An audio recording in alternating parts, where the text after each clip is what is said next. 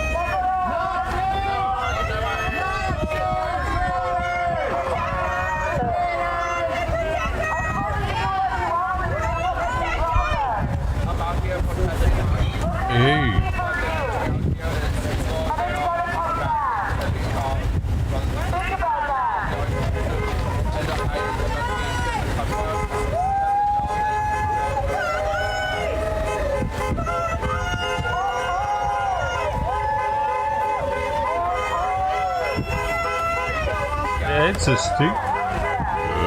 Good morning.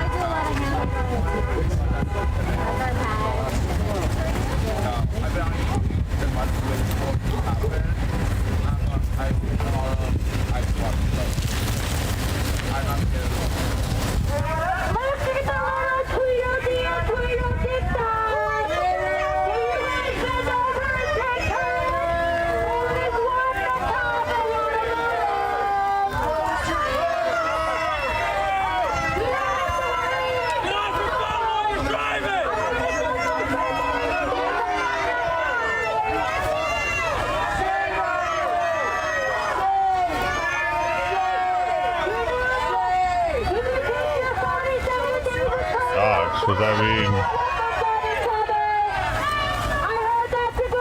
Oh, like yours got his address?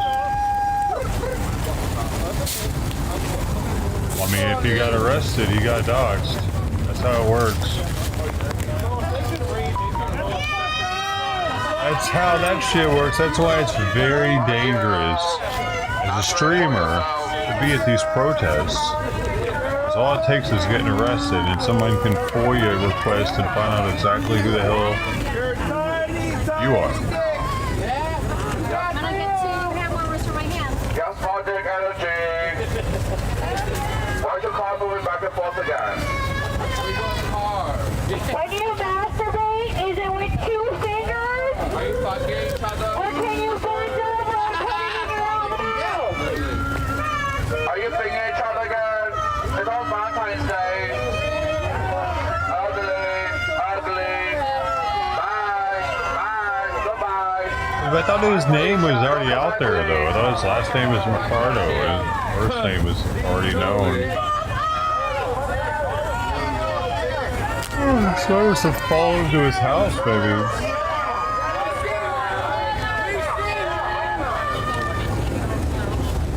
I need something to happen on Twitch so that I know my Twitch bits are working. It's blank on the right side, upper part of the screen.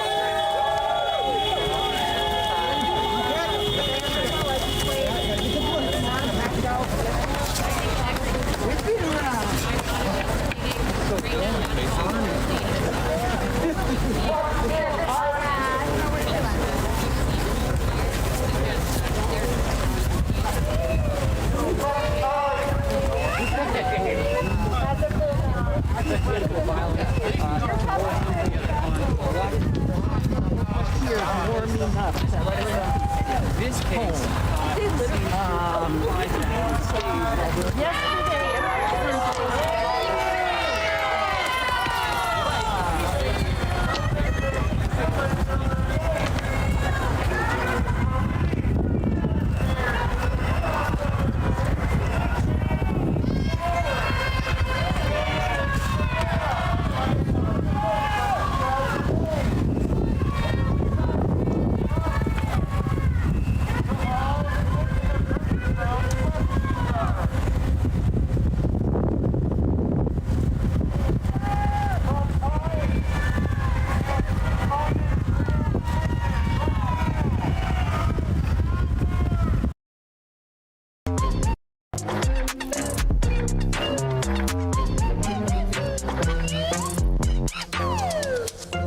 Damn.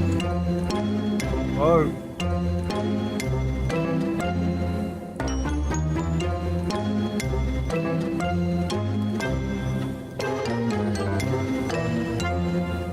Yeah, they think it's funny, dude. That's just fucking Since stupid. when did they make you guys Just make your city even worse. About 2 weeks ago.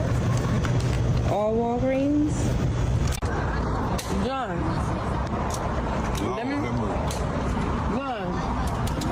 Let me taste your mac and cheese. Yeah, boy. Let me taste your mac and cheese, John. Dang, huh?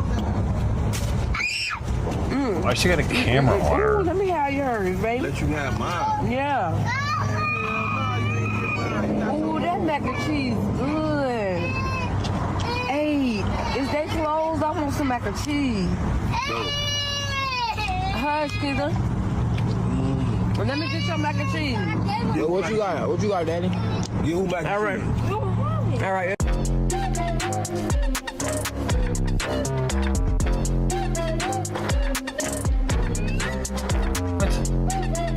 The fuck, they hang out together? Black people hang out with each other? Man, that's fucking weird. They're dancing?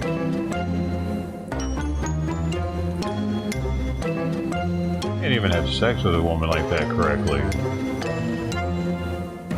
Ugh.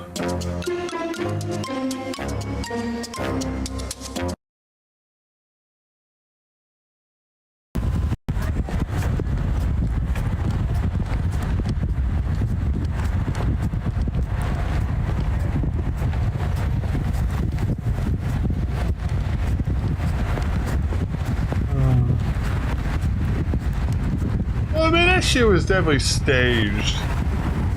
Fucking bullshit. There ain't no way a woman's gonna get sprayed with some random liquid out of a syringe and not freak out. Women freak out over the silliest shit. She didn't scream, she didn't yell, she didn't nothing. She walks towards him, and not to mention, there was no security that was like watching the people in the front row and seeing that, hey, this dude's got some weird shit in his hand. All of it seems weird. Jussie Smollett 2.0. But dude, the people that are commenting on Reddit, they think she's so fucking brave, dude. He needs to go to the ER and get decontaminated to make sure she's okay. How brave! How brave! It looks completely fake to me, though. It looked fake last night. Now with all the other angles, it looks even faker. It was? Is that what they said? It was apple cider vinegar? Tested it.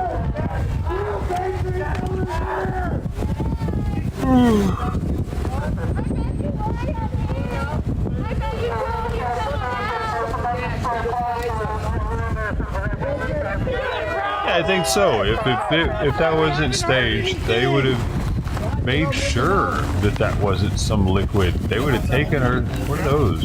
Bricks? Like they would have like immediately. You know what I think it was? She's trying to be Trump in a way. But the Butler shooting. She's trying to like seem as though she's so brave and He almost took a bullet to the ear and shit, and she still wanted to give her speech. I mean, he did take a bullet to the ear. Almost took it to the head.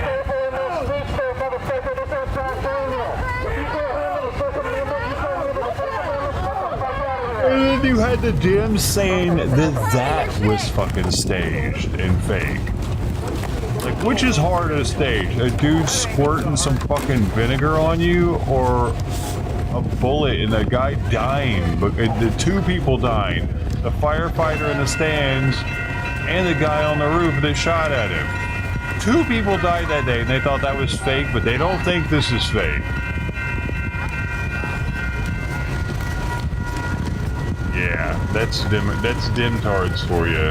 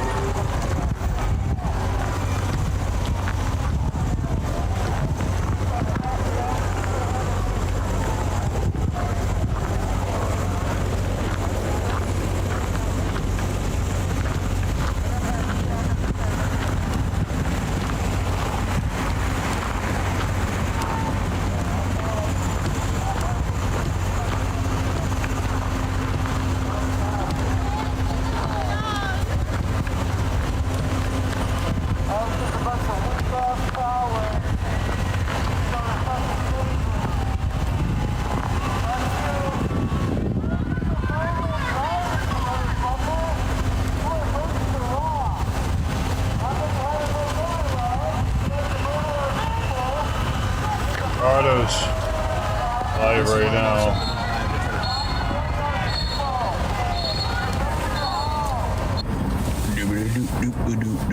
Why didn't y'all tell me? All right. All right. All right. You're checking out BG's chat? Yeah, I'm going to go live, but not for very long. I'm going to make sure, because you guys have been waiting, and I want to make sure, because I haven't left. I've been sitting in this spot for like 2 hours now, or like an hour. I'm in live for 7 minutes. So it's already posted. I'm going to post it into the Discord server. It's already posted on my Facebook page and shit. But yeah, they found where I live. Jade and Scott was outside of my apartment. I don't know if they waited until I had left or what.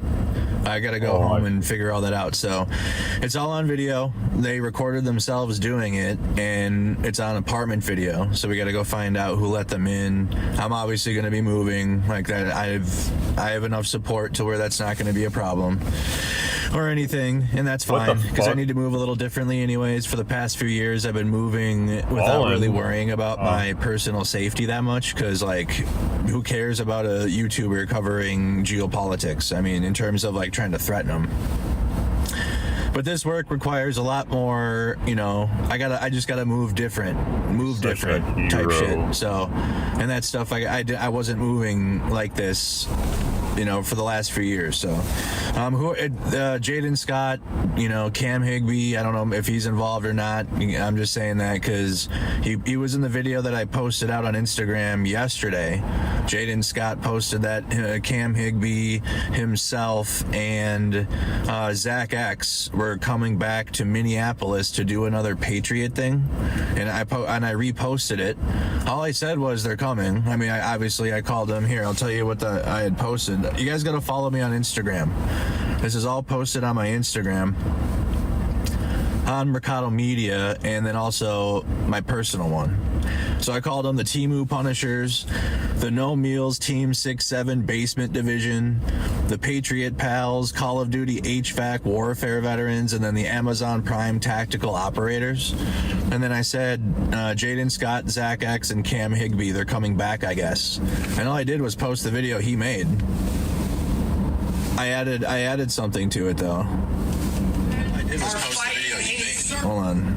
I added something to it. You guys can go watch it. They've attacked our Patriot Crusaders, Cam Higbee, and we still have been running counter intel. I'm here, boots on ground in my bunker.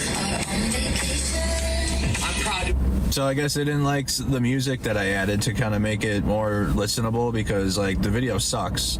But yeah, I wanted to make sure people knew, like, hey, they're about to come back to Minneapolis and do this Patriot thing again. So they didn't like that. And then I'm here, like, I've been here ready to start this stream and get back out and covering what's going on downtown.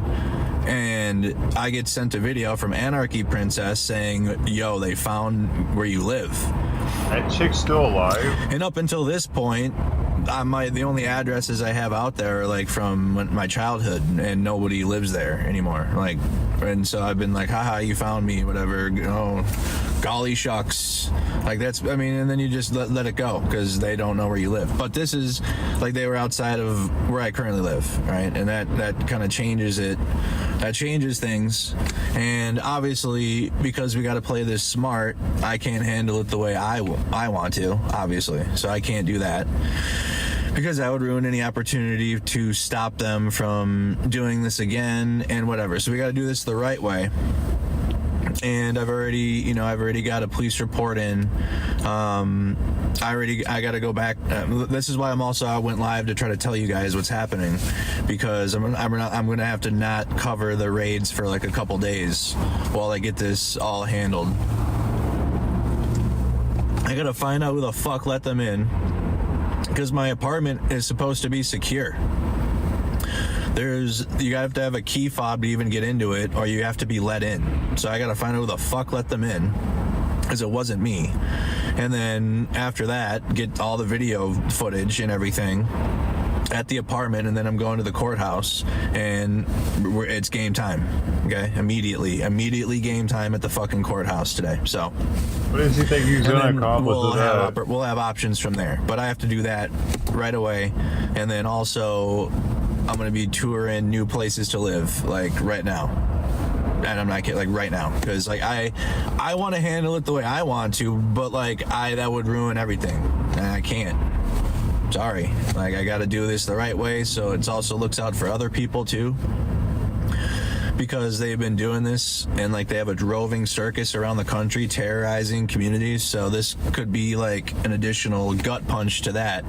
So, because, I mean, he's already violating some court order in Michigan or something. So, I mean, this will just make it harder for him to continue to terrorize people.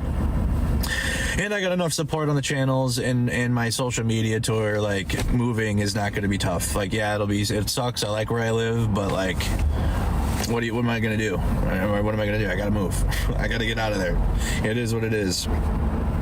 Oh, because I filmed that. Okay. So because documents were out in North Minneapolis because federal agents decided to leave vehicles behind that were bait vehicles.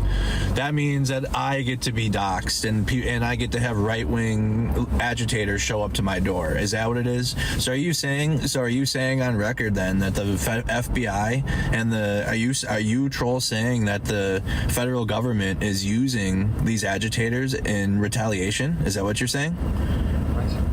He's trying anything he can to try to get a fucking case or some shit. We can add it to what's about to happen here. Is that what you're suggesting? Fucking annoying, dude. He's trying so hard to get the notoriety that Cam has. You can all find it on my Instagram. So if you guys want to go share out what's happening on my Instagram, I posted it there. It's on Facebook. I'm going to post it in the Discord as well. And you guys can get it. So the only context you need was I posted out a video of him in his bunker. I didn't edit his words. I didn't cut up his video. I added music to it, but I put his video out saying they're coming back to Minneapolis, and I was actually supposed to get down there and cover whatever fucking rally they're about to do, which I've already done. We covered he's in Jake Lang's crew. This is that Jake Lang crew that you've seen outside the Whipple building. Let me see. Yeah, I'm saying I'm not doing shit. That's what I'm saying. I want to handle it the way I want to handle it, but there's a right way to handle it. We got to do that instead. He's got Erica Kirk eyes. It's this one. Erica Kirk eyes. Look at this. It's this one. Okay? You guys have all seen it. Thank you, Gene, on my blue sky. You guys have all seen him. He's gone viral. Gone viral for being crazy. So that's the one that... And then I don't know who his little camera guy was. It's hard to watch. We'll figure it out. Based upon height, I can tell you. Based upon who the accomplice is on the height, I'll tell you who it was. Well, I gotta go home and look at it though. I gotta go home and get the videos. You can tell he fucking trims his eyebrows, bro. Straight bitch made, motherfucker. Look at that. The circus is coming back. Is to go to where I live and then post a video outside my door. What's that? What guys so it's all there. I'll post it on the Discord. Sorry, I'm not going to be able to. I gotta handle all this. I don't have home safety right now. So I got to go handle all that. And I appreciate everybody that's been reaching out. Just share the video out. I don't care now. I'm moving anyways. You can support the channel. I'll put up a buy me a coffee thing. Anything that I don't need, I will put back into mutual aid that's needed here in the Twin Cities, because this is insane. But we're gonna have to move, and it's probably gonna have to cost. It's probably gonna cost me a fee. I hope not, because some whatever idiot at the apartment let them the fuck in, and I didn't let them in. They were supposed to have security, so hopefully I don't have to pay thousands of dollars to get out of my contract. You're definitely gonna have to pay. They're not gonna fucking let you off the hook because they let them in. That's why I gotta go file this thing and get this taken care of, and then when I get back to my apartment, there will be options shit there. So, all right, guys. And that's it. I don't have shit else to tell you. I'll update you guys as this is going on, but I can't be out right now and focus on work while all this is happening. I can't even do anything. Gotta get it taken care of. I'm not going to prison. I'm not going to prison. Go fuck yourself. I'll go. Actually, I'm gonna go stay at your mom's house later, and your sister too, at the same time. And like they offered me a place to stay, so I appreciate that.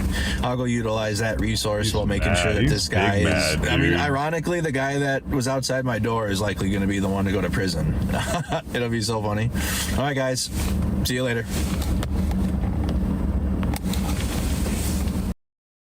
Stupid. All that was to try to get some money out of his people, or what? Seemed like it.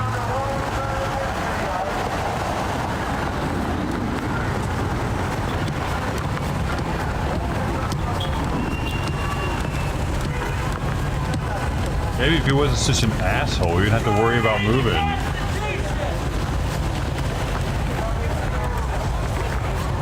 Even I've been doxxed, and I've said some really stupid shit. He told me my address in chat once. And... clear. He's a pussy. Check this out. I don't have a gate. I got a fucking window that can have a brick thrown into it from a sidewalk that's 4 feet away from it. It's a pussy. Thank you. Stand up. Don't let these assholes do what they think they can do. There is law. It's and official. even if local cops, you know, I've always said it. You want to enforce the law, good. But you got to know it to enforce it. Why do you call them Minnesota Heights? Because they act just like a coward! That's it from the Federal Witness Building. Craig Foster, Jaradula, RT. We are live. I didn't go into the whole, they arrested me and whatnot, the Western Police Department, my local police department, they were ICE. You see it or not? Thank you. Yes, thank you.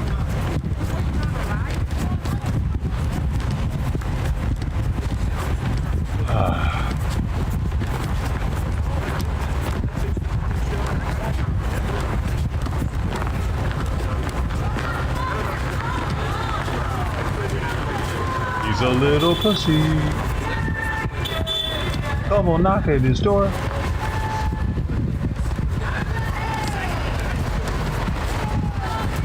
I need my nose, bro, and I got a cat in my lap. I'm sorry, I got to do all this stuff, Kitty. They're so comfortable and cute.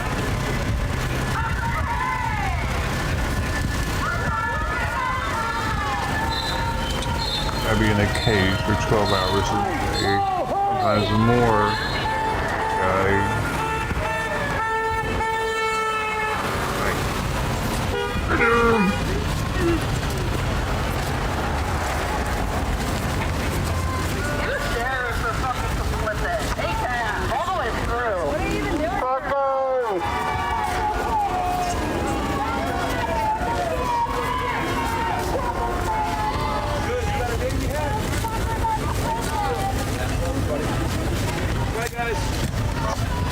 See you later.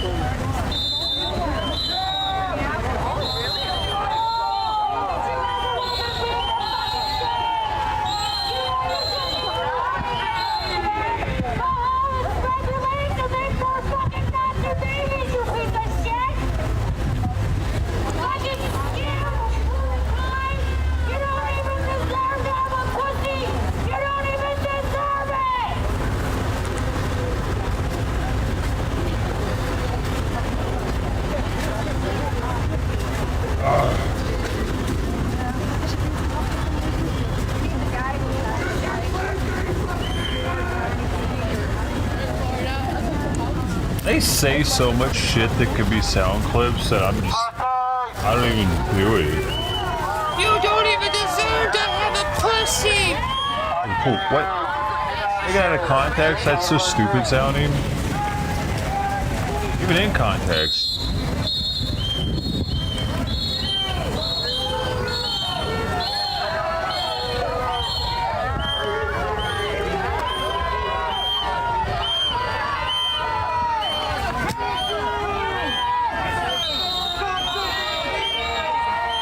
Like what right there?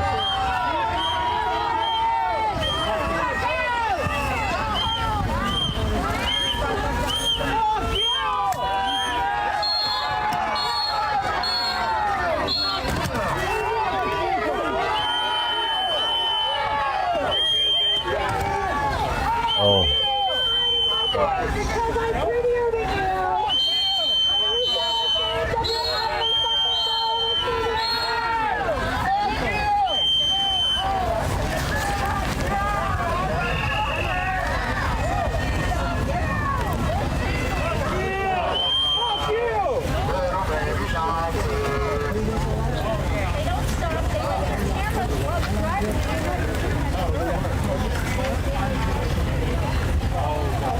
Dude, fuck it. Why am I?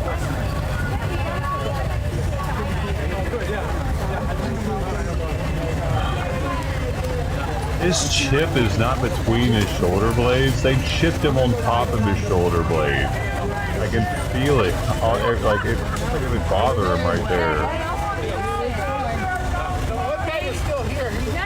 I'm great. Appreciate it. I am so grateful for you guys.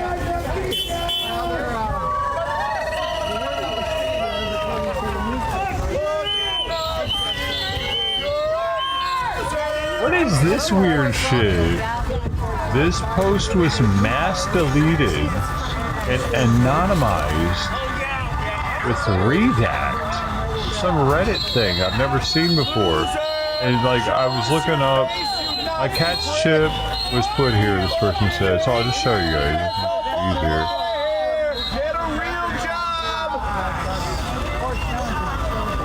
Oh, I can't. Yeah, I think there's a history. It's a new Reddit feature, and I don't think I like it. Fucking stupid, actually. Let me show you how stupid it is. Let me show you how dirty. What can I? Right. Gotta search. Catch chip. Fine. You fucking loser! Yeah. Was put here. What the fuck is that? A tethered drone? I was noticing that cable earlier. Is that a fiber optic drone? I mean, what is happening? Why does it have that? Does anybody know why it has that line?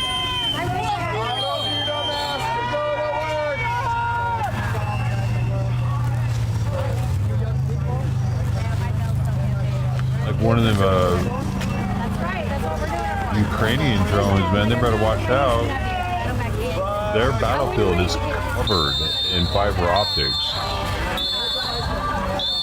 I bet it's able to do something better for the feed for the is wirelessly. You can only transmit so much from that distance with like a home router and shit. I don't know what these things are using to transmit their data. But that fiber optic, which is what it looks like, would transfer it instantly and losslessly. That's probably what it is. It's probably to get. They're probably like 4K'ing with that thing or something, dude. And they're instantly being able to retrieve the 4K data with fiber optic. They're probably using facial recognition software on all these people that they can. Even their outfits can be searched in database, you know what I'm saying? It'll search for people wearing that exact same outfit in anywhere, like on all social media. type of stuff they'll be able to do, and maybe they'll get a match on that, which will get a match on her.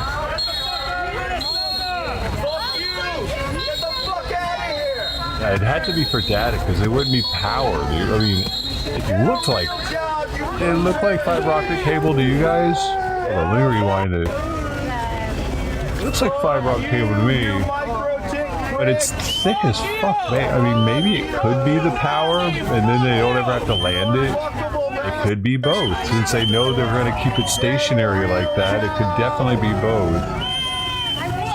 And just put it up because they would know what distance they wanted to be at, and they would measure out the shit and zoom, zoom, zoom, right? Let it stay there, and program it to just chill right there, and they can probably, from there, that's a pretty big one. Assuming they got a beefy one so that they could get a movable camera and be able to really zoom in with like a good thick lens on it, optical lens, not digital. It had to be optical to really get the details up close, otherwise it would just get pixelated. So it might be power and data transmission, sort of just stationary. I mean, it makes sense, dude. Because then they wouldn't have to bring it down, and the data would be instant. And if they're putting it right above where they're at, they ain't got to worry about anybody shooting it down. Dude, these are going to become more and more prevalent, I bet. Holy shit, it's like having a chopper in the air, but way closer and probably definitely way cheaper to operate. Oh, there are going to be a lot of these soon. I bet, like, the next presidential inauguration, all that shit, whatever, these are going to be all over the place. They're just now testing them.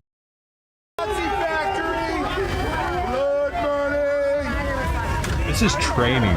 A lot of people see that also, like, the Dems, they're like, you're wasting all this money with these people out here. No, dude, they're getting training that they otherwise wouldn't have been able to get. This is, I mean, hopefully not to use it against the patriots of the country. We'll see. They keep saying they're going to.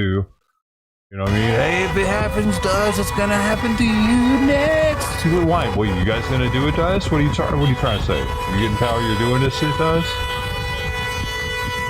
Sounds like it. Because we ain't doing it to the general public. Why are they acting weird? They're acting like the general public has a reason to be scared of ICE. By the way, that guy that got shot, I watched this Tim Pool segment this morning. He was in a group of 50 people that morning. They were trying to disrupt ICE activities, which is a felony apparently. So disrupting ICE activities, it wasn't in a protest. There was no protest there. It was just him and 2 other people. And yeah, I guess you could say, well, that's how protest starts with just one man. No, they were in a signal group. It was highly coordinated. Is that really how protests work? I've been seeing. Oh, and then yesterday we found out that they just activated an old BLM one too, and got massive amounts of involvement all of a sudden. Because here's my reasoning on that. Why it doesn't matter if it's BLM or this. A lot of those people are anarchists, man. They hate all government. They're willing to get activated to throw shit at any government in office because they feel like we shouldn't have it. We should be able to do what we want. There don't have any repercussions. And these types of people, they were moved to Minneapolis. This is a hub for them, just like Portland, just like Seattle. When they see these live streams, they see their people. They start looking to see how much rent is. Yeah, it's fiber optic, makes the stream better, light feed. It can be signal jammed. Oh, signal jammed. That's a good point too. But it looks a little thicker, like it could actually be powering it too, so they don't have to bring it down, right? It looks thicker than just fiber optic. Because fiber optic is really hard to see. From that distance, even with him zoomed in on it like that, it wouldn't have been that thick. Unless they're not doing it the same as the Ukrainians. Because Ukrainian shit, Dude, the fields are littered with like glass threads, dude. It looks so surreal. Hey, Rab 1A, welcome by the way. Welcome back, man. Who are you? I'm gonna find out. Have the power. Anthony Hammondry, how you been, dude? Holy shit. I don't see.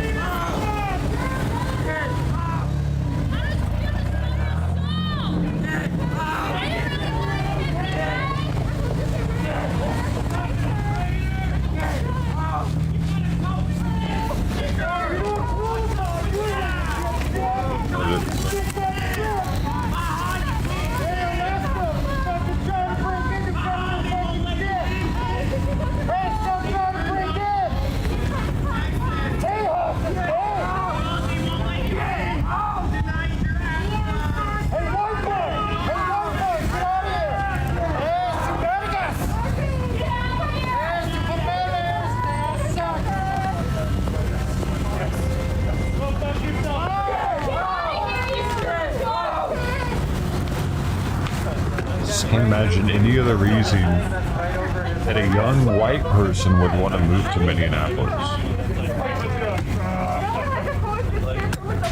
No one likes cold this much, dude, do they?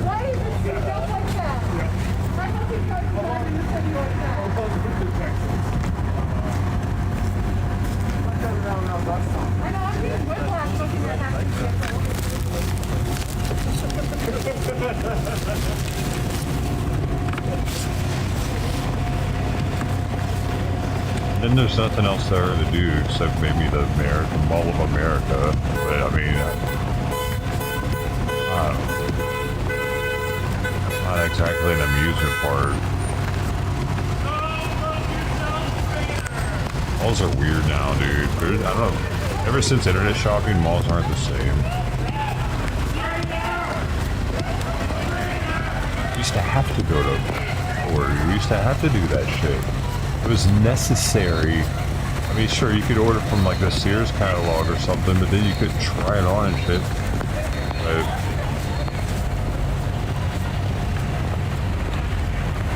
or Zappos, where you could just try on some shoes and send them back to a place with free shipping.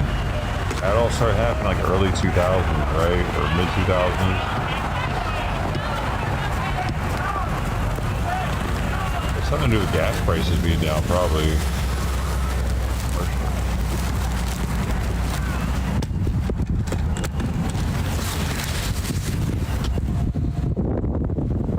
Well, we would still have to mail back our Netflix DVDs, Blu-rays.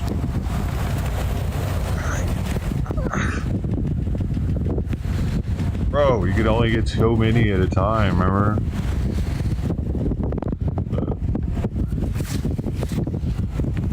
Like 5 at a time, or what package we had.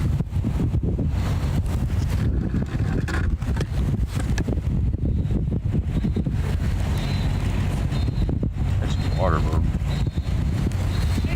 I thought you in there though anyway for Simon. Is it? Yeah, he's, I don't know, dude. You could just be bullshitting too though. I haven't seen any other proof of it. Maybe, oh, did they live stream it? I gotta find out if this is okay about. Alright, so this is the Reddit stream that I came across. For the Reddit, they said they put their chip down there, and I was like, damn, that's really low. His is like right here under the, on top of the shoulder blade. It's supposed to be in the middle, man. But, yeah. And then the first thing I read, stop fucking biting my pants, bro. He keeps biting at the metal tabs on my pants. He won't stop doing it. I've never had a cat that wouldn't stop doing this to this extent. Fucking crazy. You see what the first comment is though? Outgoing innate pet dolls, drunk crown cow, marvelous nutty disarm. What the fuck? How is that the top comment? And then I read, this post was mass deleted and anonymized with redact. going on? Do I dare press this? Mass delete. So I'm like, you clean up all your what? What? That's crazy. What the fuck? Wow. Amazing. So they redacted that one and this one. Now this one says, act frightened, foolish, whole scale, marvelous light screw oil slap. What kind of dumb shit is this? Have you ever seen this? Someone redacts their comments and it transforms it into gibberish? Are there more? Oh. Like it was the top comment that people were like, yeah, that's good. Yeah, top two shoulders, maybe country. What the fuck, man? I wanted the answer, and now they put this gibberish there. What? What? What? Why? I bet it's okay, but why would they have done that though? It feels like when I press against the skin right there, that it would be kind of bothersome. Not supposed to be there, right? It's like not natural.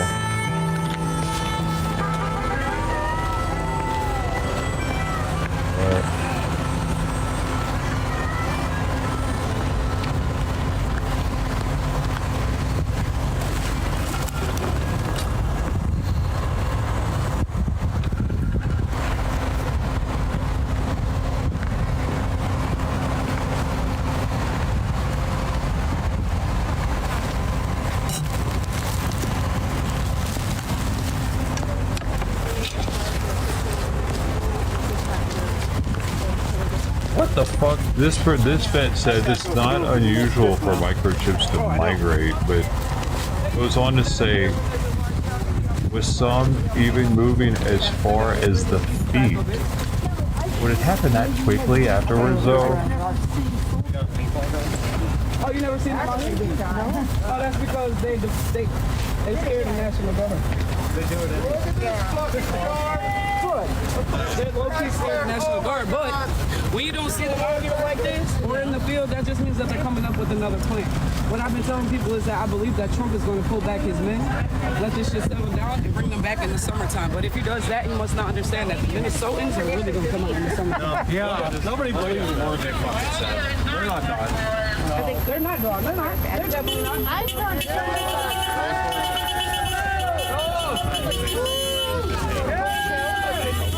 I guess it can't cause it doesn't really cause any medical problems usually.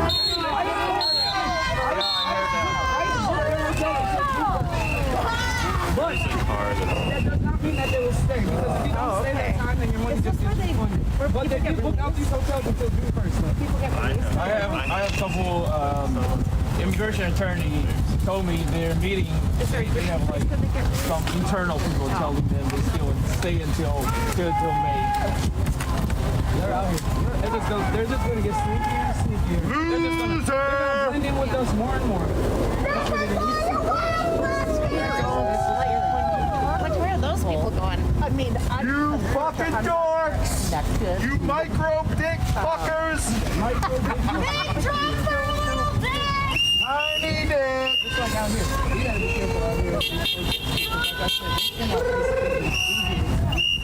So basically, you're just standing in the crowd, right? Like somebody just comes up randomly and bunch shit like this, you know what I'm saying? And then comes back and does it again. Just know that that's one of their workers. They're trying to make you push them back. So that they can be like, you report something. Yeah, I was on that side. I was on that side 2 weeks ago. There is like an undercover guy in there. You're a white guy, right? Yep. I'd like to know and guess what? They followed him all the way to the They act differently. You can tell when they showed up. You can tell. They just sit here in their cargo pants and with their mask up and just sit there quietly. cargo pants. But people that are good.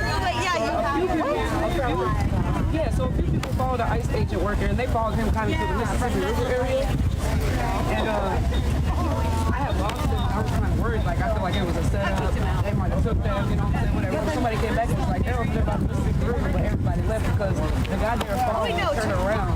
Took them in back of a abandoned building or something. Turned around and was like, I have a jacket.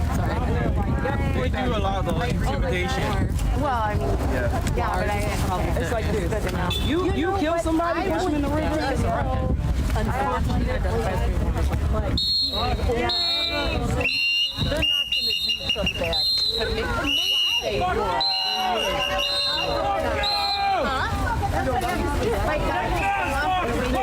They don't want you guys. They want y'all back. They don't do shit to you. But there's times I can copy me too, and my outfit's better than yours because I'm not a fucking Nazi.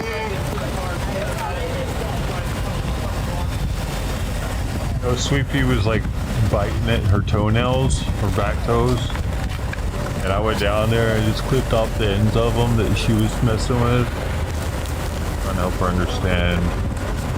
She let me do it. Didn't make any fuss at all.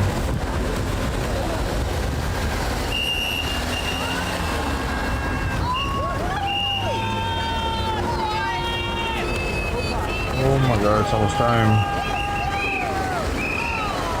There's the break go now. Yeah, I'm gonna give it to him now.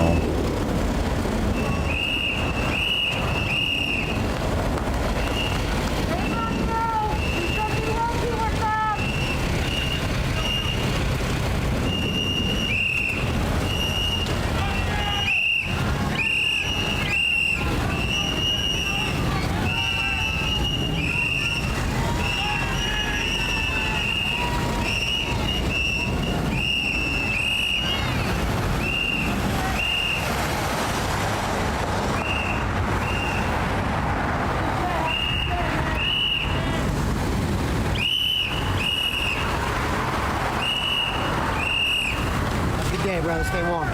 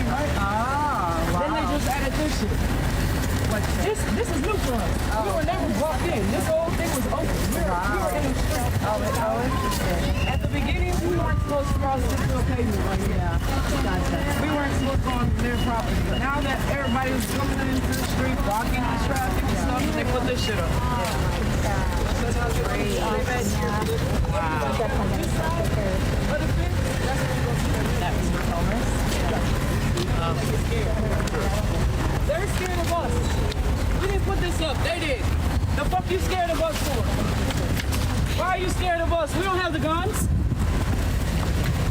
I mean, we do, but we ain't hurt nobody. Right. Okay? I'm gonna hurt somebody. That's what they never realize. Everything that these motherfuckers got to do. We got the right to motherfucking carry. We got the right to hold shit. Just like y'all motherfuckers. The difference is, y'all stay. They go home.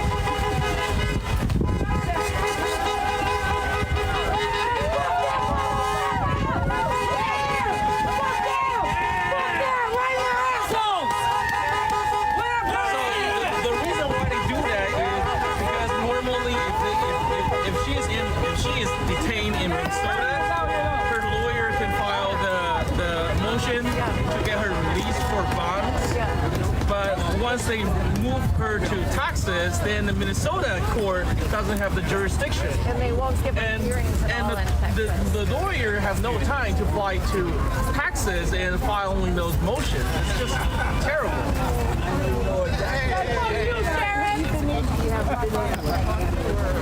We finally got a phone call from her like Monday-ish. They haven't deported her. Well, not yet, but she's from China. But like when she came here, she filed the asylum application. She has like she has a right to here fighting the case. Okay. Like if it's not like she lose the case or like having the like final order of deportation. Let's go! Permanently detained. Yeah. Like that. That's the issue. They're willing to do that. It's like, well, that's our option. And they were able to take 4, and they only able to find 1. Oh, right. Yeah, it's terrible. Pretty much, yeah. I don't think they're having a bad day. Yeah. They're like so fierce.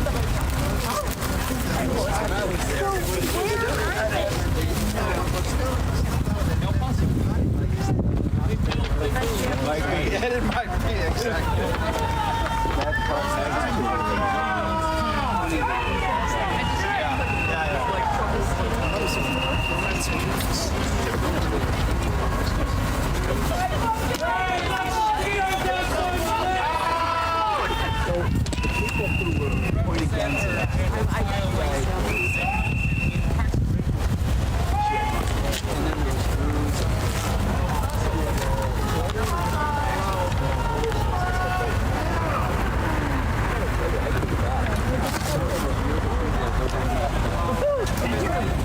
I know, I just want to remember her name. Working on that whole memory thing.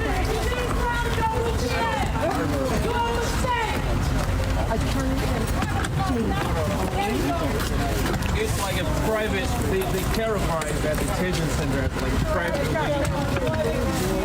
Yep. They said it's a private owned detention center. So they don't have to like follow those like Congress like oversight sort of thing. Would you guys like some hot tea?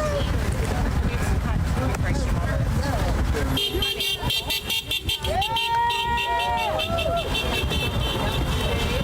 This is my first time here.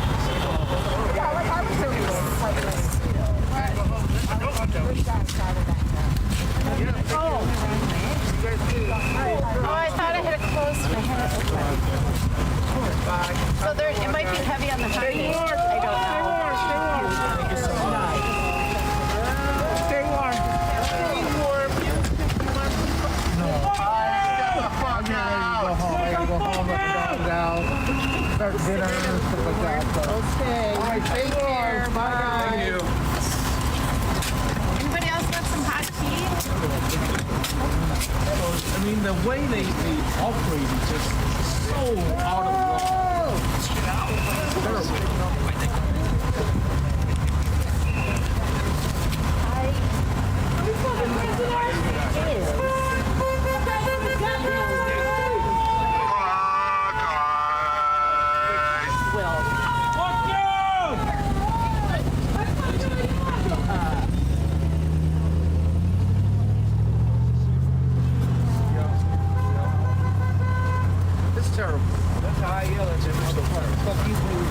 And the thing is, like, when they find, so my wife works in an immigration law firm, and she told me, like, just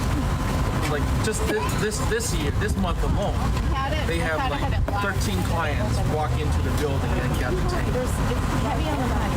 And technically, they cannot like choose not to show up. If they don't show up, their case like automatically drop. So they got like final deportation order. But if they walk in, they got caught and detained. Just terrible. I don't know why they do it. So We gotta protect Granny out here. I mean, seriously. Yeah, I'll be the one walk here today.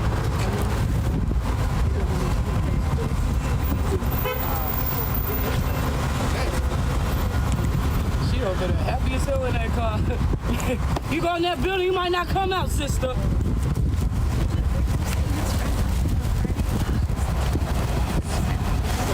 Yeah, that's how they get them. Hey, get the fuck out! Fuck you! Fucking object! The thing is, if they fighting the case, so my wife works in the immigration law firm. So she told me, like, if they schedule a court date and you choose not to show up, your court case like automatically drop. I understand. So you all can of like. it, but I think it'd be worth it to risk this. The thing is, it's like automatically get picked. So if you don't show up, you automatically. Hey, y'all remember like 10 years ago when everybody told you were fucking crazy when you were like, these motherfuckers are fascists? They used to like detain them here for a couple of days, and the attorney able to file the motion. Fucking told you so. On hearing. But now, look, if they let when they them catch them, right back they around. send to Texas like same day. Yeah. Yeah. It's terrible. Well, my friend works in immigration law. She's been doing that here for 30 years. And I texted the family, but I didn't like tell them before I was going. I said, I'm going to the political building. I've got my Find My Friends on first call.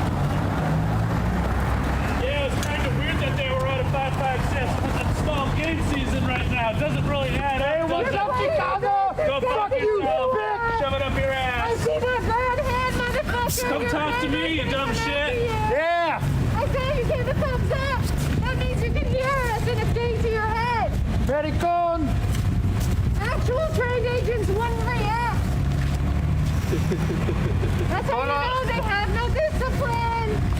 You're not supposed to react to the taunting. Even the fucking 2020 cops knew better. Yeah, seriously, if you can't handle the First Amendment, get the fuck out of this country. When same goes for second and fourth. Them some defensive motherfucking Way to go on your damn playlist. You going to the fucking 90s now? Where's my mother train?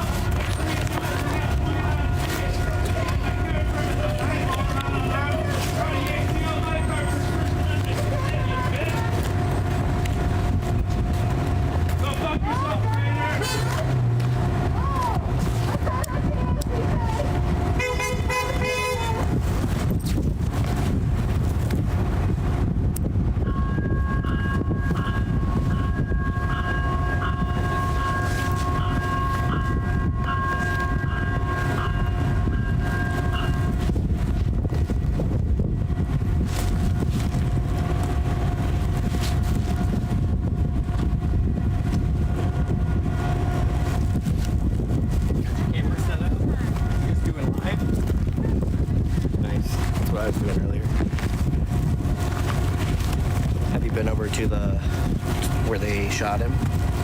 Yeah. Where is it? 28th and Hennepin? I don't know.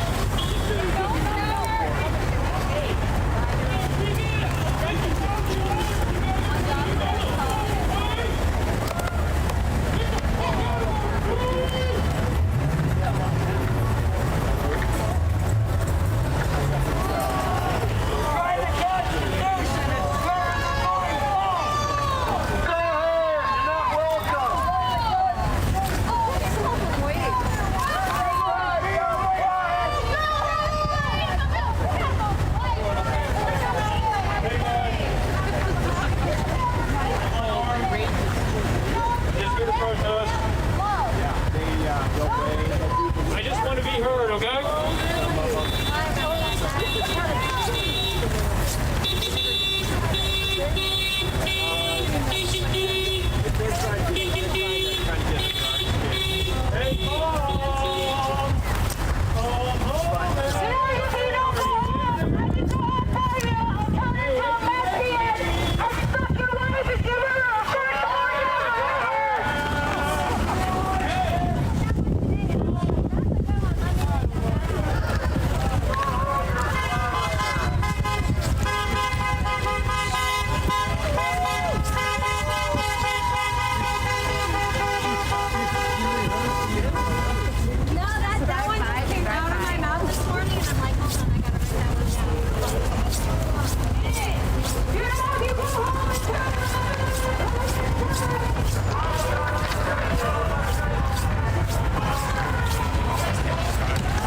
I ate already. No, not today already. I get fat.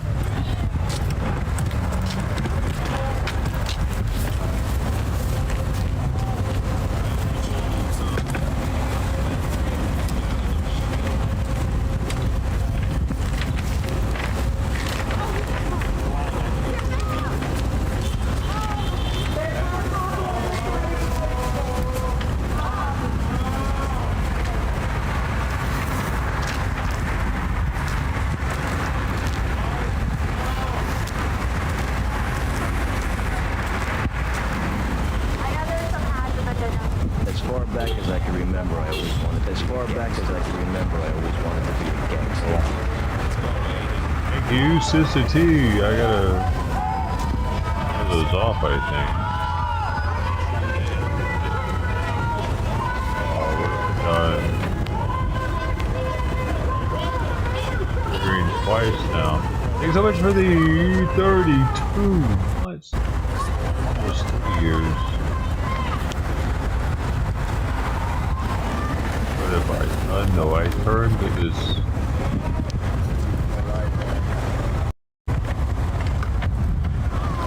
I don't. Adding that. Good.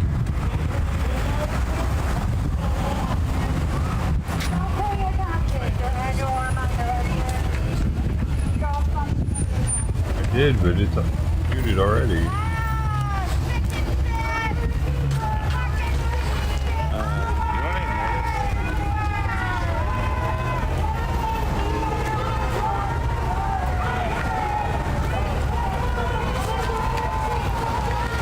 Now something's in the corner also, yay!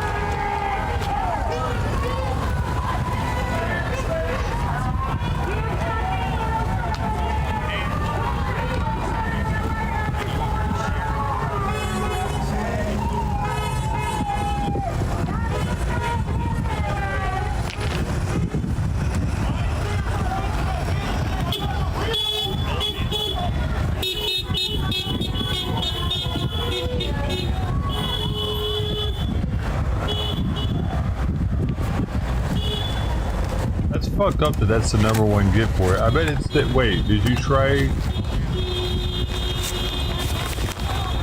Was it the same on both of them? You did ice as the second word on Twitch too. I don't know if that makes any difference. Maybe not. Probably not. I gotta blow my nose again.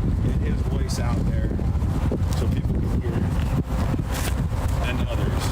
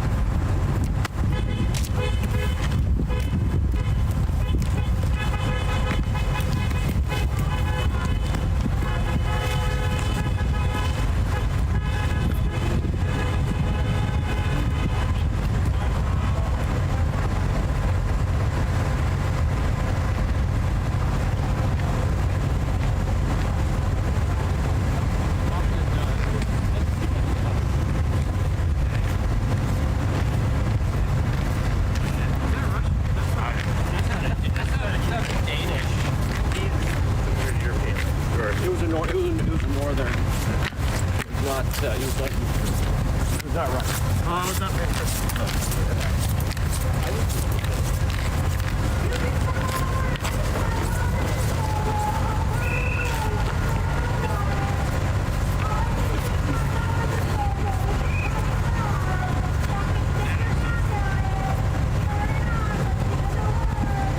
I'm on Twitch. Showed a hockey game. What do you mean? It showed a hockey game. Oh, it was the same as long as you did it in the right order. You changed the order, it changed it.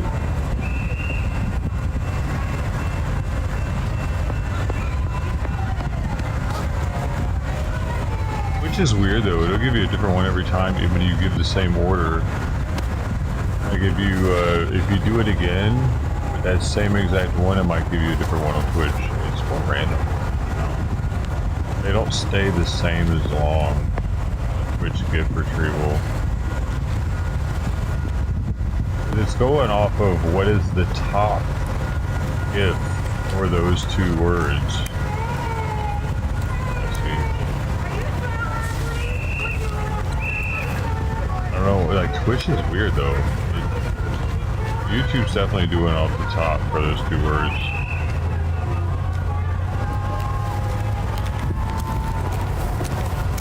It's pulling from a different service.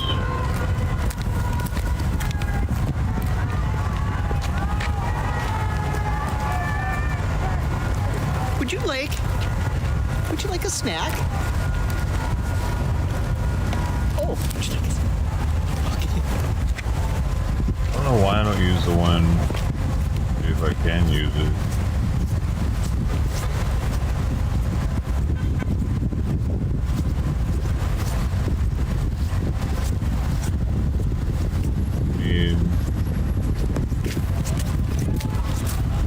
If I turn it on, let me see if it'll better. Now.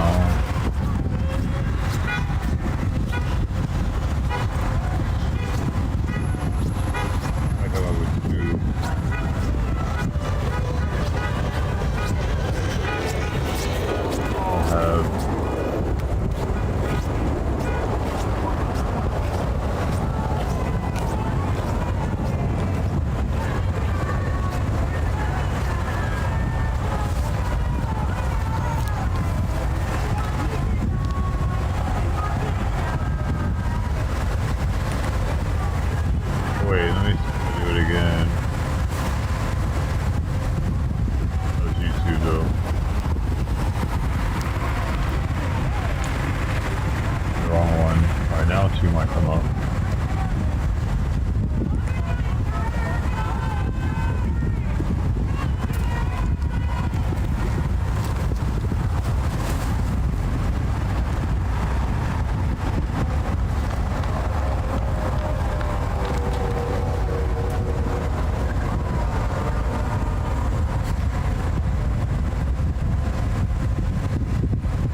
Give me that one twice in a row now.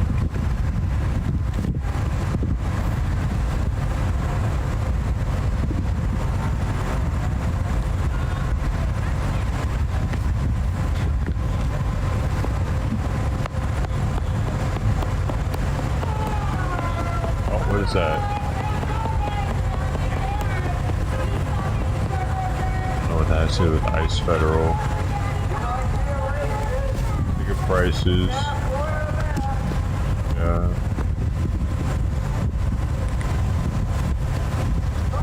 It's gonna just die off probably. Now that we know that they're lip syncing most of this shit, they're like barely singing on top of already recorded vocals and shit. And they're charging that shit. Like the bands used to revolt against it. There was that thing where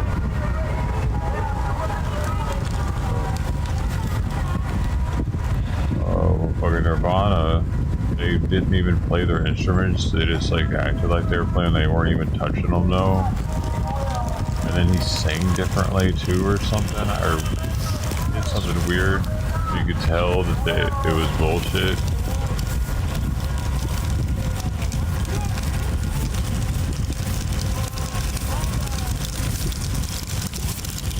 they're embracing it. Like, I was surprised when I saw that Post Malone was embracing it, because he's such a well-liked musician. When he fell and cracked the shit out his rib, and just the vocals were still clear as day, as if nothing had happened, but you could see in other videos that he was like in agonizing pain, or he's definitely not singing anymore.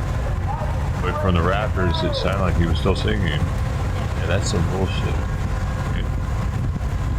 We're paying that much for that shit.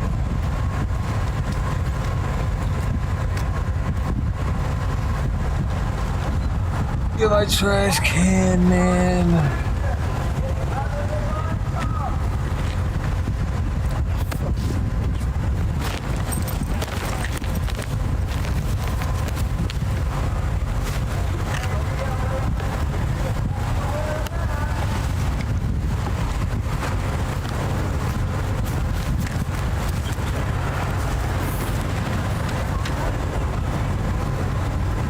Oh, the brownie, dude.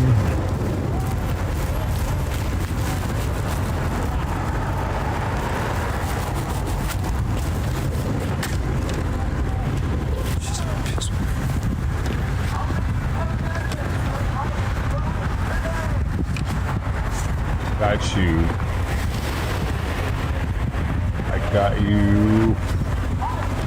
Oh. 25 of the best seconds of my life. It was a different time. When was the time? May 1st, 2024. There's 6 people on YouTube, 4 people on Twitch. And this person seemed like they were giving away brownies or some shit, so I went into character as them. Want a brownie? They're fish and vegan. I only use organic cod liver oil. You see?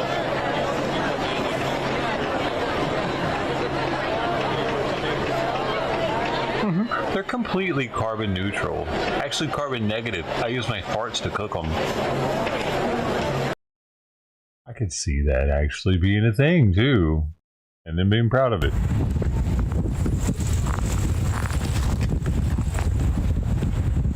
Those were the people that were protesting Palestine at the University of LA.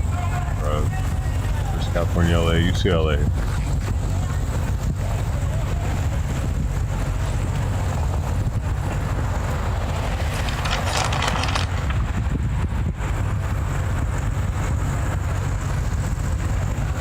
Vegan? What was it all? What others?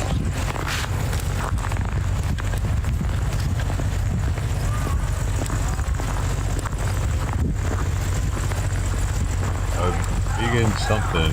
Carbon negative brownie. That would sell probably. You could even tell people that you cooked it with your farts, but it's okay. It burns it off. There's no remnants. Burns. Actually one of the highest heated gases there is. I don't know, I'm just making sure now. Maybe it is.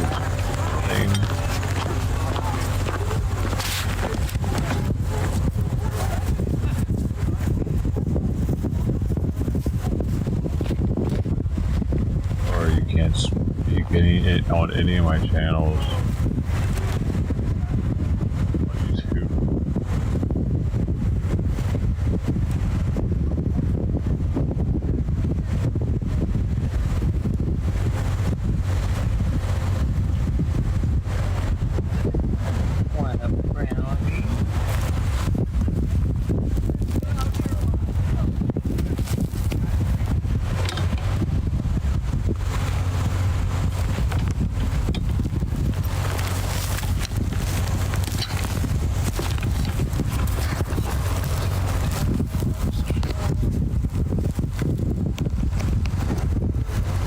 With a brownie.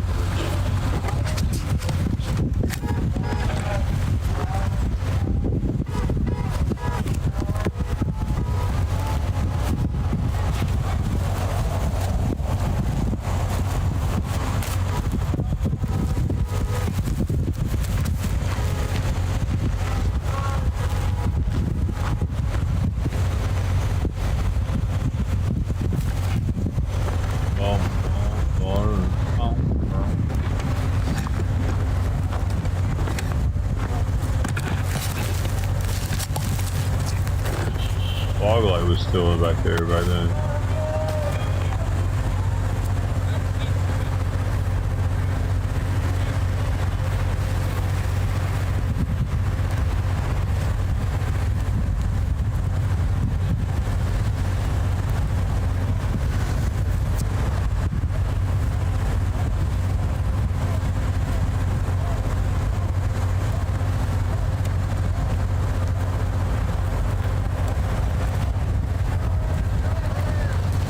News media? Are you news? Thanks for being here. Want a brownie? They're fish and vegan.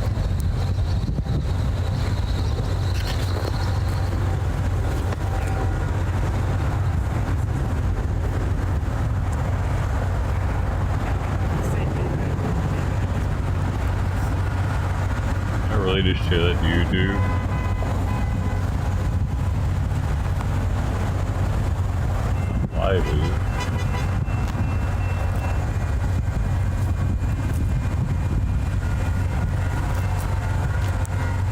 What is happening? No, it is public. Hold up, I'll list it first. Gave me some power. I don't want to just randomly post it with no kind of information ready for it. I put it on this one? Put it on this one too. You see the brownie madness.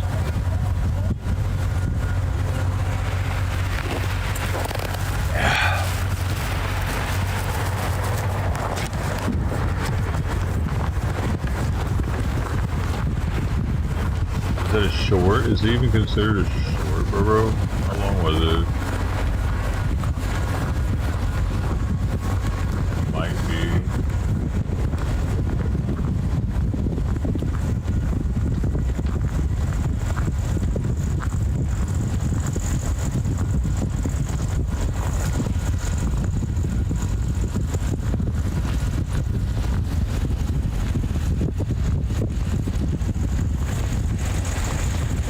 Reshare.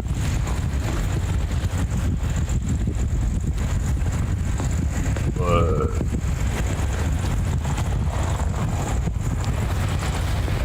connect more than one account for Twitch.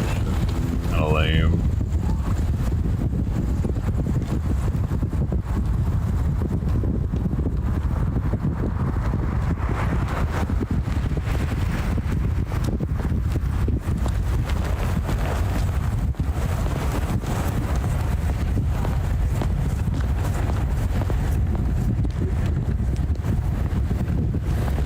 Where do I do it? Maybe I can.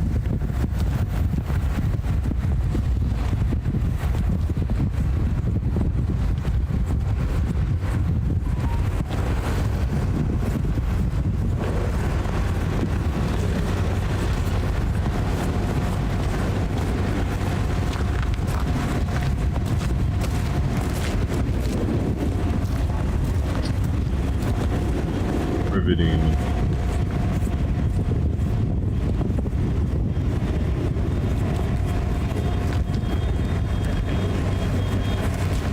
Where would it be at?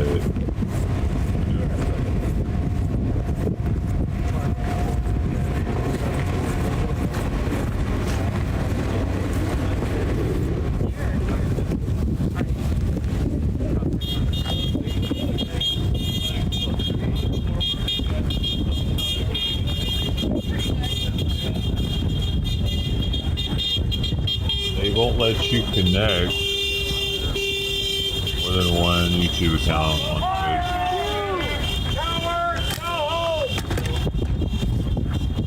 Twitch. Their problem.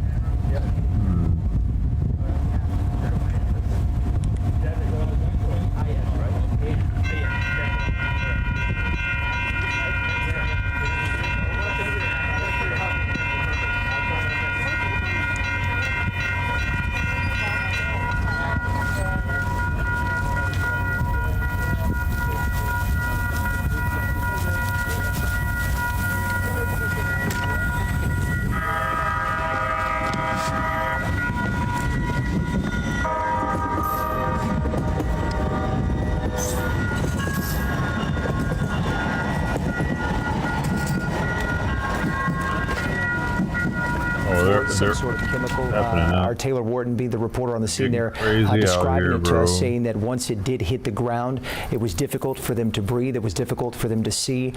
They started to flush out their eyes, and that's some of what it is that we're seeing right now. Taylor describing DPS was warning the group that was there to get back. At one point, she did mention that there was possibly, again, we're waiting to see it for ourselves, possibly some pushing and shoving that had gone on, but that there were some warnings from the agents or DPS folks that were on scene there.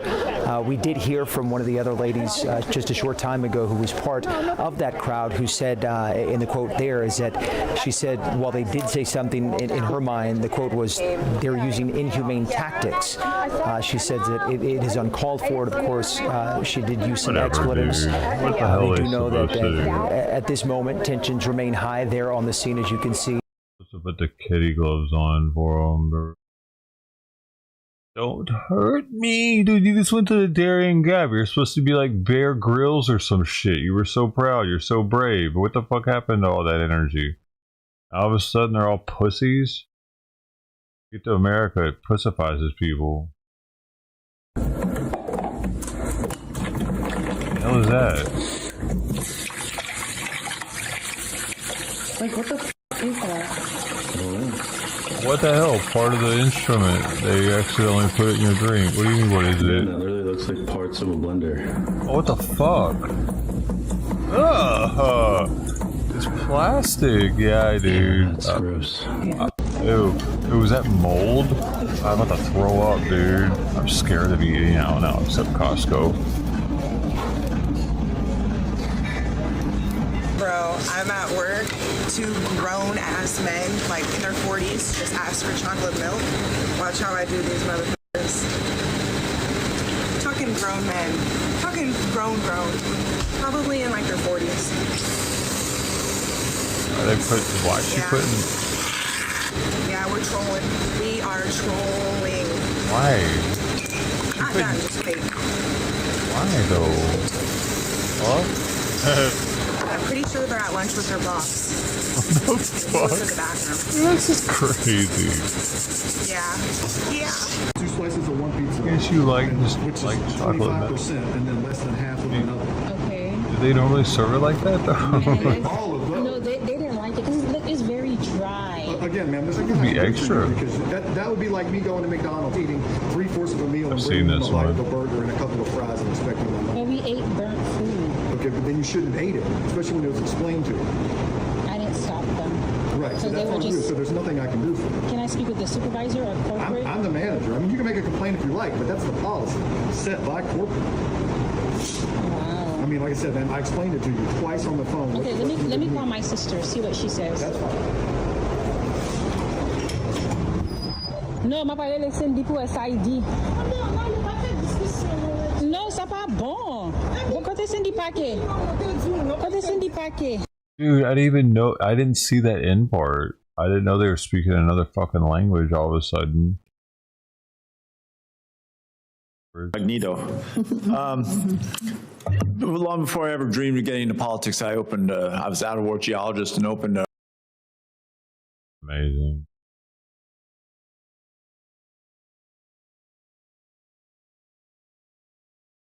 Same as that one. They are ordering the protesters to leave.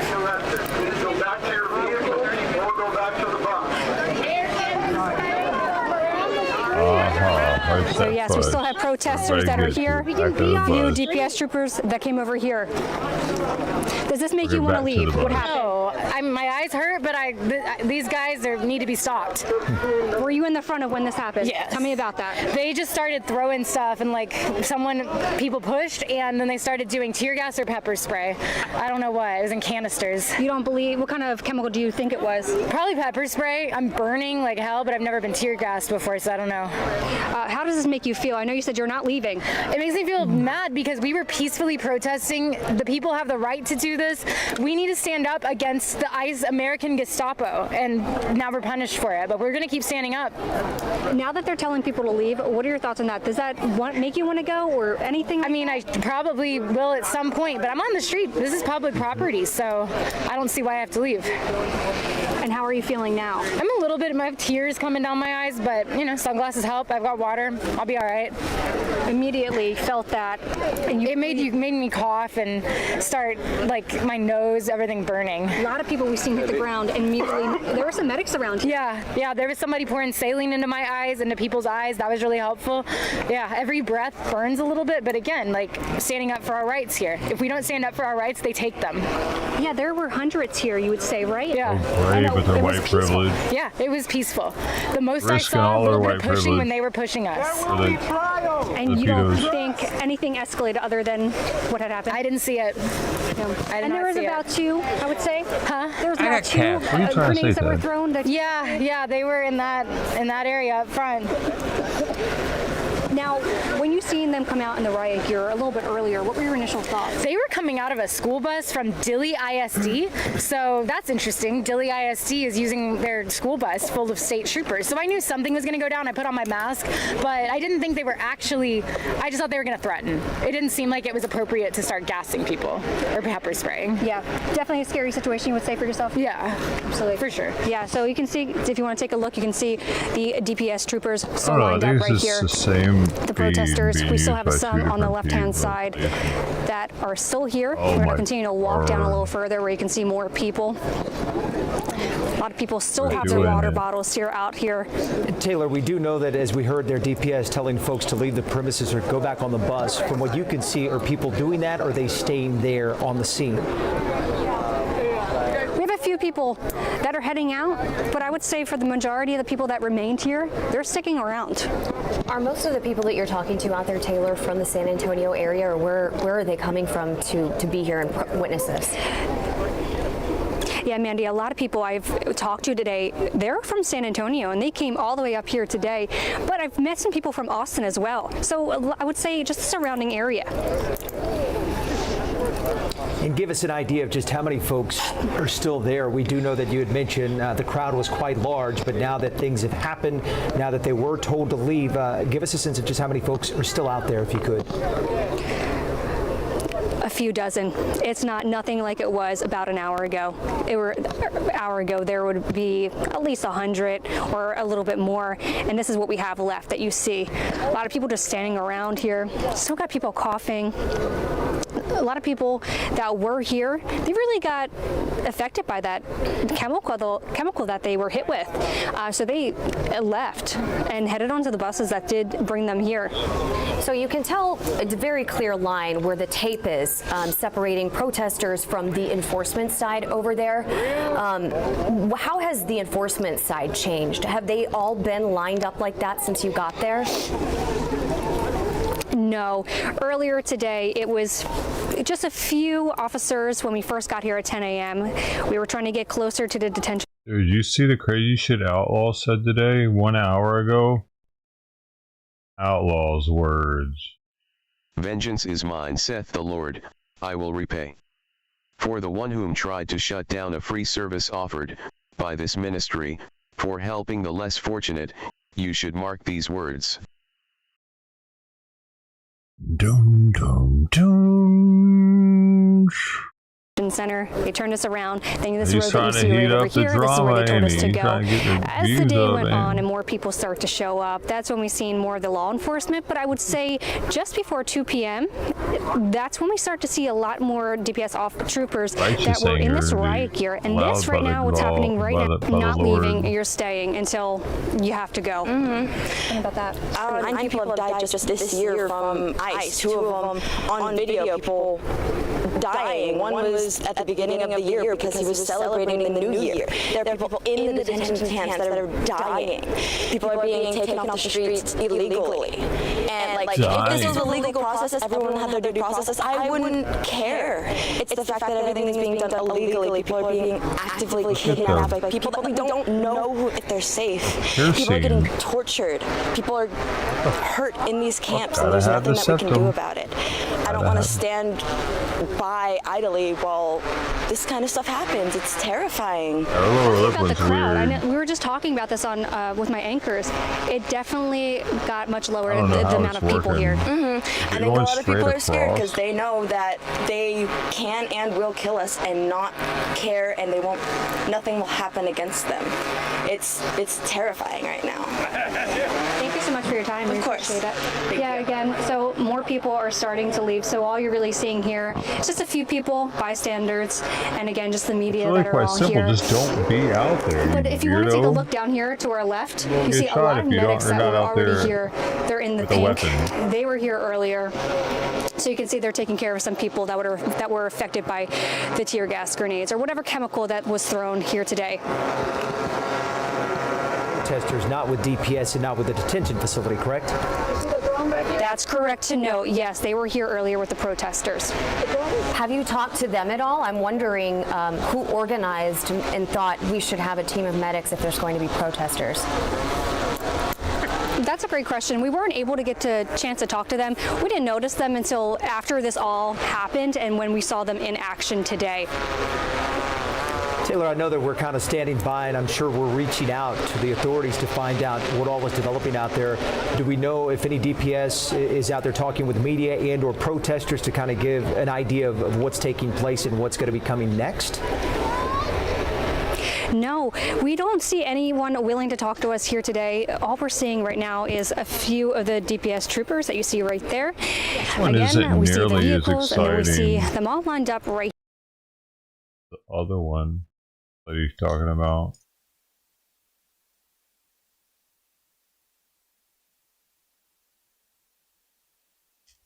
That one. To the bus, are they telling the protesters anything else? No, that's all we heard. When you heard them on the loudspeaker telling them to leave, that's what we heard so far. And they haven't said anything thus far. So the line of DPS.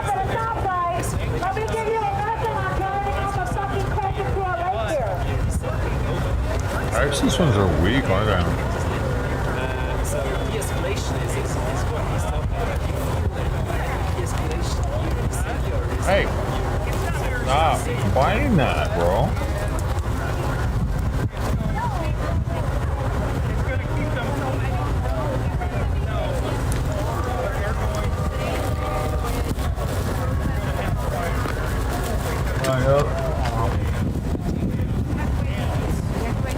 If there is going to be a de-escalation.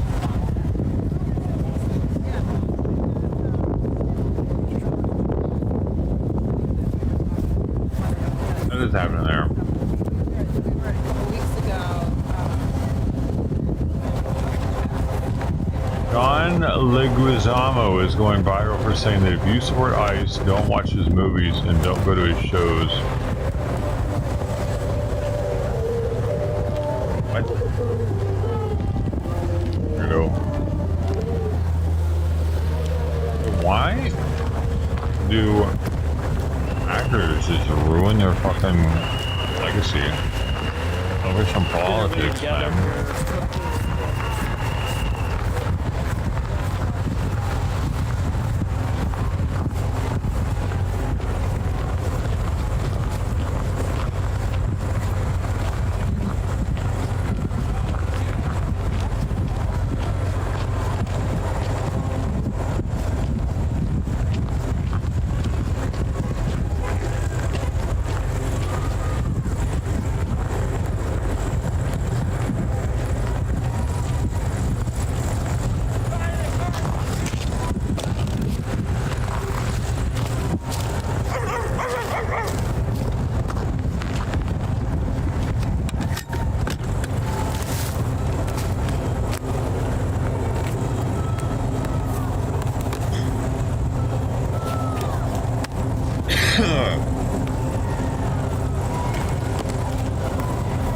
Free-towing. The free-towing, boy. I wonder what's going on with that. Like, he's acting like... Dude, that has 548 views, actually. That's one of his outliers.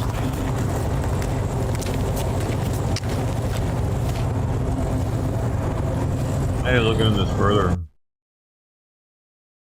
comments on it? No.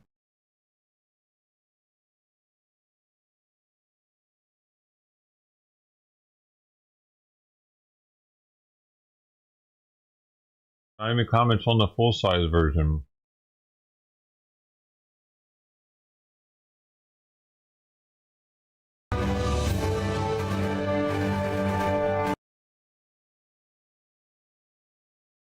Bummer, dude. I want to know more. I need to know about the outlaw drama.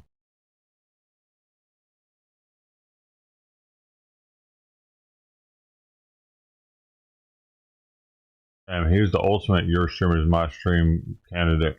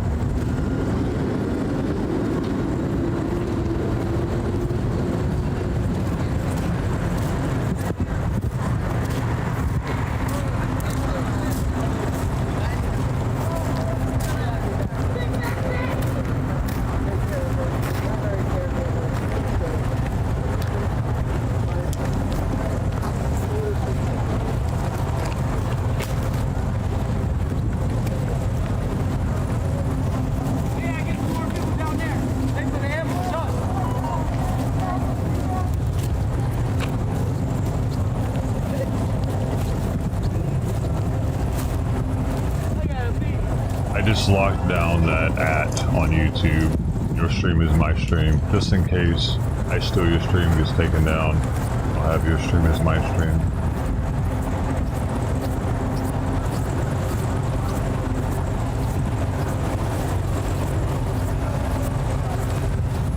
I did something productive.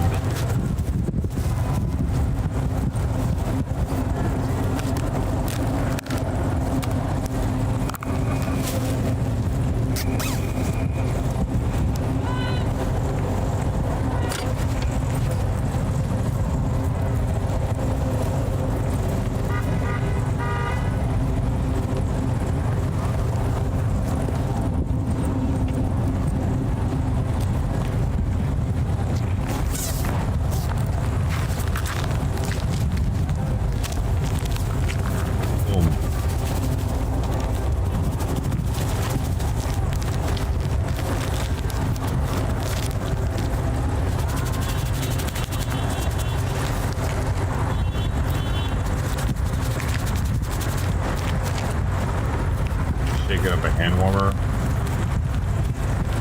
Activate them. I like it.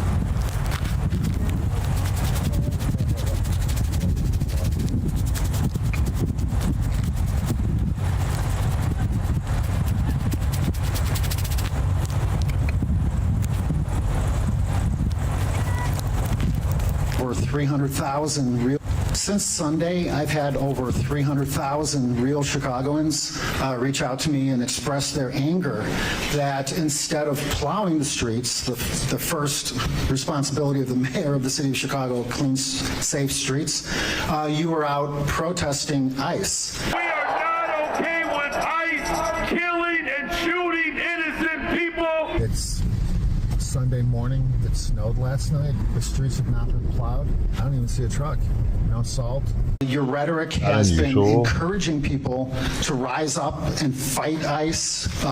Many people say that is the cause of the violence, the real violence against federal agents and law enforcement. There's also a concern that in light of this report that Governor Walz in Minnesota, that people in his office are actually coordinating these violent anti-ICE protests. Please ask the question. Anyone? Yeah, I'm trying to ask the question. Thank you. Please, if you wouldn't mind not interrupting me while I'm asking my question. Ask it. Thanks.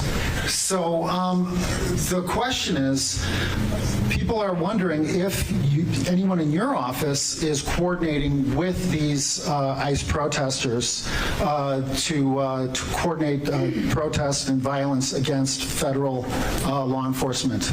Well, first of all, let me again just commend the efforts and the work of the city employees that made sure that our streets were plowed. Those hardworking men and women served this city honorably. So no, as the mayor of the city of Chicago, I do not personally plow streets. The people of the city of Chicago were able to get up on Monday morning.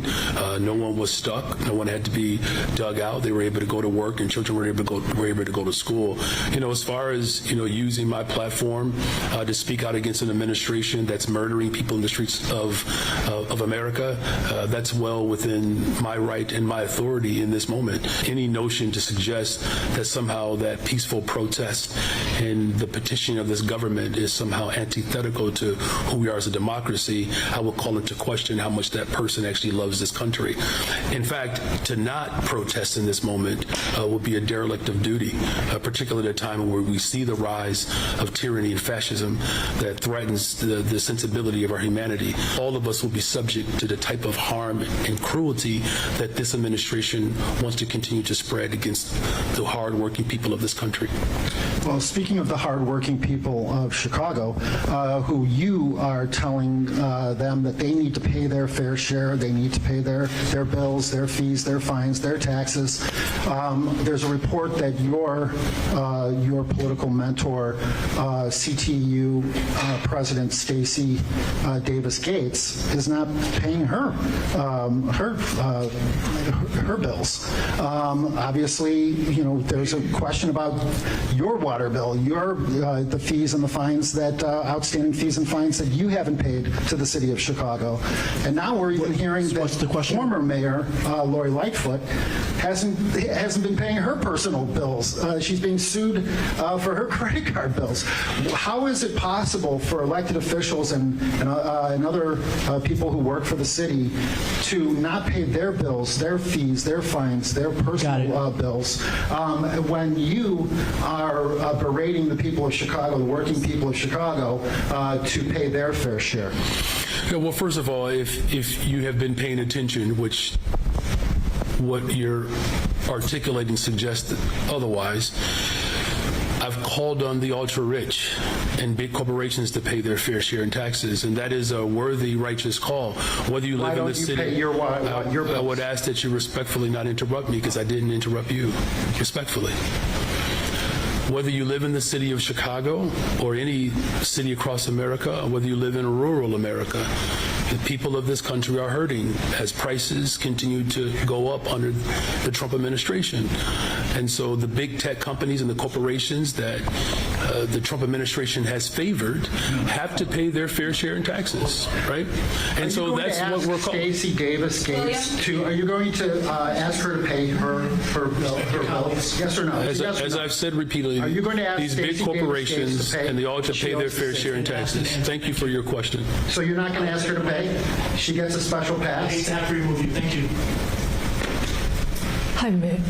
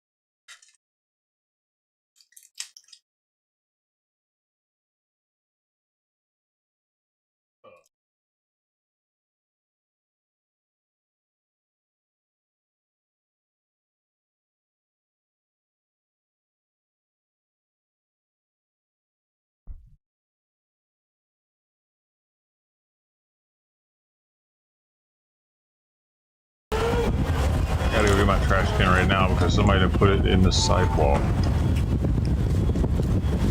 It was on the other side of the street. Now, in a prime location, might have put their open dog poop bag into it.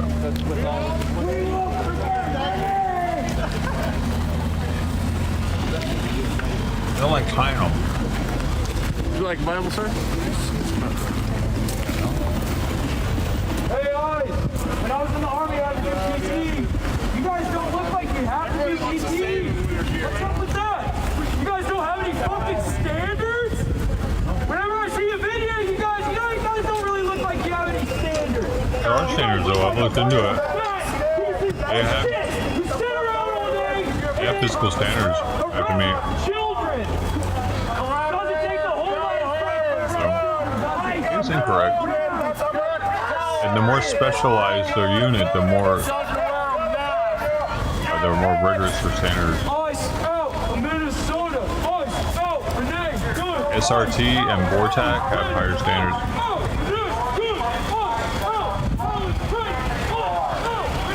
Oh, yep. Go get it real fast. Get over with.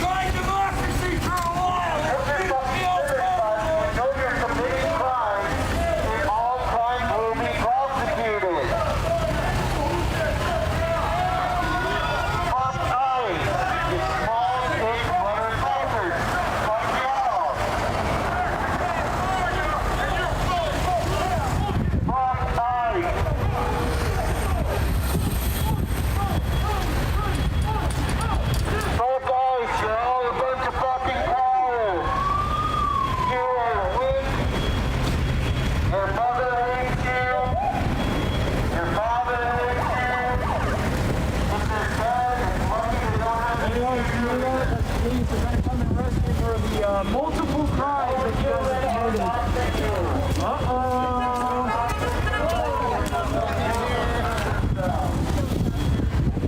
Hey, guys, little patience. These cops that are here to stop you, they don't even want to be here. They don't even Over there. Sorry, he just put it in your way. So sorry. Guess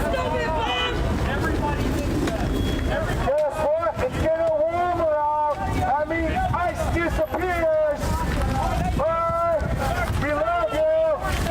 Get the fuck out. Get the fuck out. Papa Smuff is gone. You're next. Your big Papa Smuff just got deported. Pussy boys. They say you're next. I know that's right. Love your shit. Let them know they next for real. None of this was true. And across the street, none of that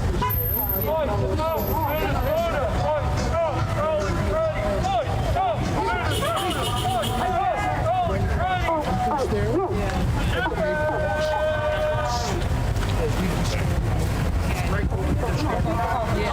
Jesus Christ.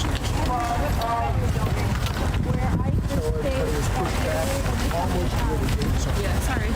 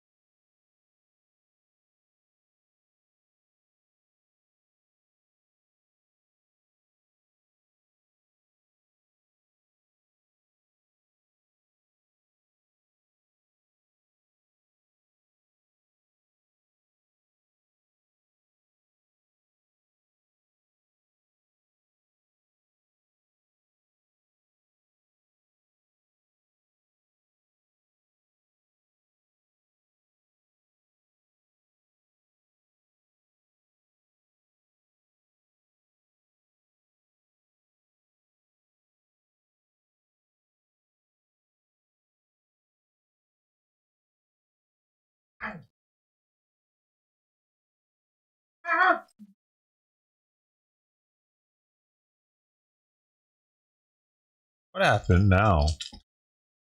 I didn't do the pausing. Did I pause it? Did the cat do that?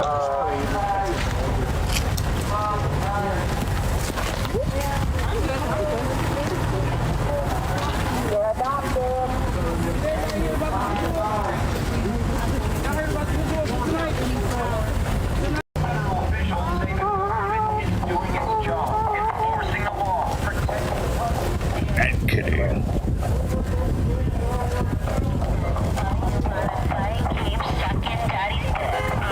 There was a shot of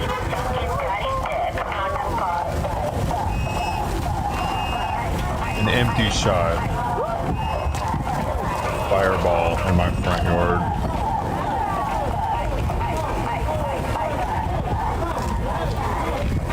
I don't think I've ever even tried that. Didn't have it. Back in the day,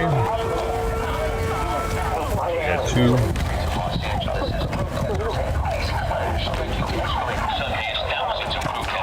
had two main cinnamon schnapps. They were the heavy hitters.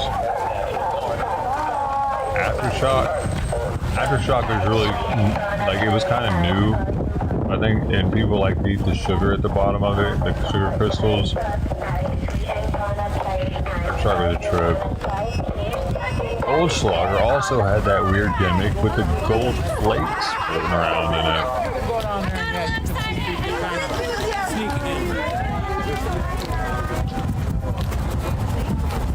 But they were kind of thick as a thing, and I bet that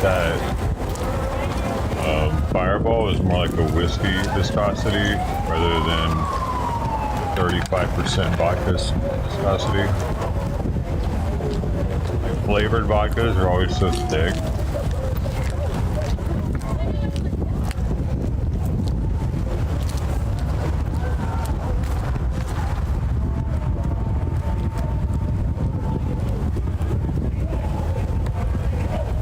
Got it. Hey.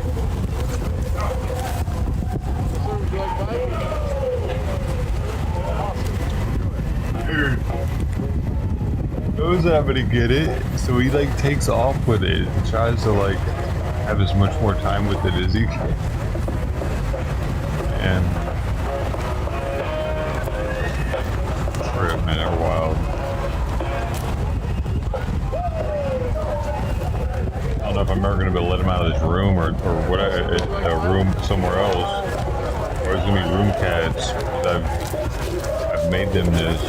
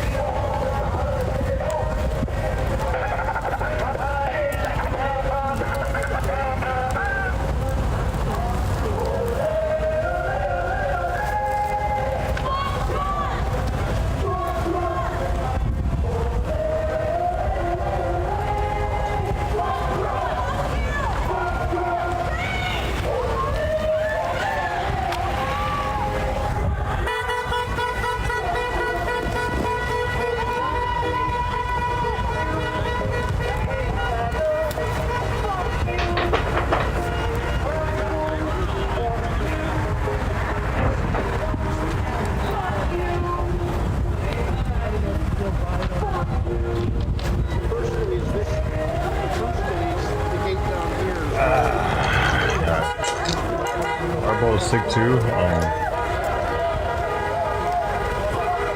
It's thick. Volkswagen.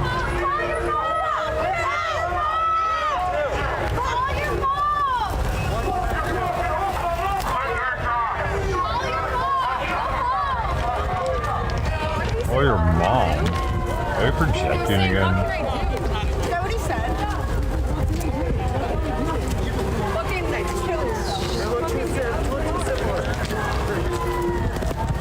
What? Did you hear that? She said she wants him to go kill himself. Bro. I never think that about people. Like, I hope that they'll go...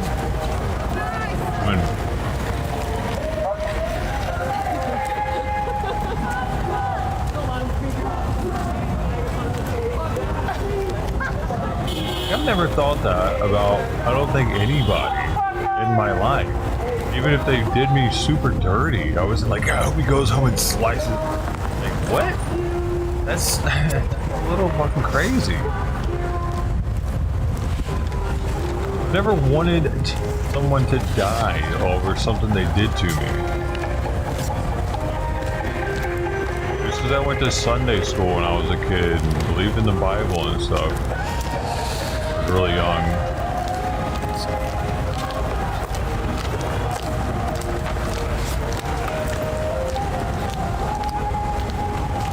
And like, that's not really a Democrat thing to do.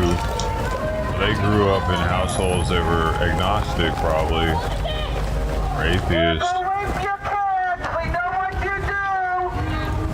Atheist.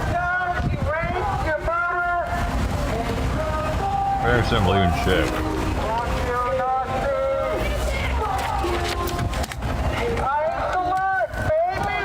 That's dangerous because our country wasn't founded on that. Our country was founded on Christian Judeo beliefs.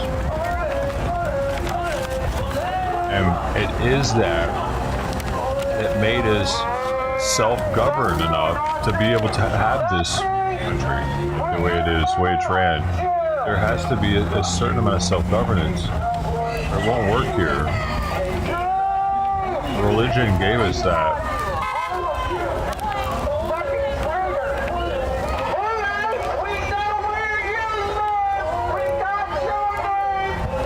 And it still does, because a lot of Americans still religious.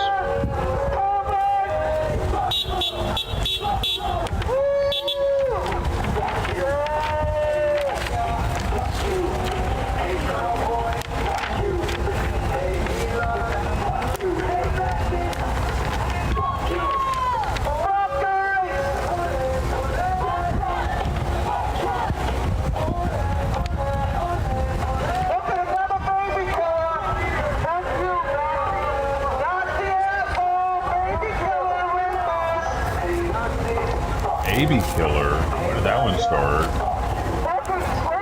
Are they killing babies now? Oh, because they had supposedly arrested that baby.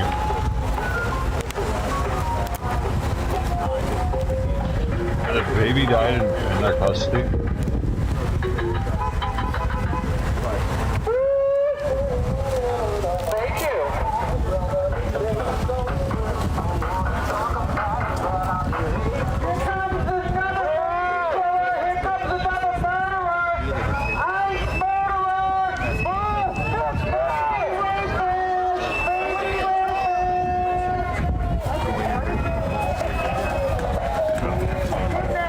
Somebody younger died. It wasn't a baby. They haven't killed a baby that I know of.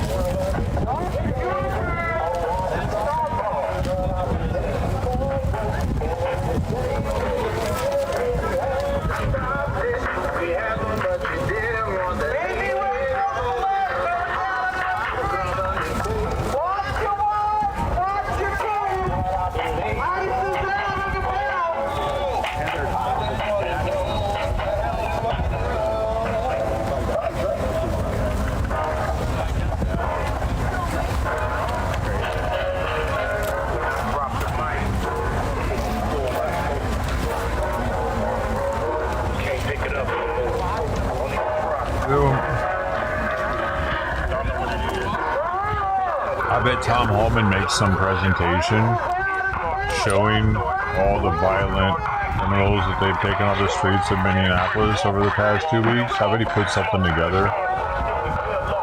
The people they're just going to be forced to be like, well, shit.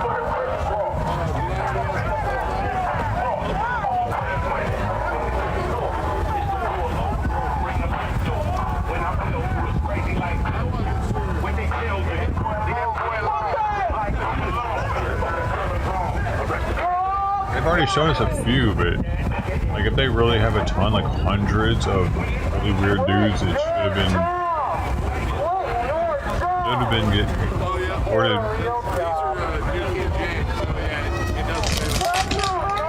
These idiots all think they're standing up for their gardener.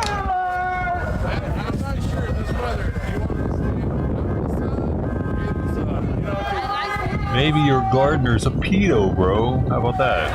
What about them? Does that matter to them? Like, no, but he's my gardener. I don't care. I love him. I have an obsession.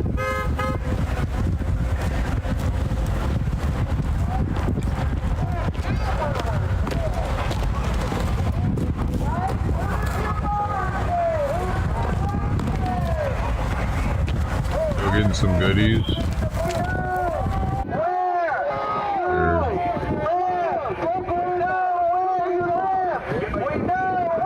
Right next to the goodie table.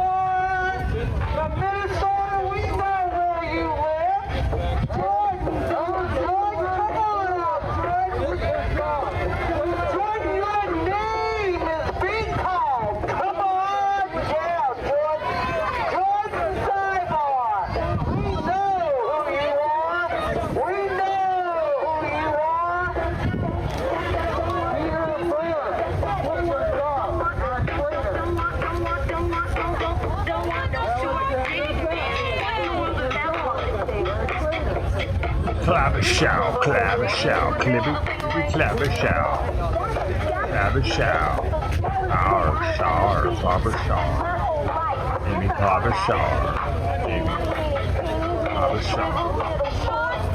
She likes the big penis. She likes the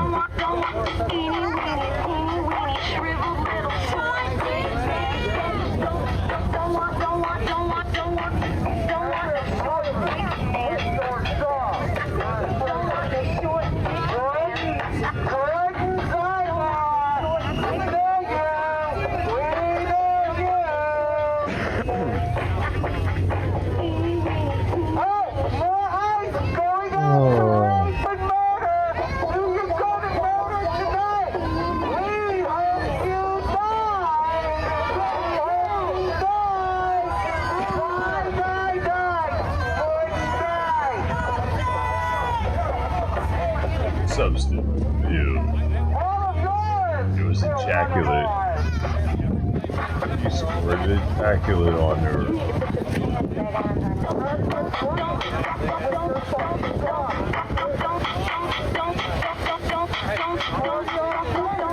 Oh, buddy.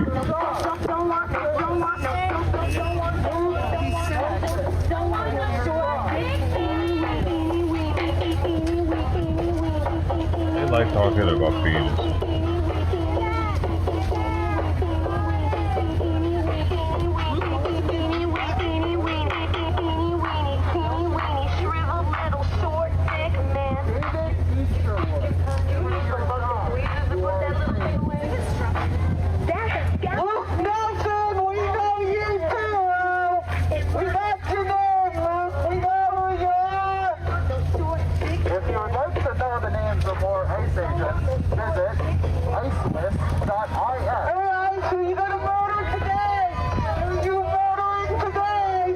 What is that at Istanbul? IS.is.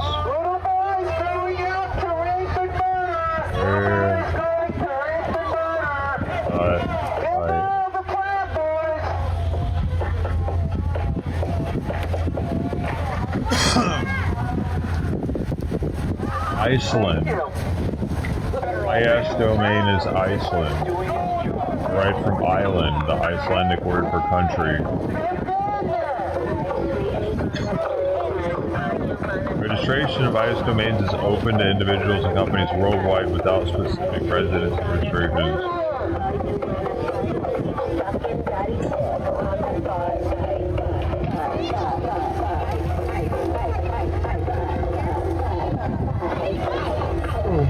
Here. Oh, you're mine now. You're mine now? Oh, you're so feisty.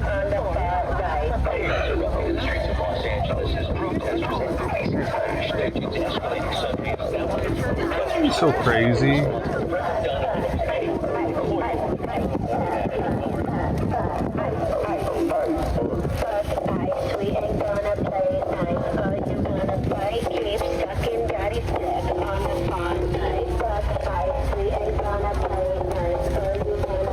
Okay, go, gotta hurry.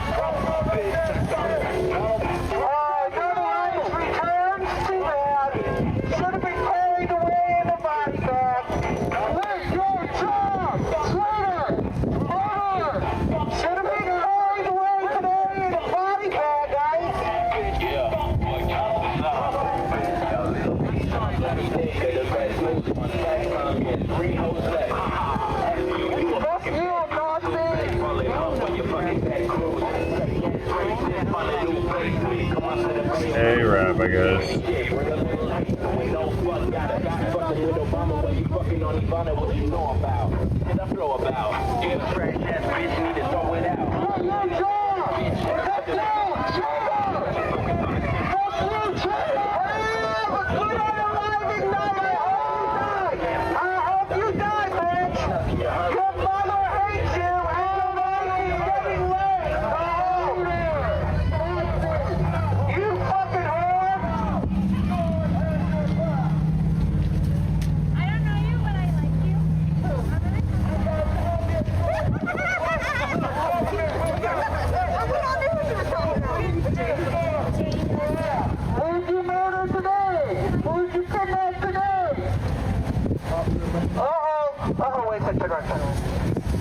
These people are weird.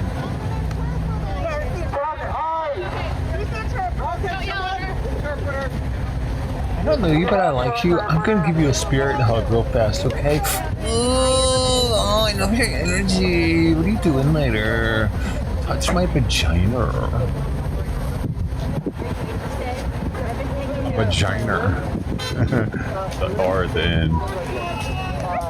The Minnesotans.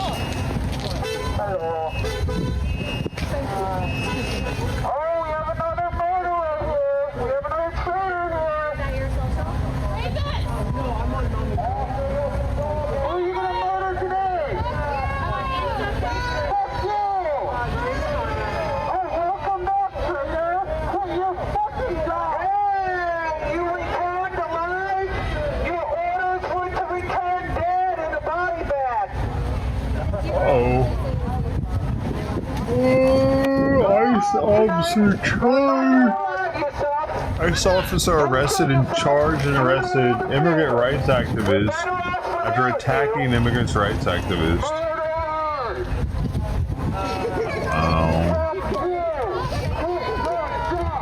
Don't mess up with the Jesus.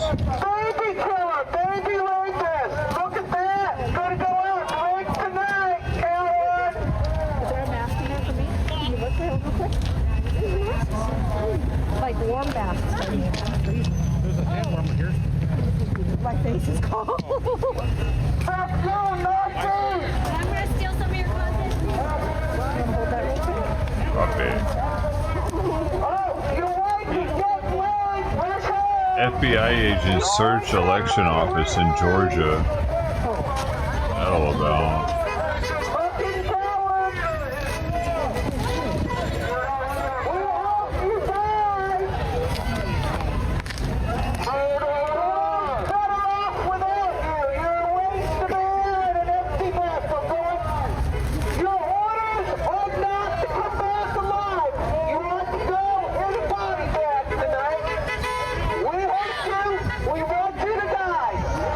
Imagine if Republicans were saying that type of shit. Talking about killing. They've been hoping that they die and shit. Like, who knows what they mean by that? I don't remember it being like that. Biden was in office. And damn, Trump's only been in for a year. Yeah, I'll be back. Hopefully I'll see. I'm like, we'll see. I gotta go warm up my megaphone. It fucking froze a little. It happens. It happens. Yeah, it's good to be over there.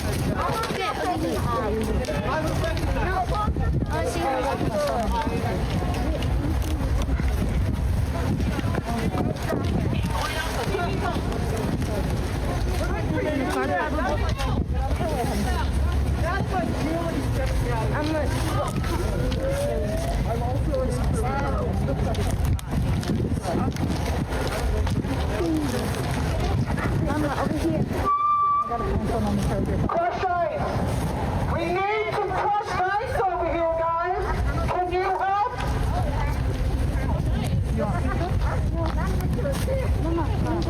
We have a wood chipper, and we need crushed ice.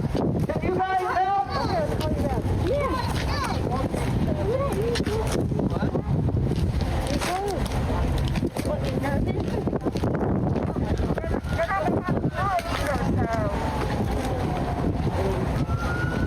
I think a lot of people are just thinking it's too cold right now for a civil war.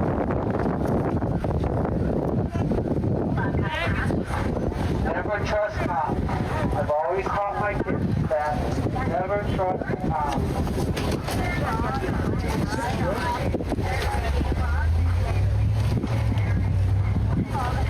Never trust cops, folks. Kids, don't trust the police. Just doing a dead tag ride with you, man.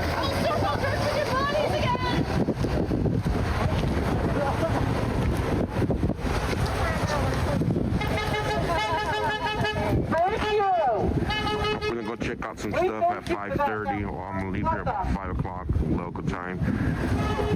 So we got about another hour here before we take off.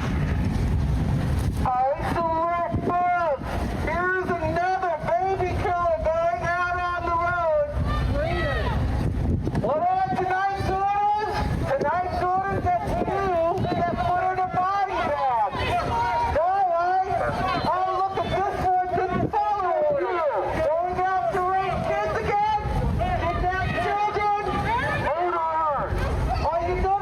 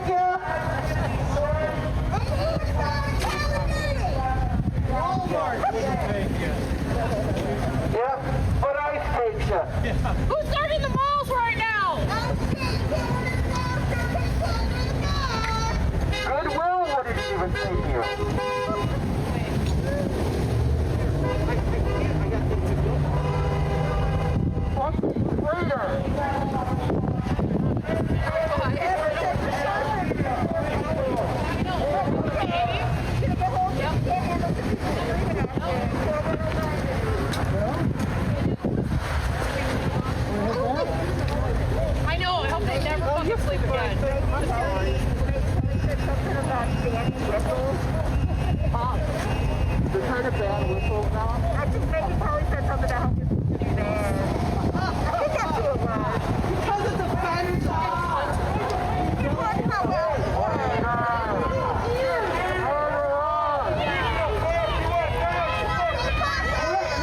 The Will Band whistles at protests. That'd be amazing.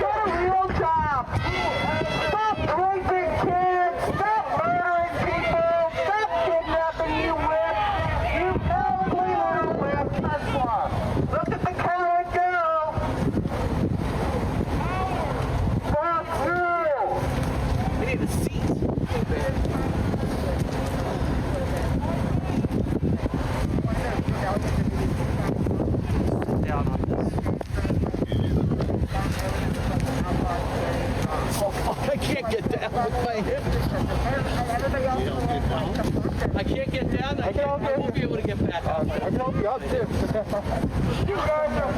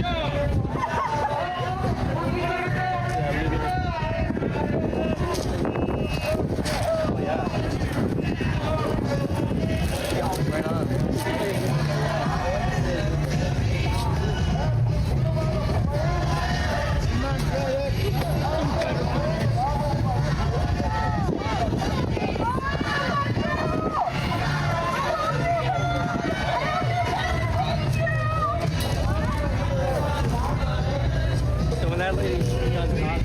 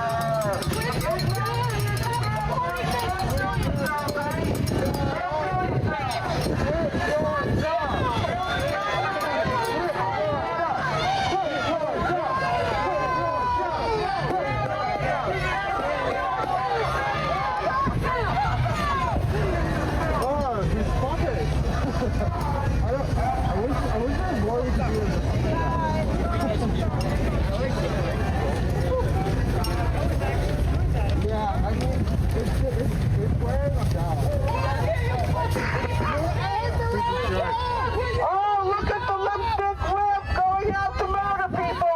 Put a bullet in your brain. Your mother doesn't even love you. Love? Who's in charge? Good Nazi is a dead one. We wish you dead.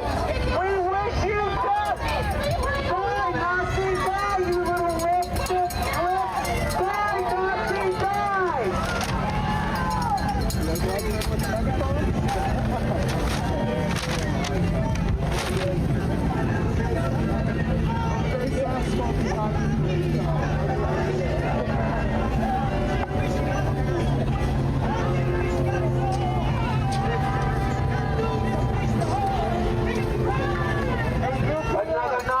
This song was on the Forrest Gump soundtrack. 2 CD set.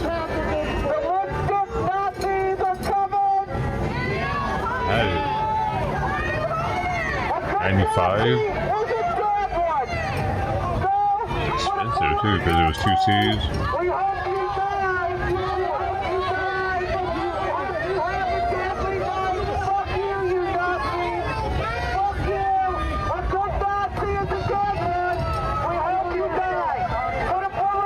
Different time nowadays. Lucky if they put 5 songs out on a new album. Probably doesn't cost more for more songs. I use Spotify, so I have no idea about buying music really.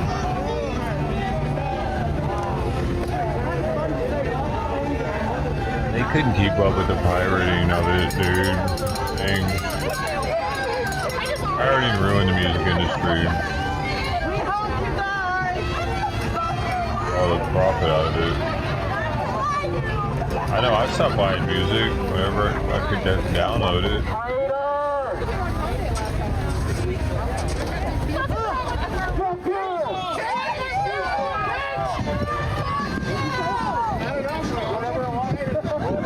I did buy a couple other cities, though, because it would still sound better on a sound system.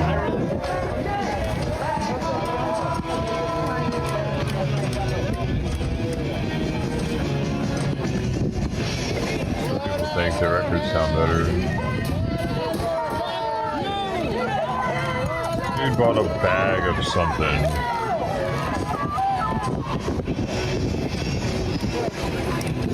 They're about to be frozen, aren't they? Is he just gonna stand there next to him all night eating cookies? Like, oh, you want a cookie? I'll get you one. 1 second.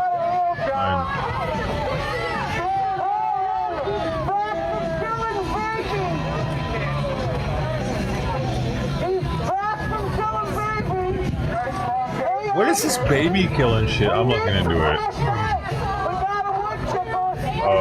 Immigrant baby dying. Let me see what we got here. Report.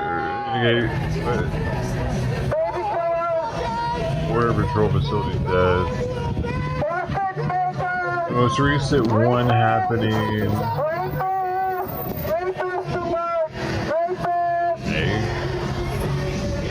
Not really seeing the connection here. I guess she just looked up their history, and there have been that died after her mother was apprehended on Border Patrol in Arizona in 2023. The reported daughter was in distress during transport, and the child was unresponsive during arrival at the station. In 2024, a newborn died at Arizona hospital after being transported for care following an encounter with Border Patrol agents. Tennessee expressed concern that a 6-month-old baby died because the caregiver was afraid to call emergency service due to fears of immigration enforcement. Stillbirth, custody, 2025 June, Honduran woman, 24, ICE custody, delivered stillborn baby while being processed for release.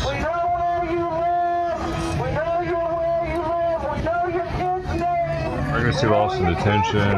Report highlighted a case where an immigrant in ICE custody suffered an intrauterine fetal death after she alleged her concerns about pregnancy were not addressed. She received no prenatal care while detained. 2025 reports include a migrant child drowning on a boat in Panama. Newborn death and a migrant processing or Dominican Republic. Okay, so why those are in there? There have been some babies dying, man. But I bet if you were to look at the baby deaths in their home country, it's still going to be way higher than ICE detention baby deaths. Per capita, probably even. Especially Somalia.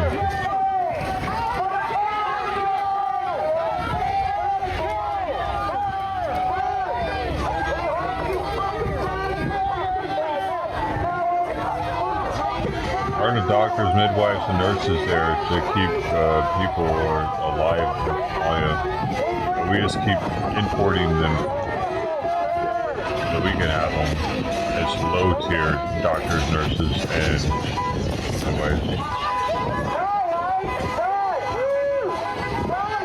Are we? What are we doing? Are we stupid or something?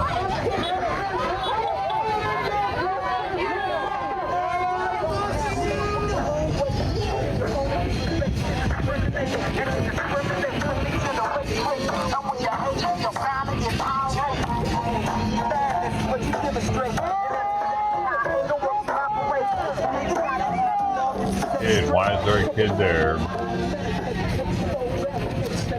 Tell me why there's a kid there now.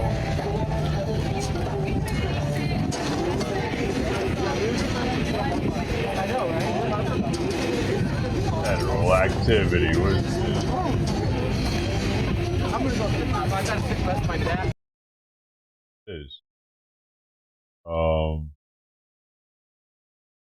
where Twin Cities. The morning after this historic peace are closing up shop, and this is just with Holman or any other person of the Council of American by doing Relations, Jelani. I want to be very clear that tool. Minnesota is leading the nation at this moment. We did not choose this moment, but this moment chose us. We are standing up for our neighbors, and by doing so, we are showing the rest of the country how to defeat ICE. We're doing it with a whistle, a warm heart, and a care for our neighbors.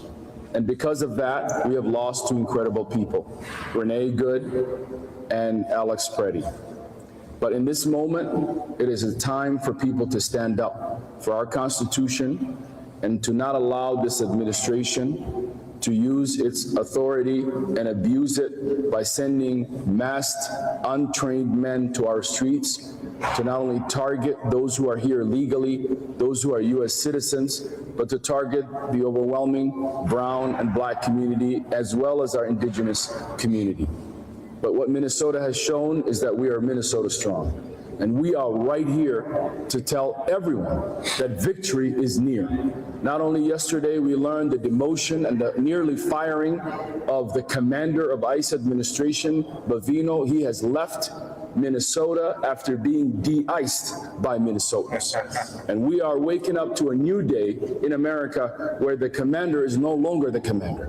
Yes, they can replace him with Holman or any other person, but we know in this moment the lies of this administration, the lies of this president are not going unchecked. In fact, more Americans are waking up to this moment. But the question that comes to everybody, what can I do at home? What can I do? How do I continue to stand up? Well, as Minnesotans are standing up right now, we are asking for the rest of the people across the country in the United States today to stand with Minnesota. Be Minnesota strong. And that starts this Friday by not going to school, by not shopping, and not opening the stores. We need a general strike, and we need to continue the momentum here in Minnesota across the country. So many people thought that in the coldest days, Minnesotans would stay home. But when Minnesotans are bonded with their neighbors, we decided to come out on the streets. Nearly 100,000 people came out in one of the coldest days. Yes, we know how to bundle up and we know how to stand up for our neighbors, and that's what we did.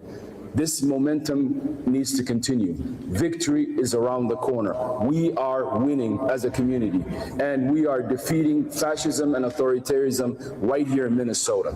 Stand with us, stand up, speak up, and in this moment, be like Minnesotan, be Minnesota strong. And this strike is part of that. This action is part of that. Everyone can participate from every part of the United States and support this work. And I want to acknowledge the leadership of our young students and leaders who are stepping up in this moment, who are continuing this fight.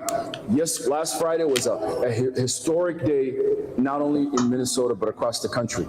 We can build on that on this Friday, and there will be more opportunities and more actions to do that. But do not stay home. Do not be among the people that watched the moment like this. Be among the people who stood on the ground with their neighbors and filled the streets with warm hearts, because in this moment we are winning. And I believe that this moment will pass and America will be stronger because of Minnesotans. But do your part, stand up in this moment. Tell your great-grandchildren that you were among the people that stood your ground when the democracy was under attack. Thank you.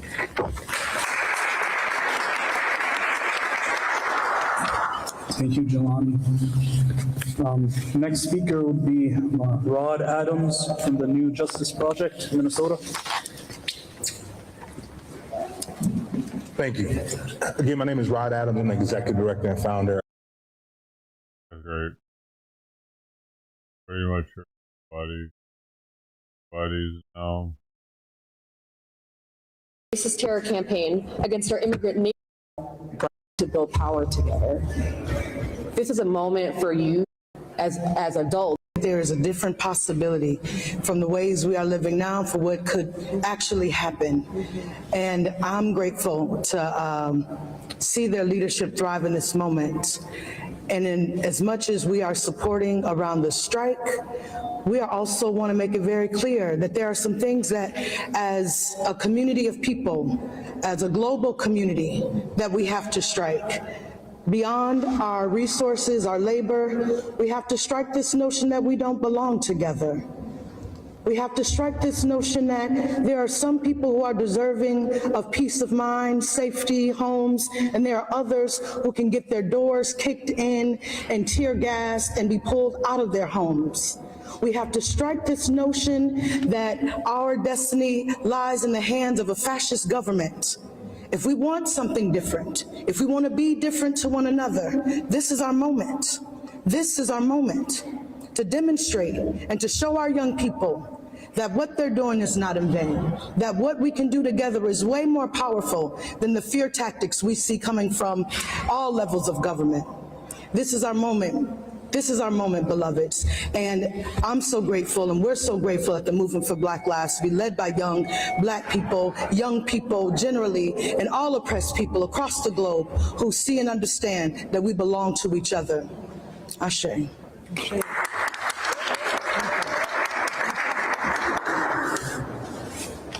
I want to thank all the speakers, and I want to thank you all for being here. We will not be taking questions as a group. Hussein is our press liaison. You go to him for name, spellings, and any questions you have. Thank you. Thank you. And we'll see you guys out in the streets on January 30th. Be out in the streets.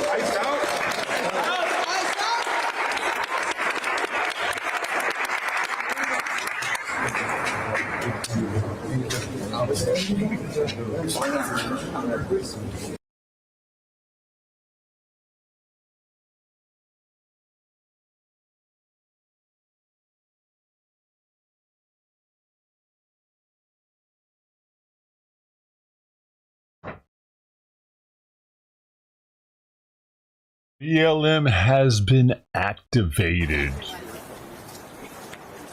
Activated, BLM activated. Gotta get our black people out here, folks. We gotta get it. You see it? I think that's why they did this just then, and they're doing this. What the fuck is this? God dang, it's like just thing after thing after thing, dude. It's your stream. Stream now. So entertaining. I still have it.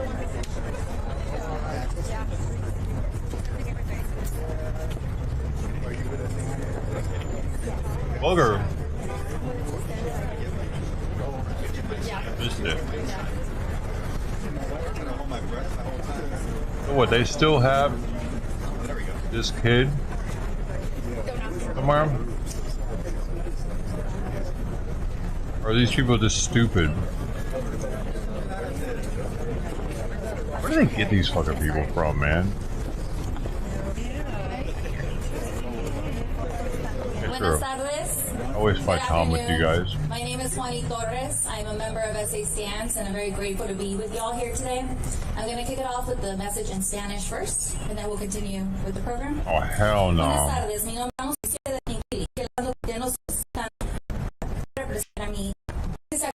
Hi everyone, my name is Ali Miranda and I am a member of SA Stance. SA Stance is a coalition of organizations and individuals across San Antonio and Bexar County working to defend the rights, freedom, and safety of all immigrant communities. For over 7 years, across multiple administrations, this coalition has organized, mobilized, and demanded transparency, accountability, and justice.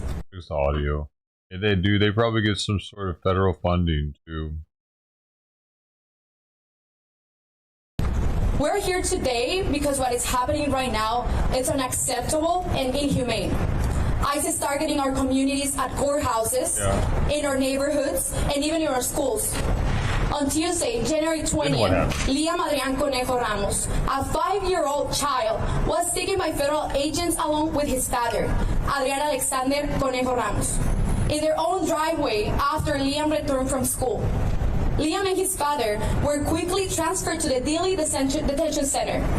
Dilley is one of the only family detention centers in the entire United States, and it's here in Texas, 1 hour from San Antonio. In addition to Dilley, there are ICE facilities at Pearsall and Cairns, where community members are detained and separated from their families. Unfortunately, Liam is not the first child detained, and it's not the only one currently being held. For years, families have been detained in indeterminate periods of time, forced to live in unsanitary conditions with limited access to healthcare, unsafe water, and expired food. Today, these facilities are getting more attention, and we really hope that this helps to give visibility to the multiple violations happening at detention centers across Texas and the United States. Right now, eyes are on the national spotlight, but we want to also bring the spotlight to Bexar County. Bexar County is one of the counties with the highest number of ICE detainers in Texas. San Antonio now ranks 9th in the country for the highest girl. We get to hear from old Crockett herself. Number of ICE arrests. Our city has also become one of the worst places in the nation for immigration courthouse arrests, with nearly 100 arrests in just 3 months, including 12 children. ICE Pearsall facility held the 5th highest number of immigrants so far in fiscal year 2026, averaging 1,732 per day. Our demands as SA stands are the immediate release of Liam and his father and the reunification of all families impacted by immigration detention, an immediate end to family detention at Dilley and all detention facilities, an immediate end to unlawful deportations. We demand all funds being sent to ICE for these heinous enforcement actions be ceased immediately. And we want the renewal of the Immigrant Legal Defense Fund here in Bexar County, so families have access to legal representation and due process. With this, I turn it over to Congressman Joaquin Castro. So in other words, you want the federal government to pay for their legal defense? Good afternoon, everyone. I'm Joaquin Castro and very proud to represent our hometown of San Antonio. And this afternoon, myself and Jasmine Crockett, Congresswoman from Dallas, along with members of our staff, had a chance to go inspect the Dilley Detention Center in Dilley, Texas, and visit with Liam Ramos and his father, as well as hundreds of other detainees in that facility. Liam Ramos should be released immediately. What? Why? You gotta remove all of that, Cole. I would first like to describe to you our meeting. We met with he and his father for about 30 minutes, how that meeting went. We sat in what was the courtroom. Liam is the kid. You can see from the picture that I posted that he was lying in his father's arms. His father said that Liam has been very depressed since he's been at Dilley, that he hasn't been eating well. I was concerned with, you see how he appears in that photo with his energy. He seemed lethargic. His father said that Liam has been sleeping a lot, that he's been asking about his family, his mom, and his classmates, and saying that he wants to go be back in school with his classmates. When they picked him up in Minnesota, he was wearing, asked about his backpack and his, saying that he wants to go be back in school with his class, and saying that he wants to go be. Liam has been sleeping a lot, that he's been asking about his family, his mom, and his classmates, and saying that he wants to go be back in school. He's asked about his backpack and his cap that he was wearing when they picked him up in Minnesota. I let him know that his school and his community that he was wearing when they picked him up in Minnesota.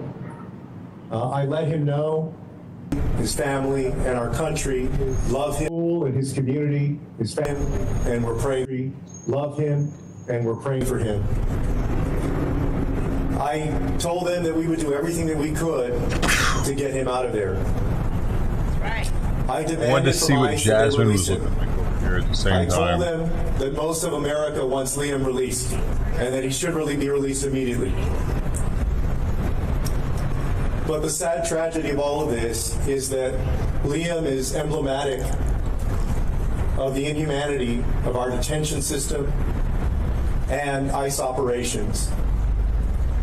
There are many other kids just like Liam who are in detention as well, and Jasmine and I met with many of them and their family. There's a 2-month-old baby who's been there for 4 or 5 days. There are kids under 5 years old. There are folks who are 8, 9, 10, up into the teenage years. There are folks who are mentally broken because of the trauma that they're experiencing in Dilley. A few things to remember. First, about Liam and his family. They came to the United States legally. They had permission to wait for their asylum case to be processed here. Fucking crooked-ass administration. When people talk about an orderly and efficient immigration system, they follow the rules. Fuck that. The second thing is that there are no criminals at Dilley. Donald Trump talked about arresting, in his own words, criminal illegal aliens. You don't go to Dilley, a facility that right now has 1,100 people in it, if you've committed a crime. What? All Let of them those off people free? suffering there and languishing there in that trauma. They didn't create a crime. They in did. that They're here uncertainty, illegally. Because ICE won't tell them sometimes when their next court date is. ICE won't tell them what's going to happen to them. Even Ice-T is getting on the None of ICE those people has committed a bandwagon. crime. Anti-ICE bandwagon. And so I would ask President Trump, who himself has grandkids who are of the age, I know, young, of some of the kids that we met with today, to think about what it would be like if his grandkids were behind bars or in this kind of prison. The trauma and the impact that it would have on them. And for Stephen Miller, who is a father himself with young kids like myself, I have a 12-year-old, a 10-year-old, and a 3.5-year-old. If you're going to be an architect of this kind of viciousness and brutality and inhumanity, then you should have the guts to go to these facilities like Dilley and sit face to face, eye to eye with these kids and tell them why you believe they belong there. I believe that we should disband ICE. I support the impeachment of Kristi Noem. And I don't believe the Senate or the House or Congress should give another dime to ICE in this appropriations bill. With that, I would like to introduce an incredible colleague of mine who represents part of the city of Dallas, who served in the Texas legislature before, just as I did. That's my colleague, Jasmine Crockett.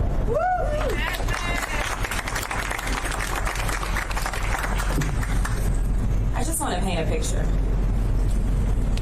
Imagine being a free-willed, loving kiddo, and all of a sudden one day you're thrown on a plane. You're sent 1,500 miles away from home, and you don't understand what's going on. All you know is that your friends are gone. You have one set of pants, one shirt. Your dad washes your pants and your shirt out every single day and then hangs it by a unit to try to dry it overnight. You don't have your mom, who is currently 4 months pregnant with your sibling. And frankly, at this point in time, you've gotten depressed to the extent that you've stopped eating. This is the story of Liam. The sad reality of what we found when we went to Dilley was that Liam was not the only one. You have so many mothers in this facility. They didn't care about themselves, I'm gonna be perfectly honest. They were concerned about their children. We heard the same story over and over and over about how they were depressed, about how they weren't eating, about how children were throwing up. We went into a housing facility because I don't know that they were really trying to take us into one, but we went, and there was an area that was almost set up like a kids' play area. And we walked in, and as soon as we walked in, everyone kind of flooded towards us. And at some point in time, it seems like they told us that they were actually educating these kids. And the kids were like, no, we're not in school. We're not getting anything. And so my staffer is like, what's up? Because y'all told us they were getting this. They reopened this facility that had been shuttered under the Biden-Harris administration. They reopened this facility back in April of last year. They continue to house children there, and they are not getting any education. Their education is being thwarted. Okay, baby. And then when pressed about it, they said, well, we're working on it. Right. And I said, well, what exactly are you doing? They Why said, should we well, we're gonna educate get them? some We're kicking packets them in out. here. And I said, what are the packets going to do? Are you going to have teachers? Well, we have somebody that has an educational background. Listen, I did criminal defense work, y'all. I'm here to tell you that the treatment that these people are suffering under right now is worse than those that are accused and sometimes even convicted of crimes. What else are they doing in there? That's how bad it is. So people wonder, like, why is it that people are outraged? Why is it that the people in Minneapolis have taken to the streets? Because they are kidnapping their neighbors. We know that Trump lied. We know that all he does is lie. Because the first thing I wanted to know was how many criminal convictions do y'all have? How bad are these folks? Oh, no. You can't be here and have a record. Y'all, I can't tell you how many innocent, precious children we talk to. We talked to a 16-year-old, and one of my staffers says, man, the level of maturity on that kid. That kid had about 4 younger siblings and his mom. They had been there for 8 months. When we walked in, they gave us a packet, and it said the average detention time was 28 days. We didn't meet anybody who had been there for less than probably 2 months. This is not right. And when I asked the person that is over the attorneys that are there to represent the government, I asked them, I said, what is happening? You've been here long enough. You're a government employee.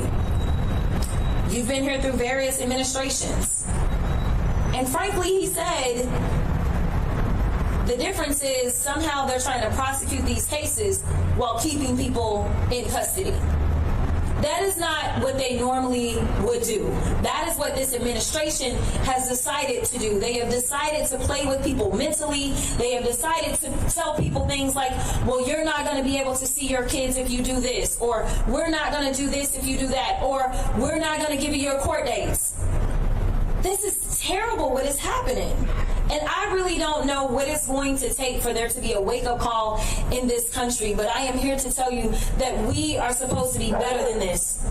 We talk to people that are saying, you know what, I'm from Cuba, as one woman said, and she was crying profusely saying, and they are sending me to Ecuador.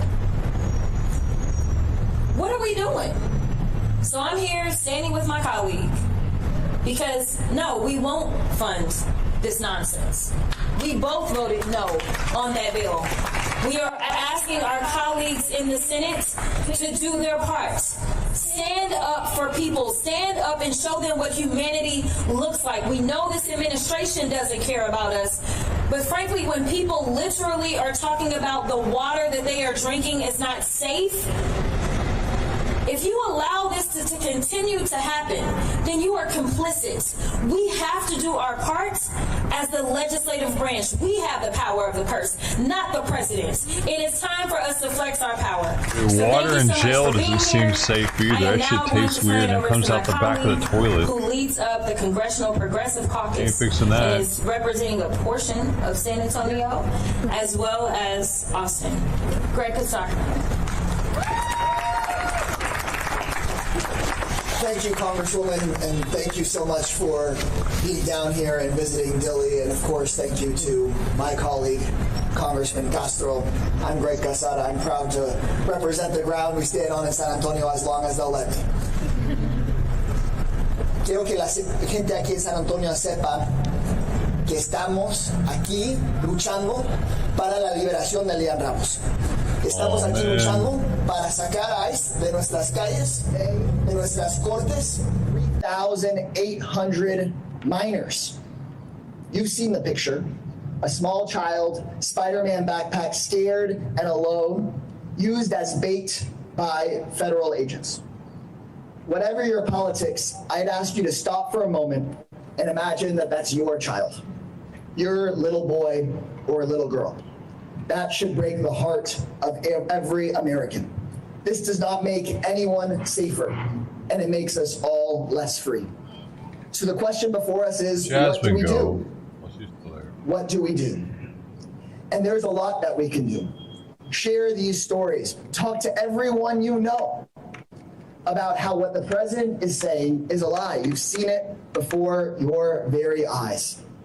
Liam is not the only young person who's had his life destroyed or turned upside down by chaos and cruelty of Trump's deportation policies.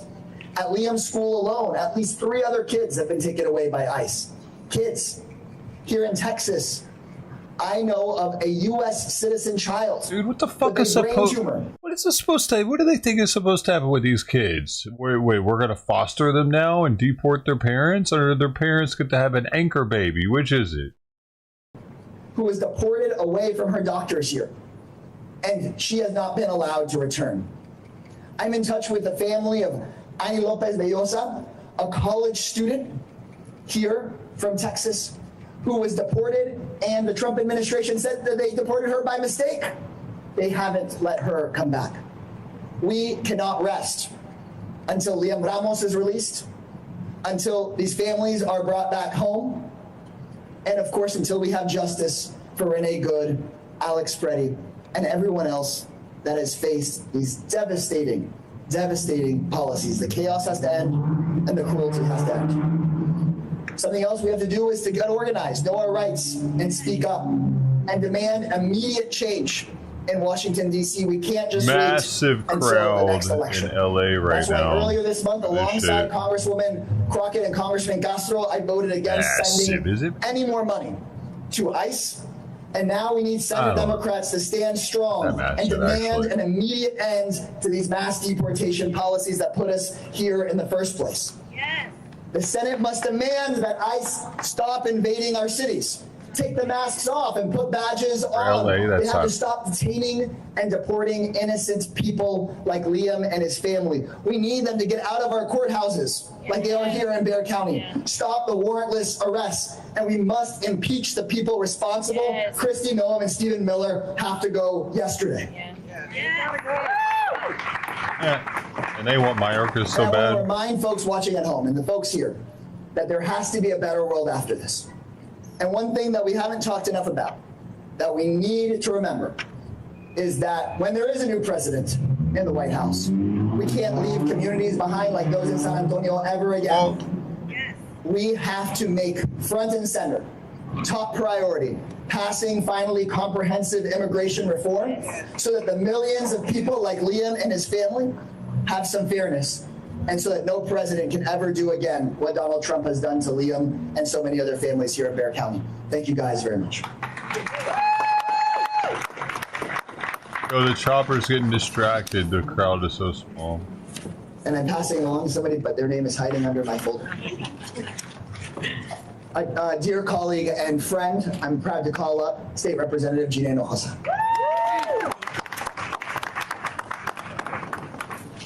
I'm State Representative Gina Hinojosa. I'm also ready to be the next governor of Texas.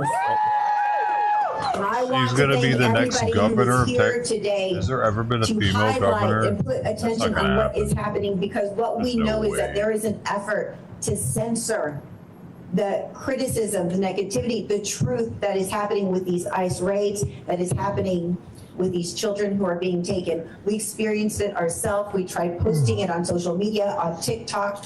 We were shadow banned from posting criticism of ICE. That's why it's so important we're here to speak out. Dude, we were fucking banned for criticizing COVID-19 vaccine. Fucking bitch. Fuck you. Hell? Man, hell no. I want to speak to the fear that people are experiencing back home. The fear is real. People are scared. Americans are scared because we have all witnessed with our own eyes the brutality. Like the thing is, here's the ironic thing about that. They viewed that as us putting people's lives in jeopardy by being COVID-19 anti-vaxxers, right? Meanwhile, they're actually putting people's lives in danger, and it's their own constituents that are dying, that they're telling to do really stupid shit, that they're fighting fascism, this and that. Yeah, they should be limited on saying stuff like that, especially if they work in government. That's inciting a riot. You're inciting violence. You're inciting someone dying. It's happened 3 times now.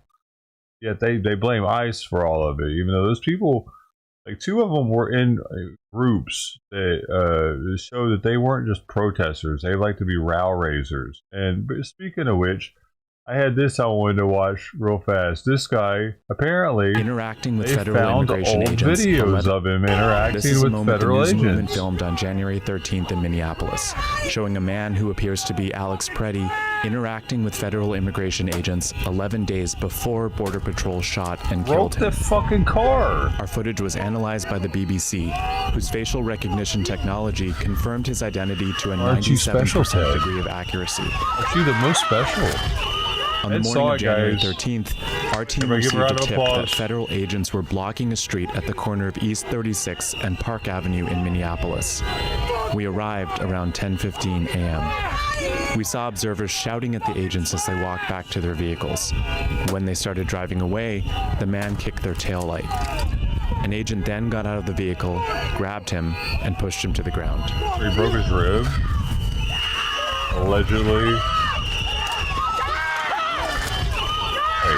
That wasn't a rib-breaking moment. During the altercation, agents fired tear gas and pepper balls into the crowd. They continued to hold the man down before they retreat, and he walks away. Why was he thinking that... The man in our footage is wearing a similar outfit to what Preddy was wearing on the day he was killed. What appears to be a gun is also visible above his waistband. Interesting. They saw that he had his gun on him that time as he was provoking federal agents. That adds to it.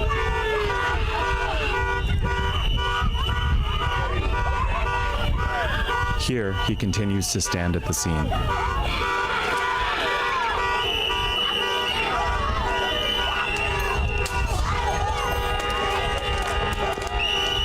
On the day he was killed, the Department of Homeland Security claims Preddy, a 37-year-old ICU nurse, approached officers holding a handgun.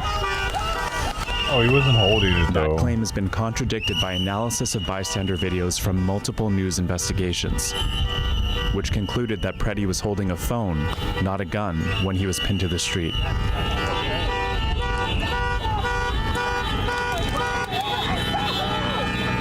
Yeah. 13th scene. And even the killings at the hand of a lawless government. We mourn even the killings of Americans. We see the fear in the eyes of children snatched from their families. Oh, Omar's going to speak. Criminals. At 2:55. And we getting know sprayed with pee. that many of these families are American families that are being targeted. Jesse Smollett. Because for many of us, we come from mixed status families. That is my own. Yeah, you know what's fucked about that? The whole mixed status thing? Whites are disappearing in our country. Soon we're going to be the minority. Give it 100 years.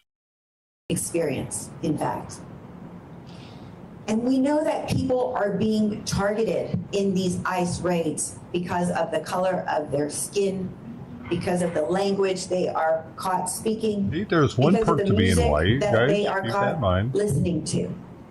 It won't get racially profiled. Let me tell you that I was born and raised in the Rio Grande Valley.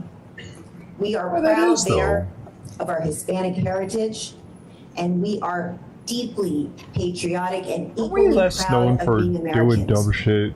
So when we are targeted by the government as not being American enough, it is deeply hurtful.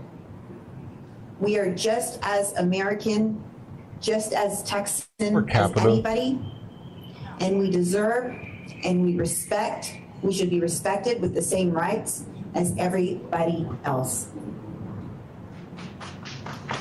Well, unless there's a strong stereotype We should all around be you, asking, why then maybe is we this could happening? be a little less respect. There is a saying that's gotten popular, the cruelty is the point. I don't believe that anymore. What I think is happening is the cruelty is the mask to hide the corruption that is driving this system. See, last year, these private prisons started getting these contracts to hold people taken by ICE. Now they're all going to private prisons. These places are operated by private prisons. There are really only two in the whole country. One is Geo Group, one is CoreCivic.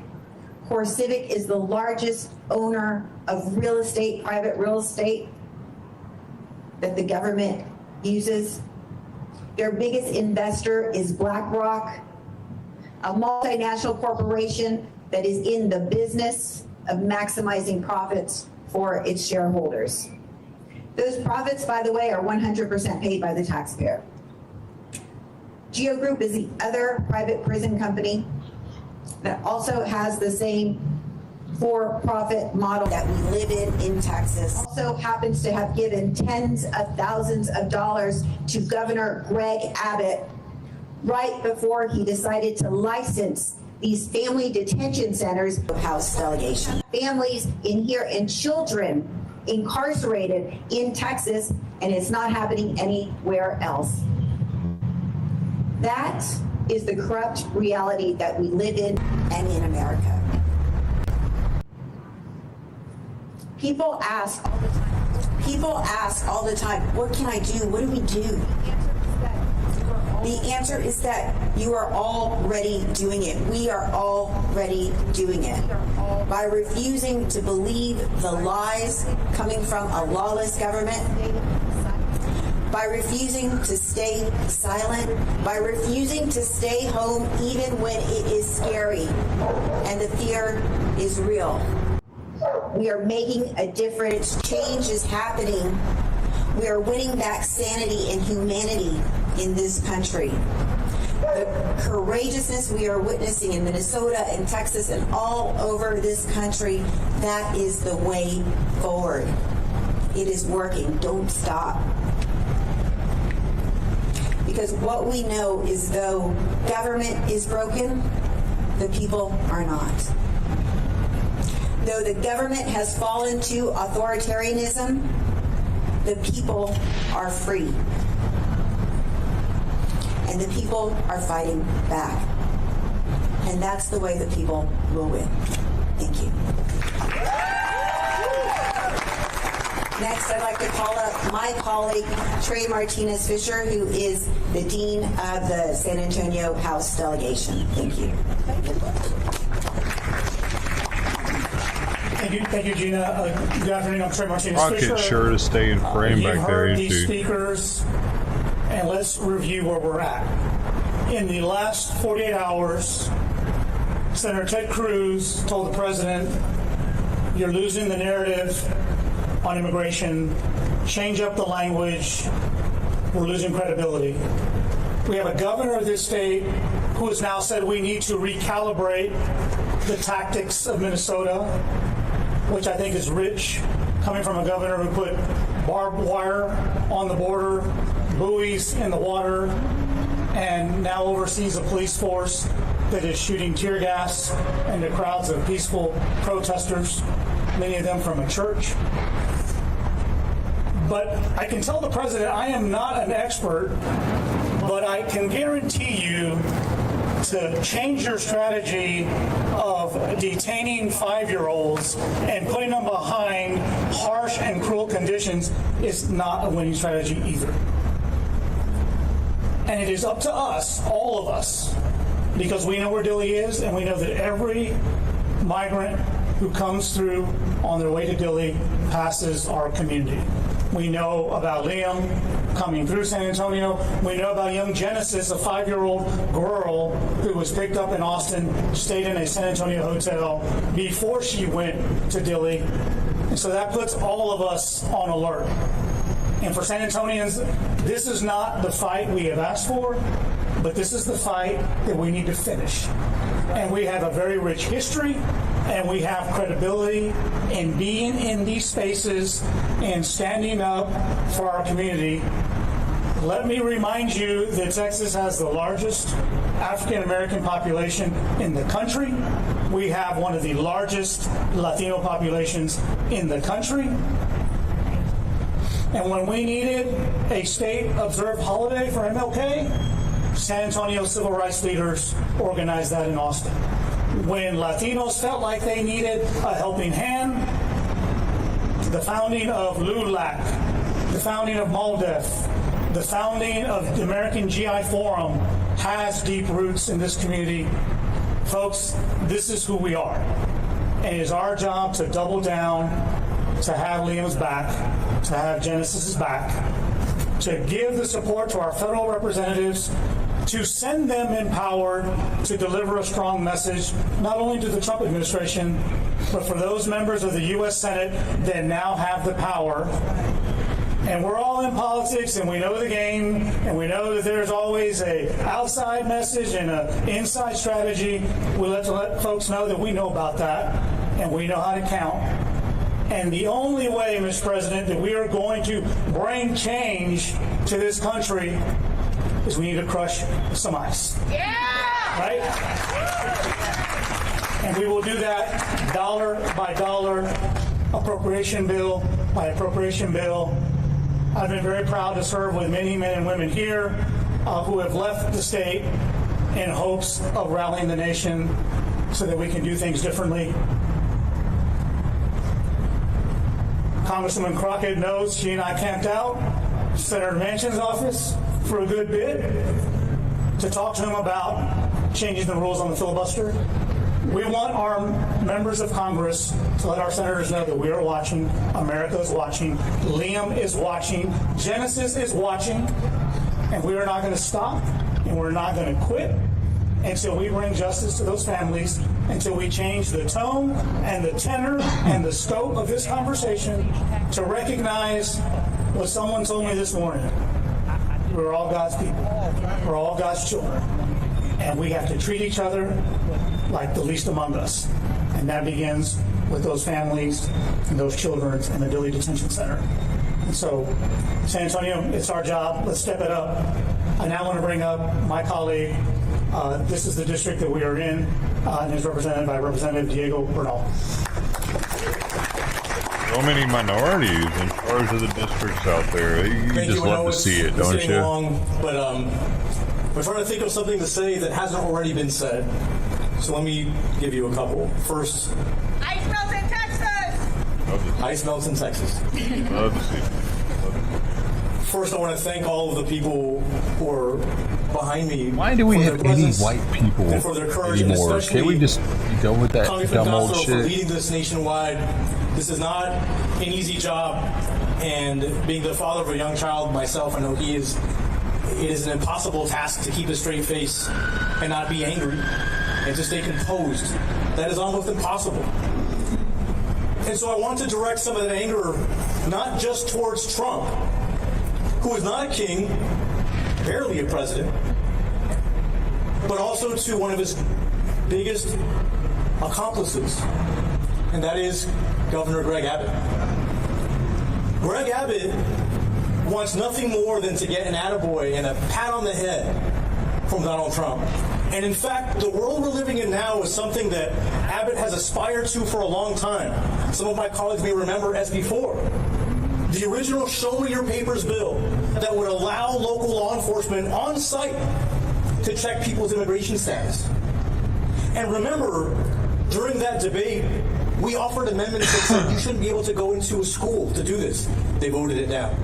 You shouldn't be able to go into a church to do this, and they voted it down. You shouldn't be able to go into a domestic violence shelter.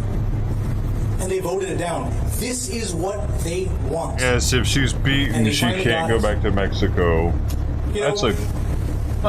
sweetie, will you please punch me? Is that, I want to go back and home. follow this if you can, Greg Abbott opposes red flag laws. And he says so because he's concerned about the due process. Is it that easy to become an American now? Owner. And yet, Slapped a couple times. he has no concern for the lack of due process. Easier than getting beaten into a gang. Everyone else there. On top of that,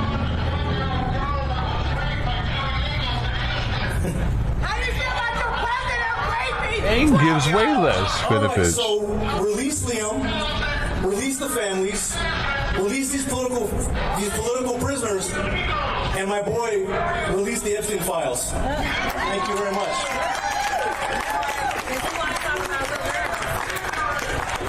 All right, and up next is our state senator, Jose Menendez.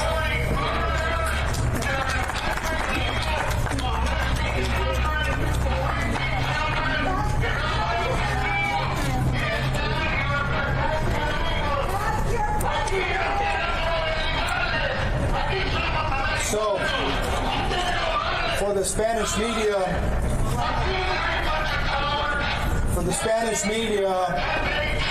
let me explain a little bit of what we do, a little recap. Para los medios españoles, habla español, yo soy José Menéndez, senador estatal Distrito 26, hijo de inmigrantes. And just like it's been said, como se ha dicho, estas personas que tienen arrestados son gente que llegaron aquí legalmente, entraron legalmente. Este señor no sabe ni lo que habla. These are people who came through the system legally. We are talking about people, children and women, who are being detained without their human rights and their civil rights. We're not talking about anybody that has any kind of criminal complaint whatsoever. No hay ni un criminal, cero, en Dili, ni en Pearsall, ni en Carnes, cero. Son gente, niños, familias, señoras que no tienen a sus familias. Esto es un abuso de los derechos civiles y humanos de estas personas. Y por eso, los latinos, todos que escuchen esto, tienen que salir. No podemos tenerles. Ellos lo que quieren es que nos escondamos. They want you to hide. They don't want you to come out. They want you to cower. This is all a part of what their whole activity. The fear, and for me, yes, is part of the mass, but the fear is how to control the masses. That's why being out here is already winning. Today, this morning, myself and many of my colleagues sent a letter to Governor Abbott asking for the immediate cessation of any cooperation with ICE in Texas. Period. The end.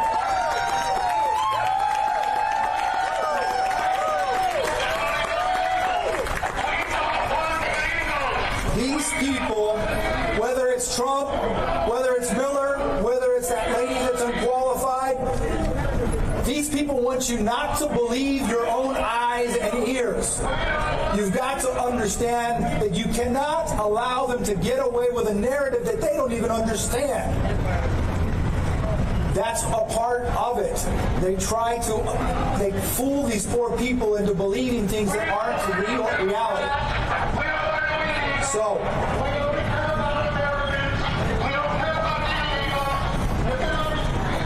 anyway.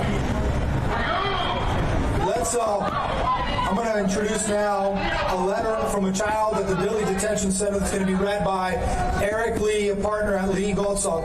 Eric, come on up.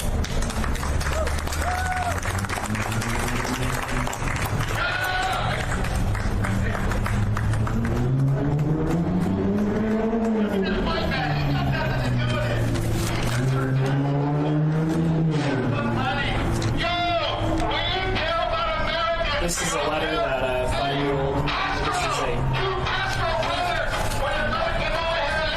keep going, keep going.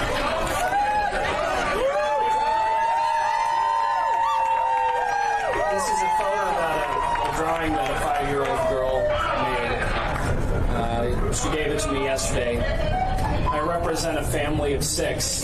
Their name is El Gamal. The family includes a mother, Hayam, an 18-year-old Habiba Soliman, 2 5-year-old twins, a 9-year-old girl, and a 16-year-old.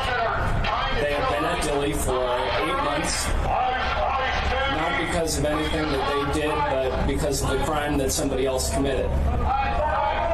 They have suffered from deprivation of medical attention in their 8 months, and on Saturday, as a result of the 18-year-old's decision to speak out to the press, ICE separated her from her family, brought her to a different part of the facility, denied her religious accommodations, and has been denying her visitation rights every single day since then. That's in retribution for having spoken out against the conditions that they are confronting every day in Dilley. I'm going to read from a letter that she has written that hasn't been reported on yet. I'll just read a couple of paragraphs and then I'll make this available to whoever would like to report on it. This is from Habiba Soliman. Why is this happening to us? Why would all of our efforts to achieve our dreams be in vain? Why would the government insist on detaining us with no evidence? Why is it taking so long for the truth to come out? Those are the questions that we have been trying to find an answer to for these last 8 months, but we have unfortunately failed.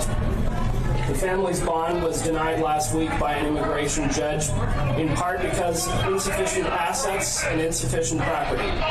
The judge made that decision for each child individually.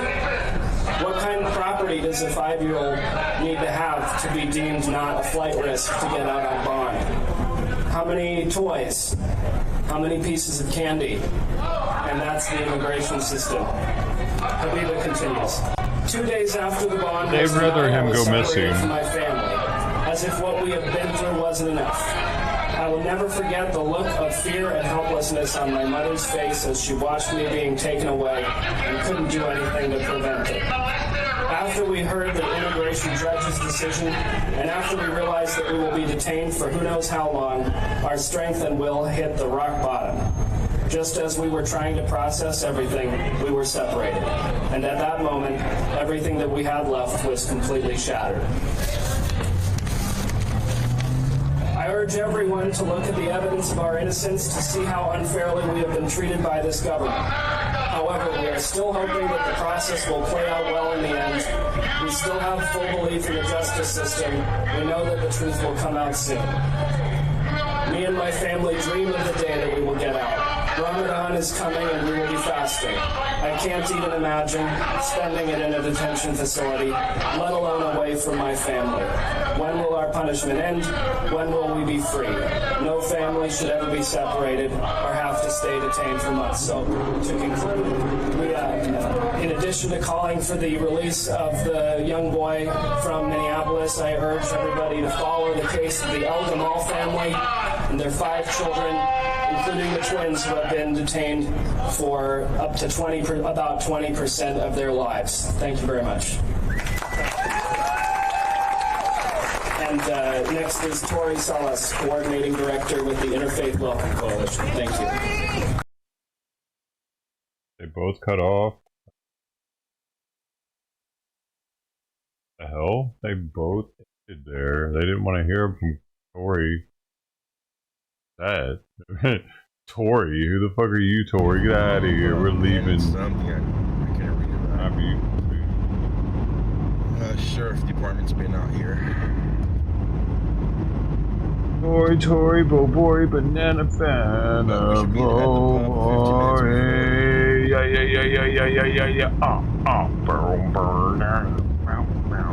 Hey, Lori, how's it going?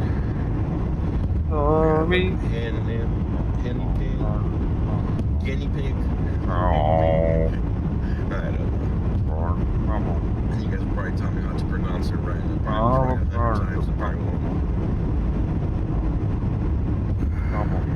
Communities you have built that he has failed. He has. Daniel Amos, a registered nurse at the Minneapolis VA. Want to do that? Above loyalty to by Donald Trump and Chris.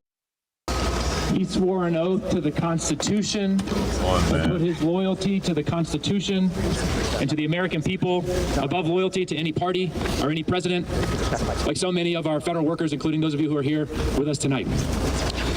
He was killed by 2 CBP agents. They pulled the trigger. They pulled the trigger.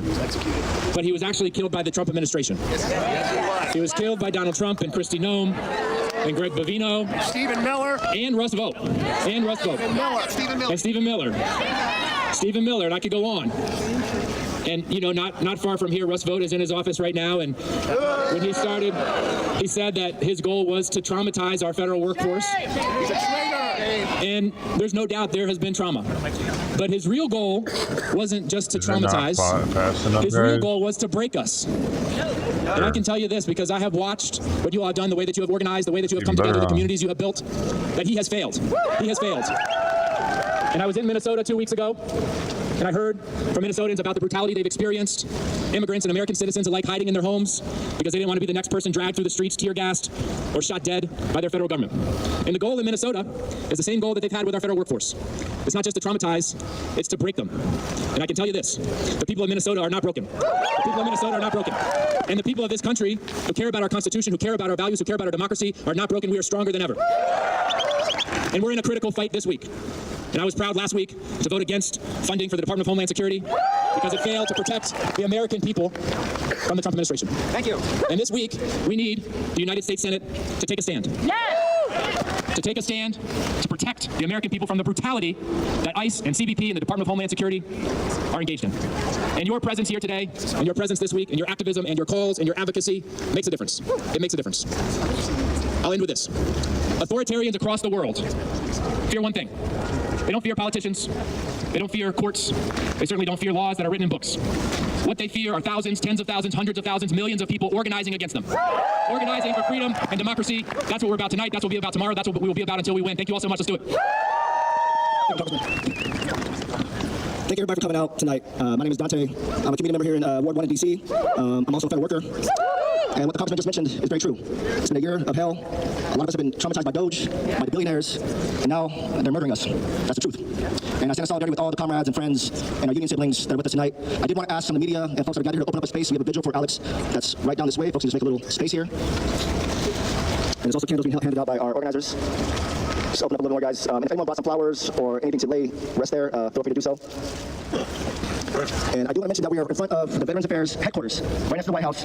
Alex was an ICU nurse, a member of AFGE 3669, a union sibling, and our federal workers with the Federal Unions Network gathered our community tonight and said, we ain't doing this anymore. We aren't doing this anymore. Stop the killings, stop the murders, stop the kidnappings, stop the deportations, stop the racism, stop the white supremacy. We ain't about this shit. And as a black person, I'll be remiss to say, this is all connected to police violence. Philando Castile, who remembers him? Minneapolis, George Floyd, and countless others. I'm not a spiritual person, but there's a spiritual tradition among Africans, among black folks, among many people across the world to do libations to open up. So I want you with me to say the names of people who we've lost to police violence, that we've lost to ICE, violence and terror, that we've lost to white mobs and racists, and that we've lost anyone to this terror inflicting our country. So I'm going to start with Alex Petty, but please say out some names. And then followed by Ashe, thank you. Say it loud, say it loud. Breonna Taylor. Breonna Taylor. Ashe. Ashe, Keith Porter. Daryl Shaver. Ashe. Tamir Rice. Tamir Rice, Ashe. Trayvon Martin. Trayvon Martin, Ashe. Heather Heyer. Emmett Till, Ashe. Sandra Bland. Heather Heyer, Ashe. Freddie Gray. Freddie Gray, Ashe. Sandra Bland. Jesse Washington, Ashe. James Chaney, Ashe. Keith Porter Jr., Ashe. Sandra Bland, Ashe. Keep saying them, keep saying them. Eric Garner. Very good, Ashe. All right, so we do have, and thank you everyone for saying out those names. We want to make sure we're uplifting everybody. And we cannot be quiet about the murders and the deaths in ICE detention as well across the country. There's a connection between police violence against black folks and its ICE and white supremacist terror against our brown neighbors, our immigrant neighbors, that also affect black immigrants. We see the Somali community in Minneapolis and Minnesota, and we also see black migrants from Africa and African descendants from other parts of the world that are also being a victim of this terror. So I want to make sure we uplift their spirits and their names in the struggle. So, with that being said, I'm going to introduce our first speaker, Reverend Dr. Chris Ental, for an opening prayer and meditation with us. Chris Ental is a Unitarian Universalist minister, a veteran of the U.S. War in Afghanistan, and a chaplain at the CIA. In response to a clergy call to Minneapolis last week, he showed up and spent Thursday and Friday marching in the streets in solidarity with the people of Minnesota. So I'll pass the mic to you, I'm the Reverend Chris Ental. I'm a veteran and chaplain in this department behind me. And I answered the call to clergy last week along with 600 more of my colleagues to show up in Minneapolis. we gathered together at this place in our nation's capital, at the VA, established to fulfill Lincoln's promise, to care for those who served our military and their families, caregivers, and survivors. We gather here today because last Saturday, a caregiver of our nation's veterans, a VA nurse, Alex Brady, remembered for his warm heart and kindness to all in life, was shot and killed by federal agents in the streets of Minneapolis.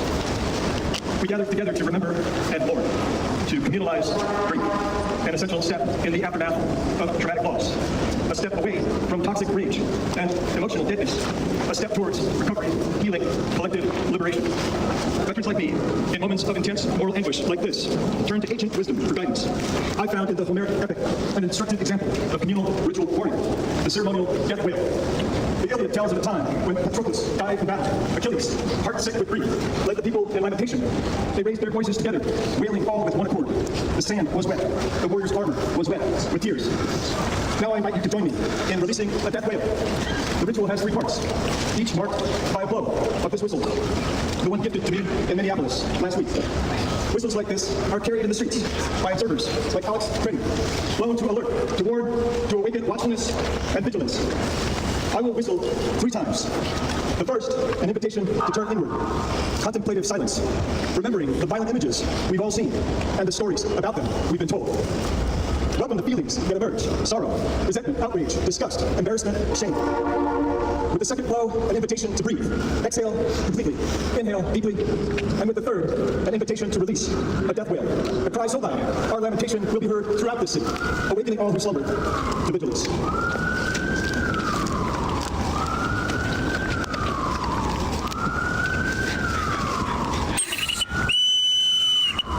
Remember,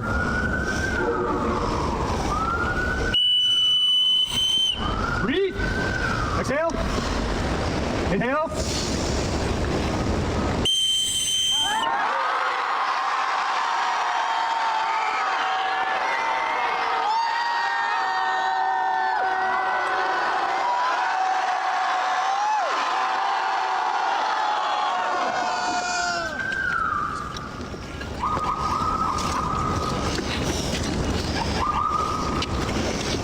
Thank you, my brother. All right, next, I was asked to read the statement of our fallen brother, his parents' hospital cast. We are heartbroken, but also very angry. Alex was a kind-hearted soul who cared deeply for his family and friends, and also the American veterans whom he cared for as an ICU nurse at the Minneapolis VA hospital. Alex wanted to make a difference in this world. Unfortunately, he will not be with us to see his impact. I do not throw around the hero term lightly. However, his last thought and act was to protect the woman. The sickening lies told about our son by the administration are reprehensible and disgusting. Alex is clearly not holding a gun when attacked by Trump's murdering and cowardly ICE thugs. He had his phone in his right hand, and his empty left hand was raised above his head while trying to protect the woman ICE just pushed down, all while being pepper sprayed. Please get the truth out about our son. He was a good man. Thank you. All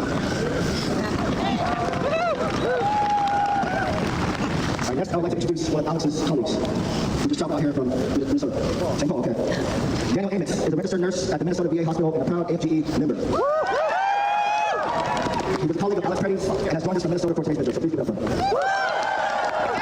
Repeat. My name is Daniel Amos. I'm a registered nurse at the Minneapolis VA, a member of Local 3669 AFGE, and also a proud member of the West Side Cardinals of Resistance.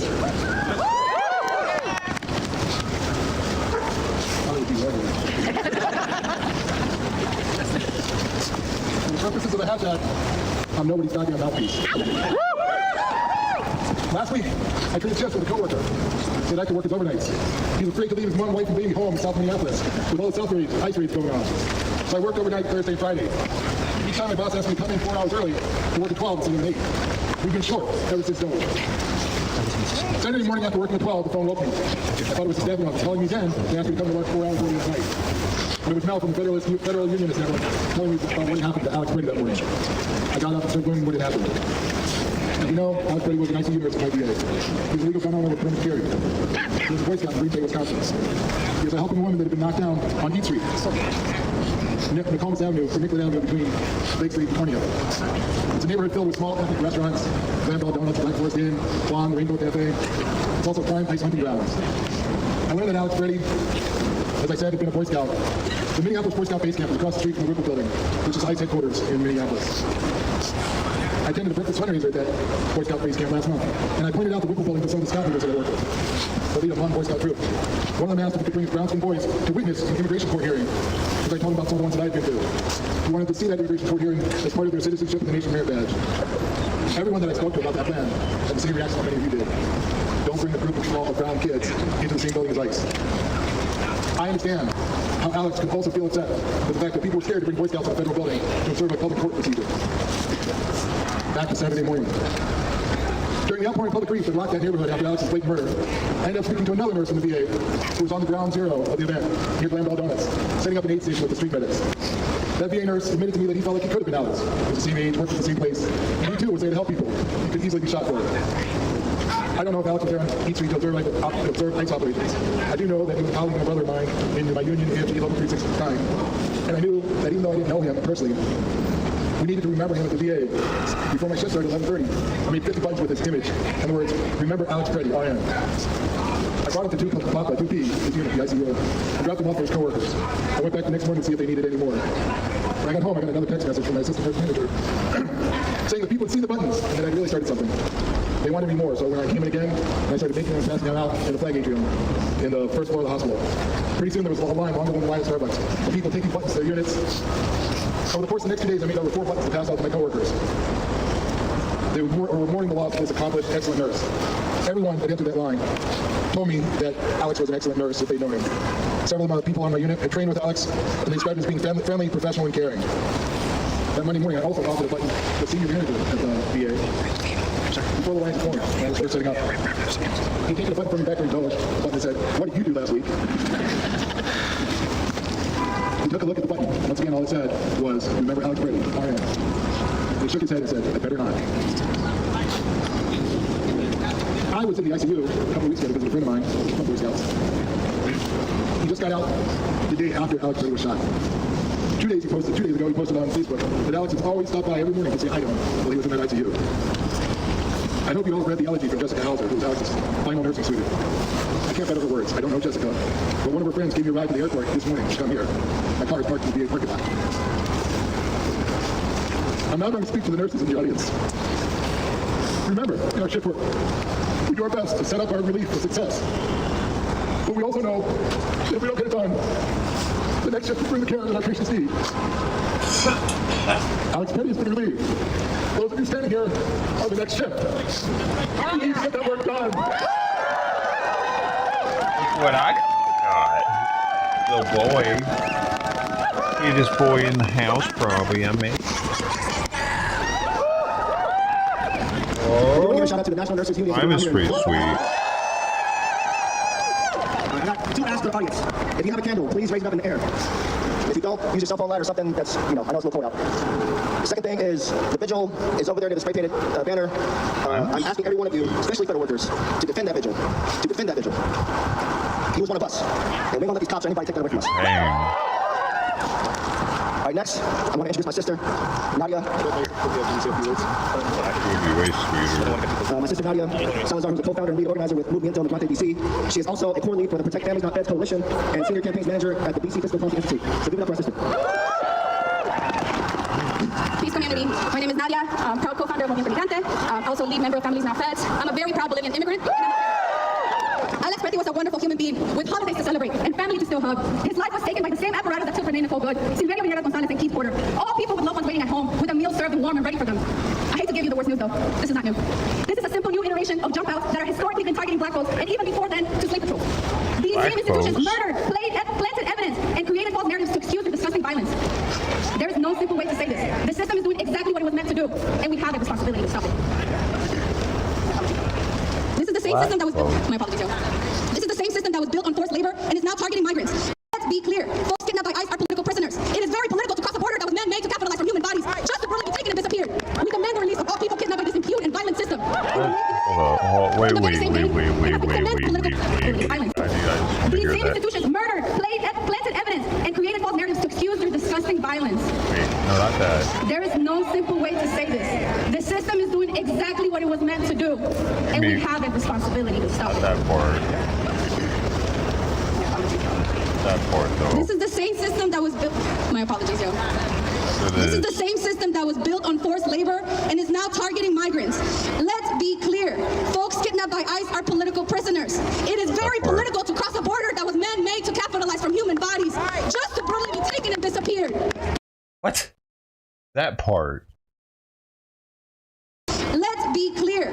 Folks kidnapped by ICE are political prisoners. It is very political to cross a border that was man-made to capitalize from human bodies, just the border was man-made to capitalize off human bodies. That's what the border's for? It's to capitalize off human bodies. Huh. It's not to protect at all. It's just there to make money off of people. Yeah, you gotta give us money to come in, boy. Man, why not? to brutally be taken and disappeared. We demand the release of all people kidnapped by this impune and violent system. And the Biden administration lied to these people, made them think they were going to have some sort of impunity. Is that the right word? Where they can't get kicked out because well, we let you in. But we were all looking at it like, why are they letting all these fucking people in? They're not enforcing the laws. What the fuck is going on? Why aren't they impeaching Mayorkas? And it was all so weird. And now they're merely enforcing the laws. So easy so these people, most of them shouldn't have been able to come through. And they don't blame the Biden administration at all for these people having to get deported. See, them lying to these people as being the problem at all. And how do they not see how it's not fair? Like, they're going to be overwhelmingly Democrat. They go to these sanctuary cities, so they inflate their numbers, giving them more districts possibly, or more electoral votes for that state. Because they've been being counted on the census.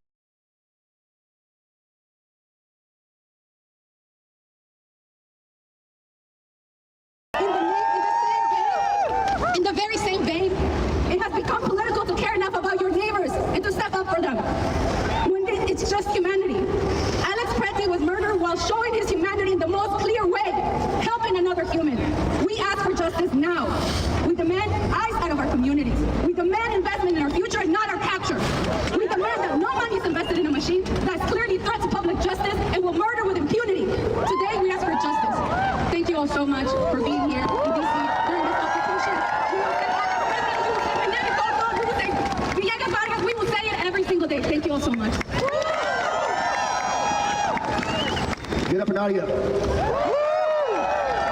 All right, we got another speaker here, Doug Massey, who's the president of AFGE Local 17 of the VA headquarters, right here in front of us.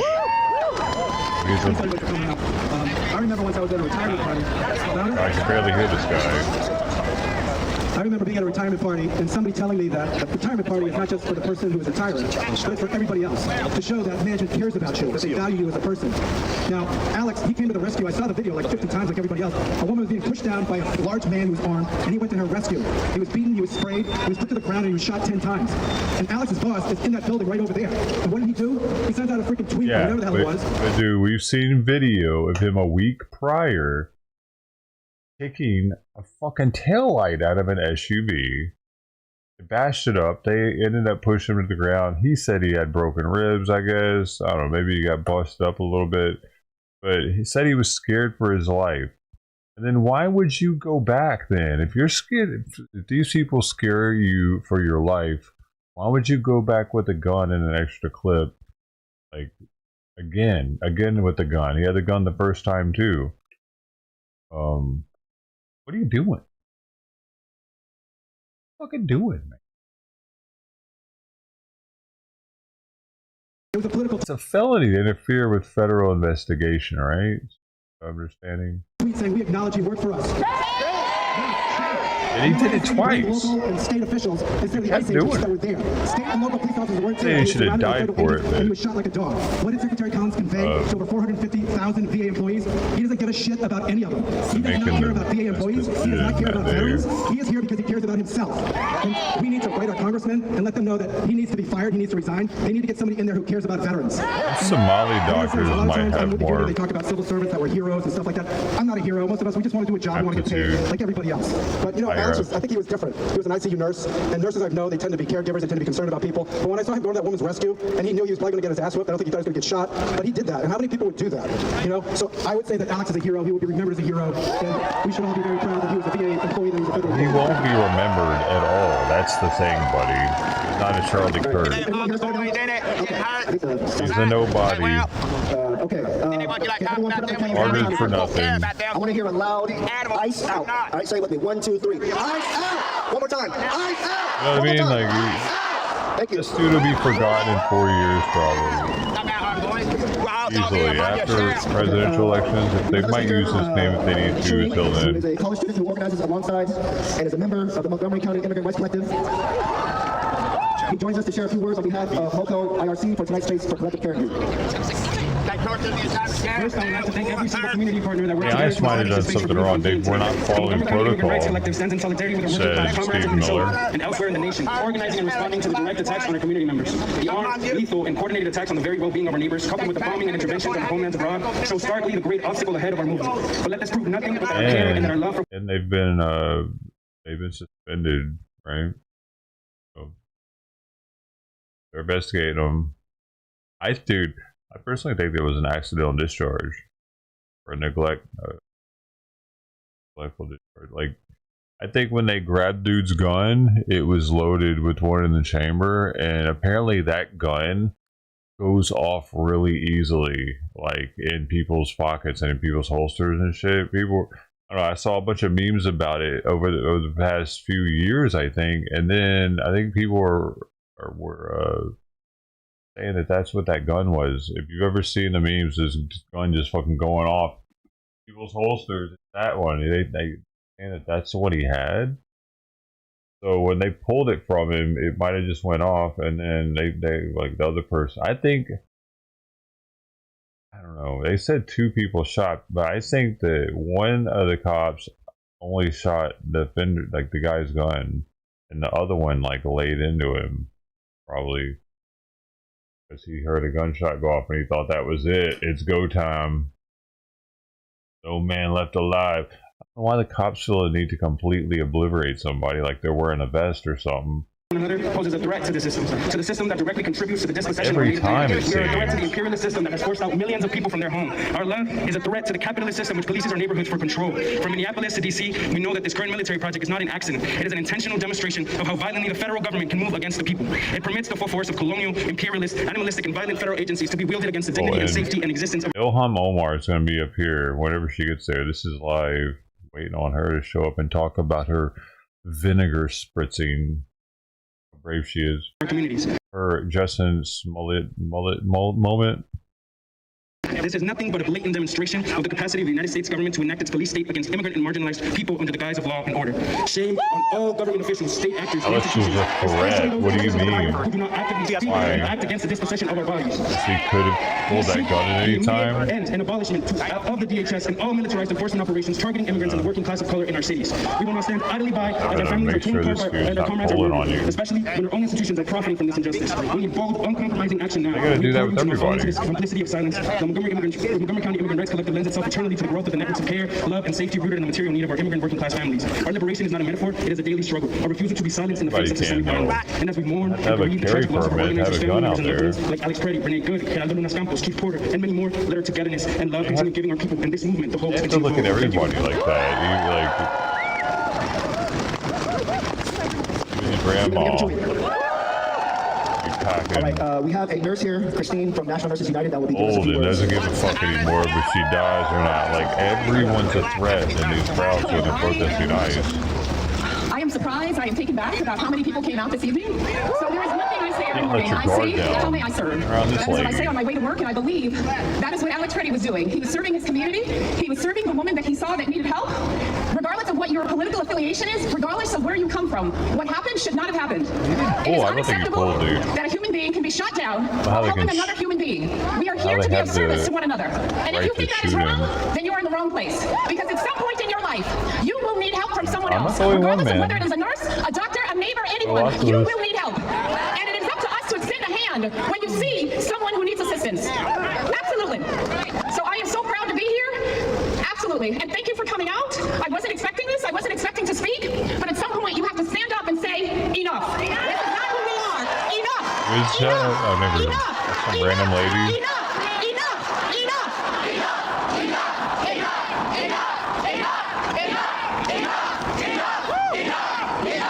Black dude looks bored as fuck when they give out the free food.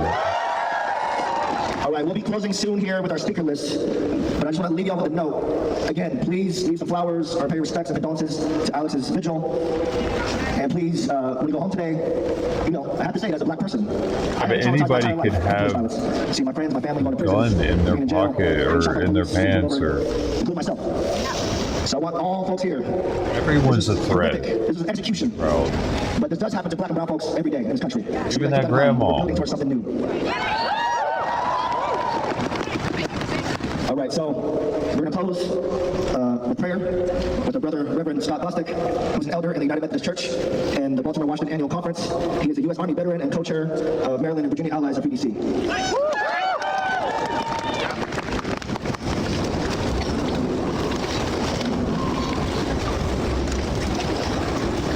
Tonight we pray for Alex, and for Renee, and for Keith, and for Herbert, and for Victor, and for Paradia, and for Luis, and for Luis, and for Geraldo, all killed by ICE.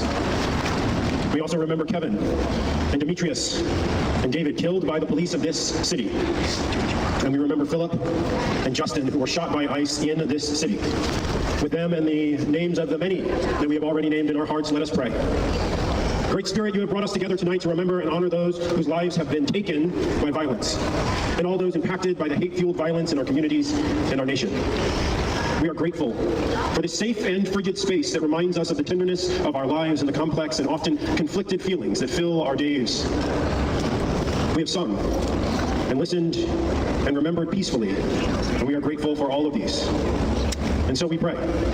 With those who pray and with those for whom prayer is not possible, for the pain is too deep, and all they can do is groan. For those who have been arrested, detained, deported, and harmed by the violence that our government has brought upon the citizens of our city in the past year and before. Because state-sponsored violence isn't new, it's just spreading. We pray for peace. Not a peace that magically falls from the sky, but one that we build through our steadfast commitment to justice for every living being, for all creation. We pray for hope in the midst of these days, that we would not be impaired in any way from experiencing and knowing that there is a bright future beyond this present season of darkness. We pray for joy, to celebrate life, to celebrate the beauty of this, our city, our nation's capital, the District of Columbia, and all that we stand for and represent, the magnificent diversity of all creation, created to live in right and loving relationships together. We pray for courage to face these days, not unafraid because our fear is rational and real, but undeterred because we know that as people and as a nation, we can and must do better. Because we know the cost of kneeling to bullies and tyrannical systems and violence. We pray for love, for one another, for those who gathered here and those who wish they could be, but are with us in spirit. For those who came before us to show us the way, for those who have left this life and are now on another shore beyond where we can see. We pray for love for those who work against us and wish us ill. We pray for those who are unmoved, ambivalent, and silent. We pray for those who do not yet see or understand what is happening, but one day will. And we pray for those who never will, because we know that only love can transform this world filled with hate into something more beautiful than we can perceive or even imagine. May our peace, our hope, our joy, our courage, and our love empower each of us and all of us to carry forward the lights and the legacy of those whom we honor today, to bring about a new world where we will all be free together. Mindful of your many names by which your children cry out to you all over the world, I pray in the name of Christ and the Holy Ghost. Amen. Thank you, my brother. No, you couldn't get prison, Mike. It was already taken, dude. I just have one call to action for folks. Even the one with the underscore? Well aware, there's a popular name. ICE, DHS, CBP funding in the Congress this week, I believe tomorrow. So I want allowed no more funding for ICE, no more funding for CBP, and no more funding for DHS. Okay, I'm gonna do it all together. No more funding for ICE, no more funding for CBP, no more funding for DHS. One more time. No more funding for Here ICE, she comes. no more funding for CBP, no more funding for DHS.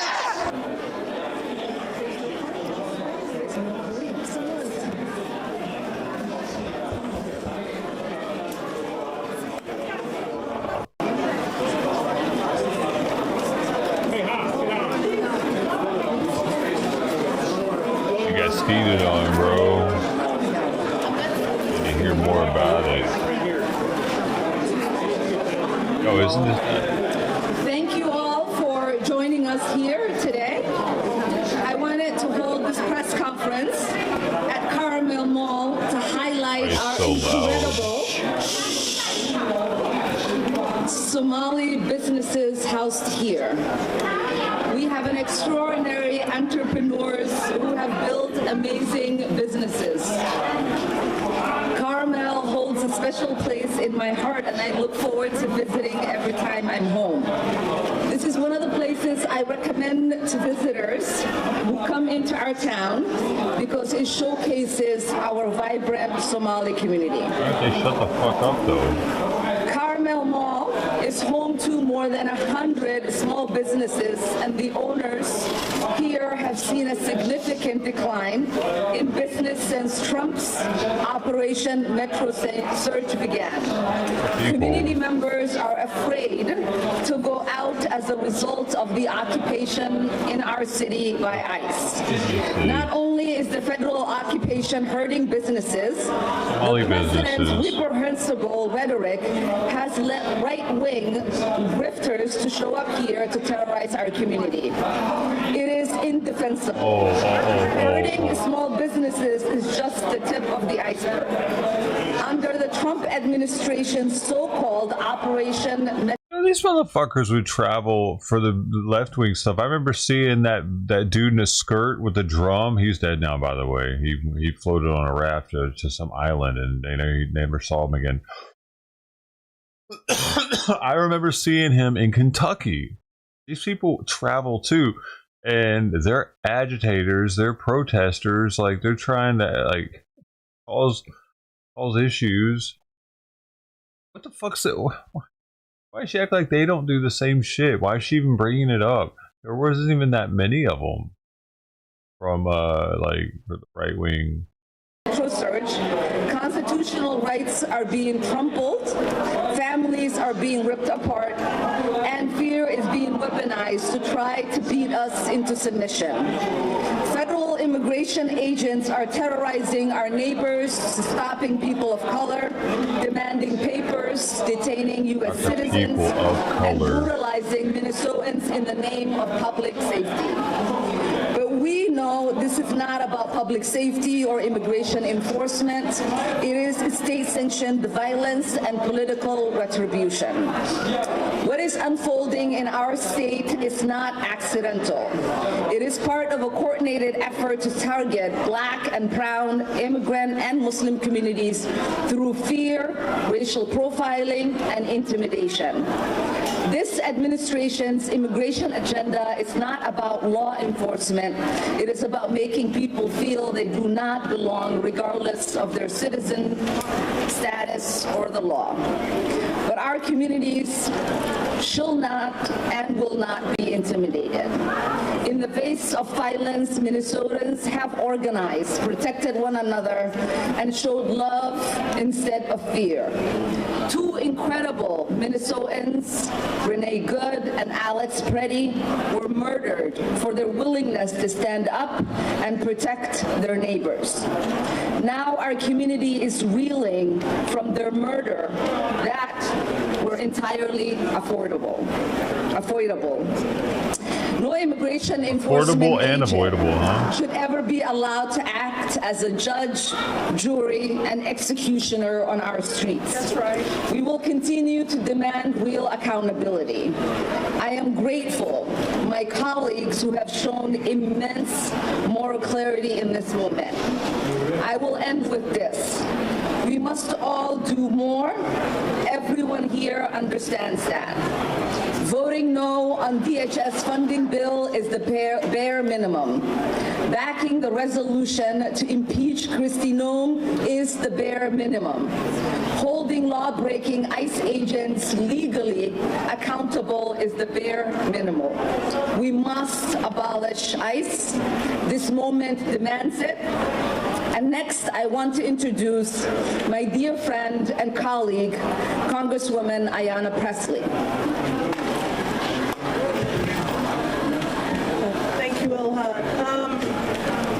Earlier today, we visited the sacred space where Alex Prezzi was executed in broad daylight. An unarmed citizen whose last words were, "Don't hurt her." One of the many tributes that was at that memorial invoked a scripture that I love as a woman of faith, and it's Audio Isaiah sucks, doesn't it? chapter 1, verse 17. Do right, seek justice, defend the oppressed. Movement family, and that is what brings. I have been here many times, shoulder to shoulder, doing justice work alongside. I'm here to bear witness. I'm here to listen. I don't know if I'm behind. Presley. Oh, I think I was alright. Defend the oppressed. And that is what brings me here today. Do right, seek justice, defend the oppressed. I'm here as a sister in solidarity with Congresswoman Omar. I'm so grateful for her courageous and steadfast leadership. I'm here in solidarity with Movement family, who I have been here many times shoulder to shoulder doing justice work alongside. I am here to bear witness.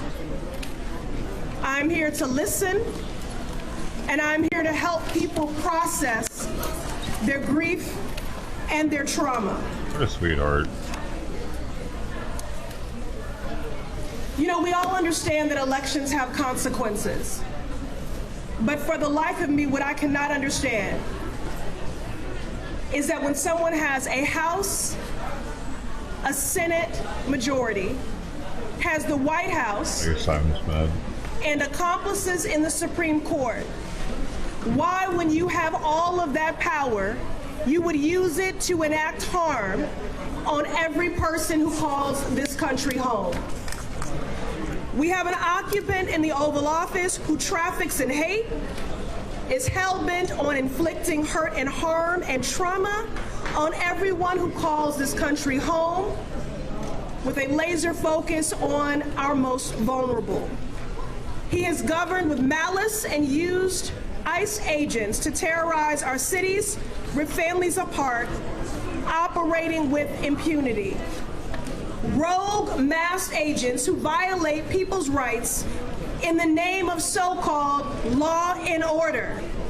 Yet they detain, deport, and kill our neighbors in cold blood without due process. To be clear, none of it has kept anyone safe because it has nothing to do with public safety. Not in Minnesota, not in Massachusetts. It has everything to do with power, with control, with intimidation and oppression. Earlier today, I met immigrants who make this country great, who make this state great, who fled authoritarian regimes in Colombia, Venezuela, Syria, and Nicaragua. They came here for a better life and to make positive contributions, which they do. And they are so traumatized to be seeing in real time the very authoritarian, fascist, and cruel actions that they fled showing up here in Minnesota and in this country. All this has done is traumatize children, delay cancer patients' chemotherapy, devastate small businesses, and leave beloved community members like Renee Good and Alex Preddy dead on our streets. The last time I was here at Carmel Mall, we broke bread together amongst bustling shoppers. It was vibrant, and we laughed over sambusas and drank Somali tea together. Today, it is quiet. Oh. Today, it is quiet. It is quiet because of fear. When we were at Midtown Global Market earlier today, what is it, Lakeside? Mm-hmm. We learned that Lake Street, home to some 2,000 businesses, majority of which are owned by immigrants, that they are losing $30 million a month. Those are the sort of contributions that immigrants have been making to this economy. I don't know what to do about that. Yeah. Here clearly on the other stream that it was kind of bustling in the background. It's not like the place is dead. Okay. I'm sorry. All right, that's okay. So the point is, this is devastating families and devastating the economy here. That's why we're here today, to stand in community, to choose community over chaos and cruelty. We're here because although there can never be justice, because true justice would mean that Renee Good and Alex Preddy and Keith Porter would still be alive. I'm not sure, guys, what to do here. But there must be accountability. Don't use the mic. Don't use the mic. Okay. Listen, I'm the granddaughter of a Baptist preacher. I have no problem projecting. Can you all hear me? Okay. Okay, so if you want to have church, we will have church. And I mean real church. Not people who speak with a mouthful of scriptures, but walk with a heart full of hate. You know, it has been incredible to be here in community today with people who are every day choosing community over chaos and over cruelty, people who are fighting in defense of the true values of this country and in defense of our neighbors. This moment requires accountability. This week, the Senate will take up legislation to fund the Department of Homeland Security, which includes an additional $28 billion for ICE. We are calling on all senators, Democrat and Republican, to vote no, because Congress should not be funding this campaign of terror. And we can't stop there. The agents who brutalized and executed our neighbors cannot walk away freely. They must be held accountable for their crimes. That means passing my bill to end qualified immunity for federal law enforcement, including ICE agents. And it means impeaching Kristi Noem, who is as incompetent as she is dangerous. She is a dangerous cocktail of authority, bigotry, and incompetence, and she must be impeached. We need to abolish ICE and dismantle the systems of oppression that have gotten us to this point. So again, I thank my sister in service for her courageous leadership, for the invitation to return to Minnesota once again, to stand shoulder to shoulder with my movement family, to do right, to seek justice, and to defend the oppressed. Finally, I will say this. Donald Trump is a dictator. And the only way to beat a dictator is with defiance. I thank the people of Minnesota for your defiance in this moment, and I am here as your sister in solidarity. Impossible. Thank you so much, Ayanna Pressley. the Congresswoman, as she said, has visited Minnesota multiple times, whether it was coming with the Congressional Black Caucus to see the opportunities that exist here in Minnesota for all of us, whether it was to come and to protect our beautiful Mississippi River and stand with the Native American community, and now being here to make sure that she's standing in solidarity with us. Next, I want to call on Minnesota State Senator Omar Fateh, who represents this district. Whoa, this guy. I have kept him. Don't use it. This actually happened. He became their area. Is this good? He said no. Wow. Nothing, not even. The mic should pick you up. Testing. It's in and out. No. You're fine. I tried. Thank you, members of the public, members of Congress, Congresswoman Ilhan Omar and Congresswoman Presley, and local leaders for joining us here today. As an elected of this local neighborhood in the Senate, I think we all know what's happening here is harmful and unacceptable. We can all see and call out the brutality that ICE agents, when we see it on the streets and on camera. But here's what's also brutal. Closed shops and quiet hallways here in the Carmel Mall. That means small business owners and workers losing out, missing the money that keeps them in business and their bills paid here and in their homes. One of the freedoms Americans value is the freedom of fear, freedom from fear. And it is the fear of harassment, unlawful arrest, and abuse that's keeping Minnesotans in their homes right now. We need ICE, Border Patrol, and unwelcome federal agents to leave our state and to go back to where they belong. And that's testifying in front of Congress about what they've done here and who sent them. And they should be charged for their abuse of power. Yes. District 62 has been a lot, and that's the district that I represent. It's been through the death of George Floyd, the murder of George Floyd, the recovery from being one of the hardest hit districts from COVID-19 pandemic. It's the district in which both Renee Good and Alex Priddy has been murdered at the hands of federal ICE agents. In response to that, we've seen that our neighbors have stood up. Our neighborhoods have formed response groups. They've taken to the streets to peacefully observe and to fight back peacefully. And what we've seen time and time again is that we have the full force of the federal government putting its weight on our state and on our city.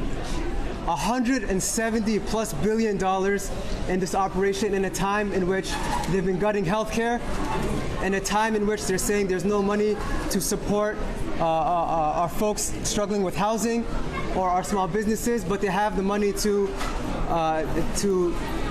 arrest and detain not only our immigrants, but U.S. citizens unlawfully. And so we've seen these racist tactics from our federal government in the past. I'm the son of immigrants from Somalia. My father immigrated here before I was born in 1963 to Montana. He immigrated here the same year as the racist statement from George Wallace, in which he said, segregation now, segregation tomorrow, segregation forever. And now we're seeing that same racist tactics, it seems like, coming full circle from our federal government. But we are stronger than that.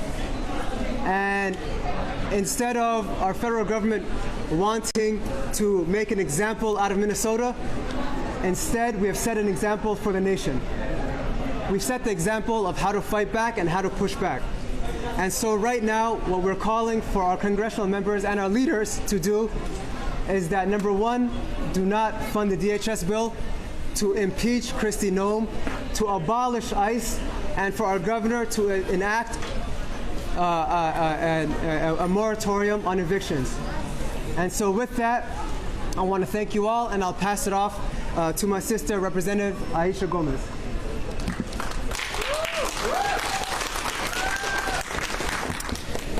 Good evening. My name is Aisha Gomez. I serve as the state representative for District 62A. We're in District 62A now, and as Senator Fata pointed out, we both represent the area where Renee Good was murdered and where Alex Preddy was murdered. They both represent it. Today is day 58 of the invasion of our city and our state by masked secret police acting on behalf of a totalitarian, authoritarian regime on the march.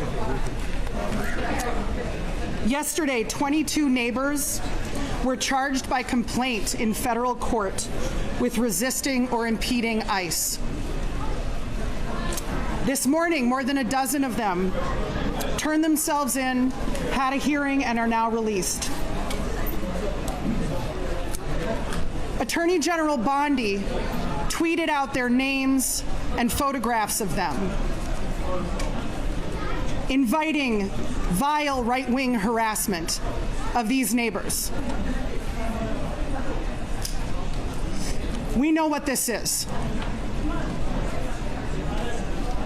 This is an attempt by an administration that is losing the narrative war to smear our neighbors who are engaged in constitutionally protected activities and to intimidate the 100,000 plus Minnesotans who have showed up in negative 20-degree weather, who are showing up to defend their communities who are being disappeared off the streets of our state, and who are informing their neighbors, who are bearing witness and who are documenting the rampant abuses and violations of civil rights that happen literally every few minutes in our city.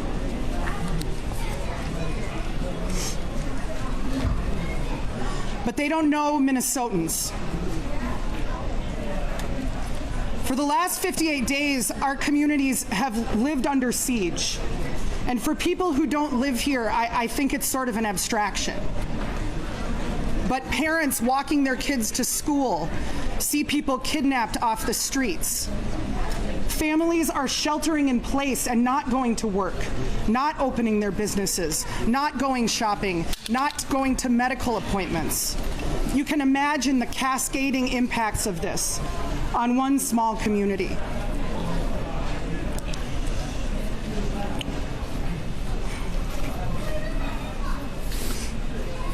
Minnesotans will not be intimidated. You cannot arrest all of us. You can come and try, but you are few and we are many. So I invite all Minnesotans on Friday at 8 a.m. to join community leaders, clergy, and those of us standing up to this incursion at the Whipple Federal Building, to say to President Trump and Attorney General Bondi, if you want to take these 22, you have to come and take the other tens of thousands of us who are mobilized in this moment.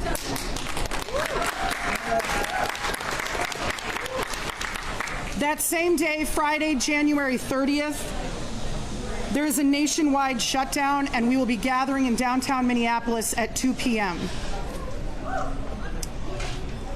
And finally, Nostradamus? to our beautiful, resilient community You just say when there's of the going to be a South shutdown? Side and of Minneapolis and of Minnesota. We all work for you, and I can speak for all of us and say that we have never been so proud to be Southsiders in our whole lives.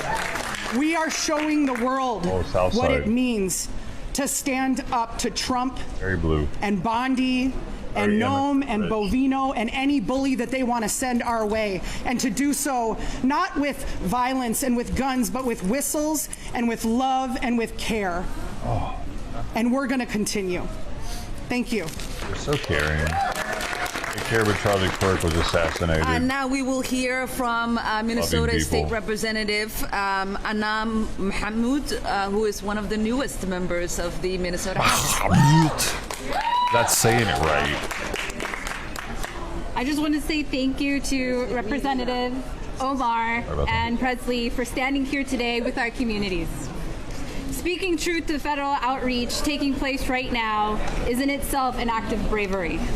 Look at what happened last night to our Congresswoman at a similar event. Oh God, here we go. We cannot let this silence us right now in the face of injustice. I haven't talked about that yet. Firstly, I want to recognize the lives of something Renee just exploded, and dude. Alex What Preddy. the fuck?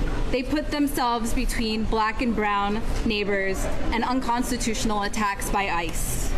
I stand with our observers. Oh, well, talking about it? Everybody's talking about it, bro? Yeah, I mean, if you're able to turn that video TOC, yeah, that was crazy. Okay.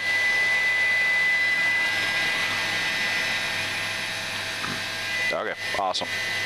Sure.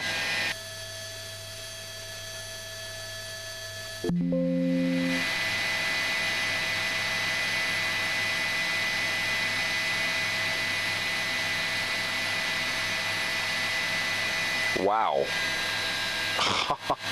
That's crazy. This is still going like this.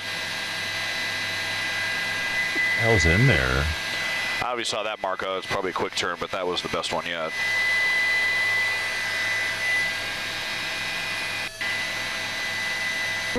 Our immigrant communities, and we condemn state violence. What we see taking place in Minneapolis, in our districts, across the metro, and at the nation at the hands of ICE is not okay. It is cruel, unconstitutional, and politically motivated. While Blavino may be gone, we all know the work of ICE to tear our communities apart and strike fear is very much still with us and happening as we speak. Helicopter on. This work has not slowed. Right now, I see neighbors who are terrified to leave their homes, and families who are sick about loved ones who didn't come home, only to learn of them a few days later in El Paso, in an ICE detention center. While we look at every avenue as elected officials, both locally and federally, to protect our neighbors, I know that we right now, one of the most important tools being against the federal government to the table is the court of public opinion. When the polls flip, Trump begins to worry. Our activated neighbors protesting, observing, and doing mutual aid work right now are so important in making sure the nation sees what is taking place and that the federal government is held at some level of account, and we are protecting those at risk in our communities. May one ask is that you don't lose hope right now. Continue to speak truth about the injustice at every opportunity, and that you remain active in this fight. I'll be standing with all of you. And lastly, we will hear from City Council woman Aisha Chaktai, who represents Ward 10, where we are at. Another very ethnic last name.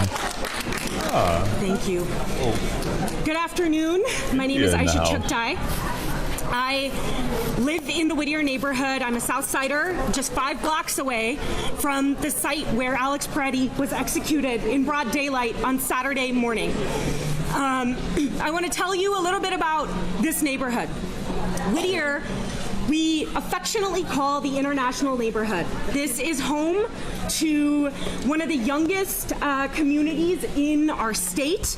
The largest census tract of children under the age of 18 live in this neighborhood.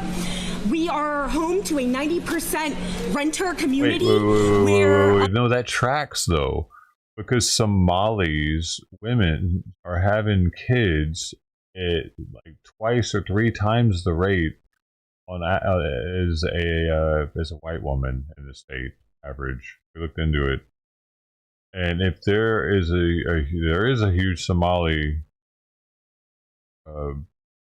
presence there, so that would make sense. That's what's going on there.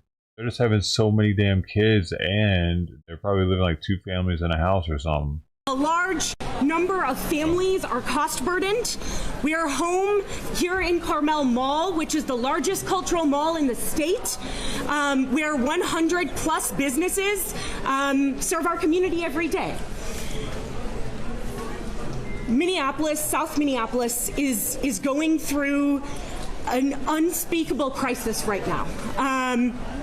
And as we are seeing masked agents of chaos, murderers and child kidnappers come into our community and occupy us and steal and abduct our beloved neighbors. But hundreds and hundreds of you. But do they care if the neighbor is actually a child predator? Or does that not matter at all? Like, if you find out that it's a child predator that they're getting right there, do you back off and leave them alone? Because the protesters don't do that. Are stepping up, and you are getting your whistles and you're getting trained. It's really weird, bro. And you're showing up every day to make sure that not one more so family much gets about taken Epstein from files us. Not one more family gets stolen from us. That's right. In this moment, thousands of families in the Twin Cities and across our state are sheltering at home because the choice in front of them is whether they're going to lose their life or they're going to lose their home come Sunday, February 1st. There are two things every single person can do right now. First, you can organize. If you don't live in Minneapolis, if you are not under occupation right now, people like Tom Homan and Kristi Noem are not going to stop here. They may be coming to your city next. You need to get organized. Get to know your neighbors. Figure out how you are going to keep families together. This is the most important task in front of us right now.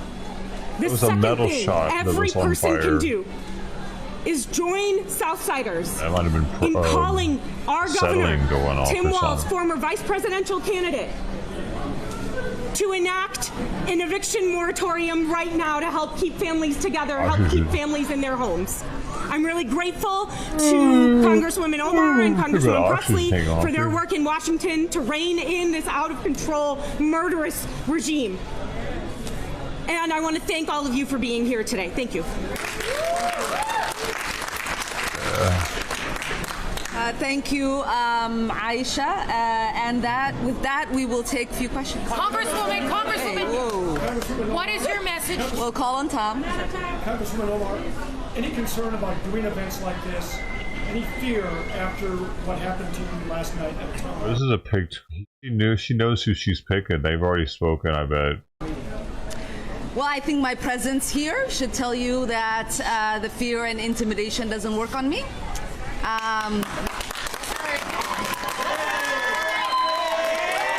What? And you know, you and I have talked about this many a times. This the president's rhetoric, the attacks from him since I've gotten into public office from the right wing has always been really to stop me from being in public service, to intimidate me, to make me want to quit. And my only message is it hasn't worked thus far, and it's not going to work in the future. Congresswoman. For what happened last night, I'm wondering what, if anything, you heard from your Republican colleagues. You know, blame is very interesting, but facts are more important.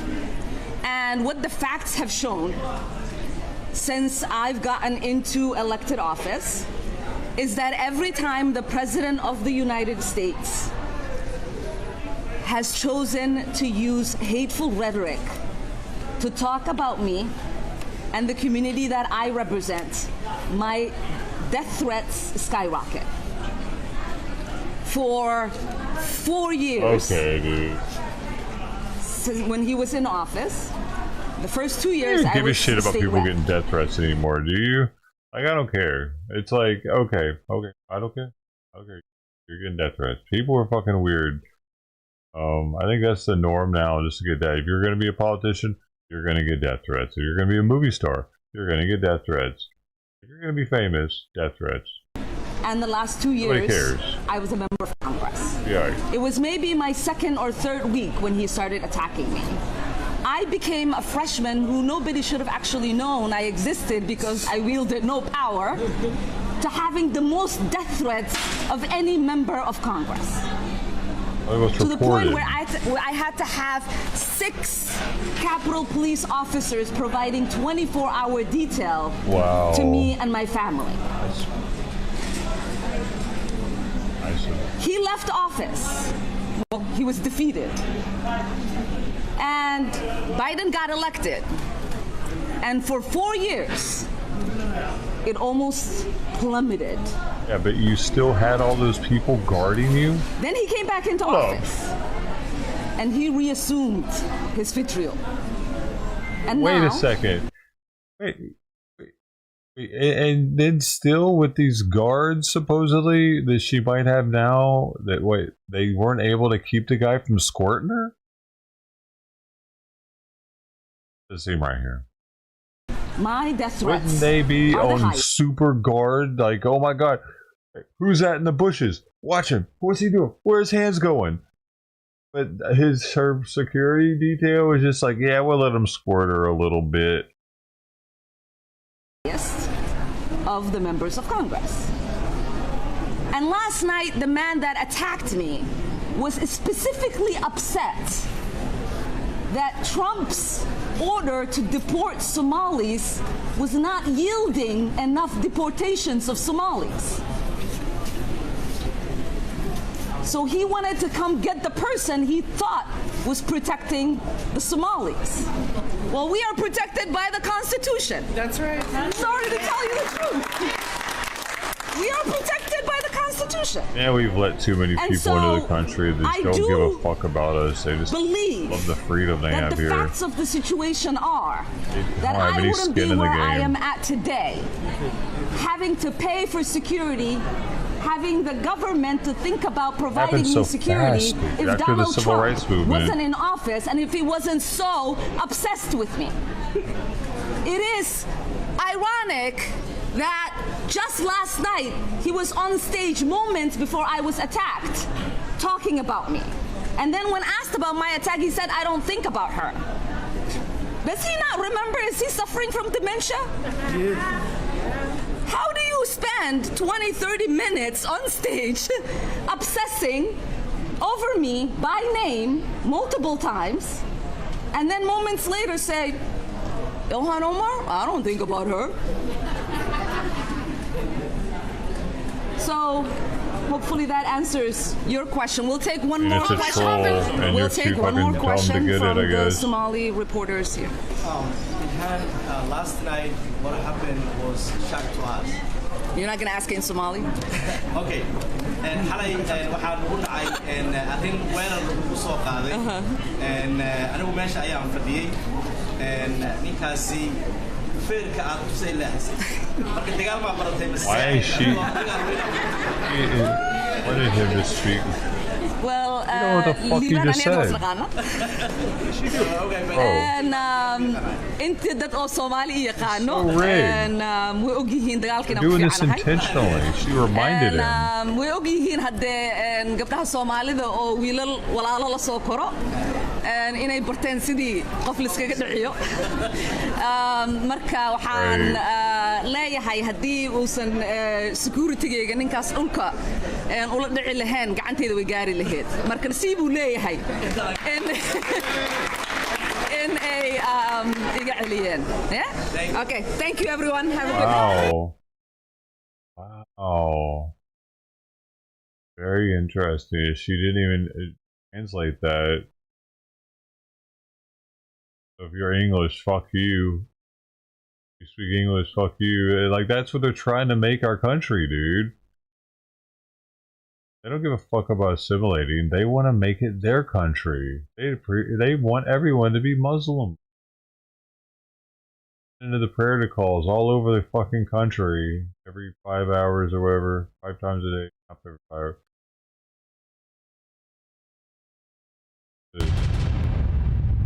Ice, how are you? Hey, what's happening? Ice, we gotta ask you. I don't know if it's true. I'm trying to see.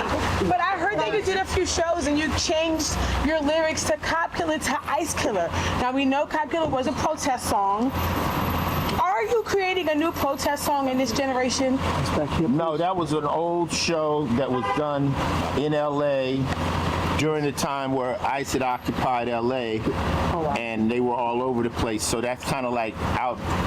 That it's not a current song, and it's just something I did spontaneously because you know the ICE was making moves out there, and I don't know. You can use the same pen if you want. At the moment, I just said it. No. Trust me, I get it. It's funny because a lot of people are now like talking about that, and they're bigging you up. Like, you know what? You're standing up, like, you know, coming from hip hop and talking about this situation. How do you feel about the images coming out of Minneapolis? Crazy. Thank you. My wife has a camera. Can I get a photo? It's crazy what's going on, the fact that 2 people are dead. I mean, I don't think anybody can agree with that under any circumstances, you know? Can I get a shot? Yeah, you can, but let me finish doing what I'm doing, player. Thank you. See, I'm trying to accommodate all these people. Thank you. Thank you for finding. Okay. What's your message to your fans in Minneapolis? Do you have a message to fans, you know, who might be listening to your music, bigging you up, and they're kind of just like, man, you know, we're going through this weird situation? Just stand strong and stay out the way. It's tough. You know, these cats will kill you. And it ain't worth it right now. You know, it's the object is a peaceful protest and stuff, but you got to understand that these other cats ain't that peaceful. We appreciate you guys.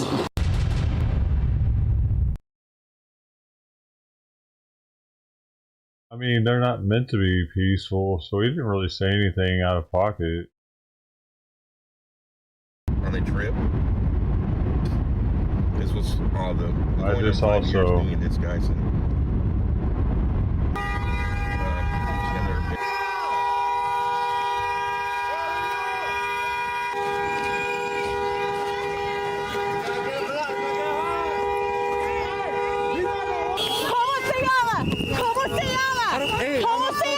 Just back up. Just back up. Back up. Javier Gutiérrez. Javier Gutiérrez. Back up. Careful. Hey, watch the ice. It's really slick. Guys, get up your minutes. Let's get into that car.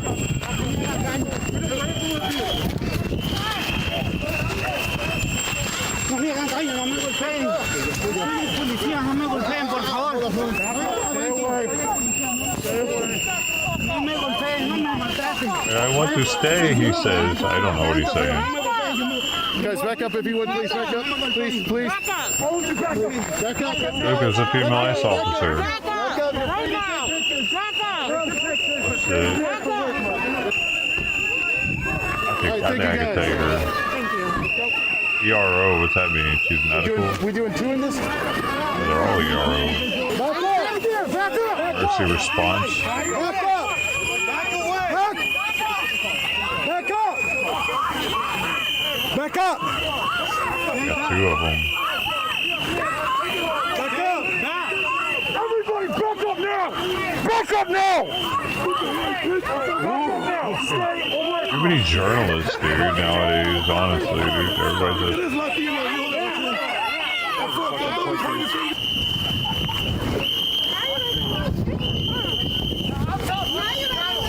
What the fuck is that old dude doing there taking pictures? Go and just watch it. Hurry yourself out.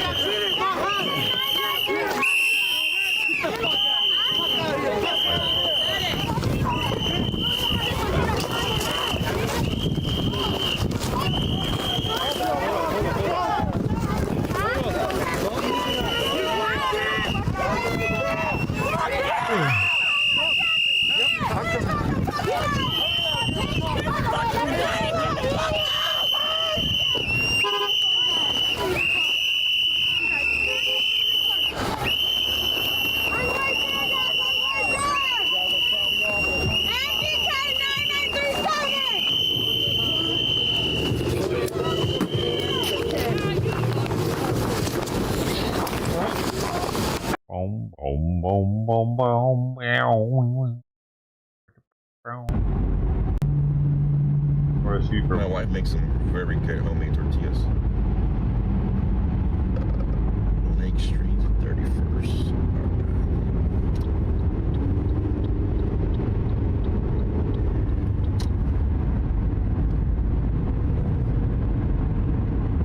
make some delicious, well, I just barbecued the meat. My wife makes delicious tacos. I like to cook the meat over mesquite wood. That's what really gives it the flavor. Get chuck roast and cut it into thin steak slices. Cook it, barbecue over mesquite wood, and chop it up into taco meat. Delicious. Homemade tortillas, salsa, guacamole. Now we're talking about some good eating. Oh, that guy almost hit the other vehicle.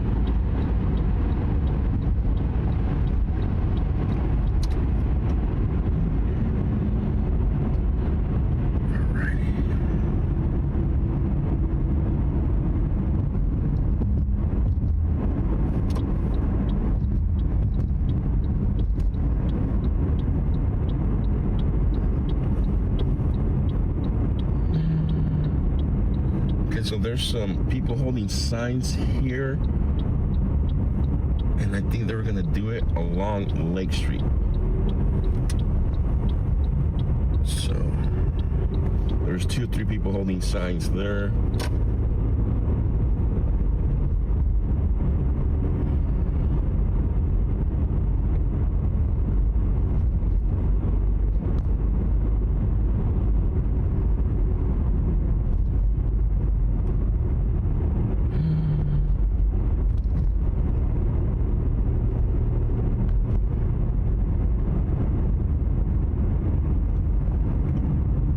I love bread pudding. Hopefully on the way back home, there's an Amish community somewhere where I'm able to stop and buy me some bread pudding. No, I'm not heading to the vigil. No, we're heading over to a couple of the protests that was supposed to be happening.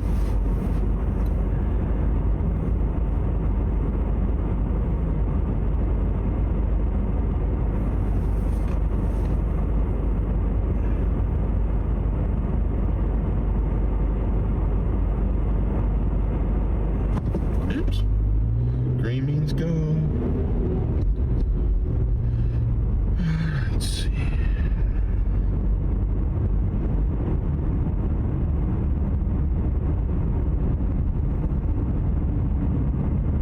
Tacos, Taco Wednesday. Always taco day. You don't gotta be taco Monday, taco Tuesday, taco Wednesday. Every day's taco day.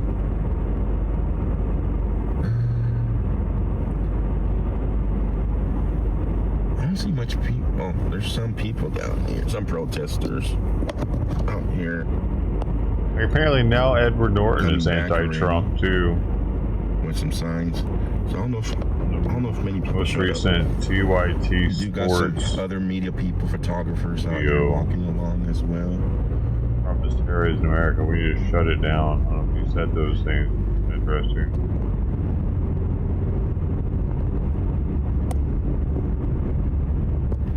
Come on, stupid camera. There goes Fight Club.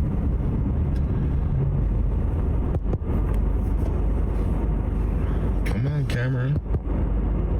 There we go.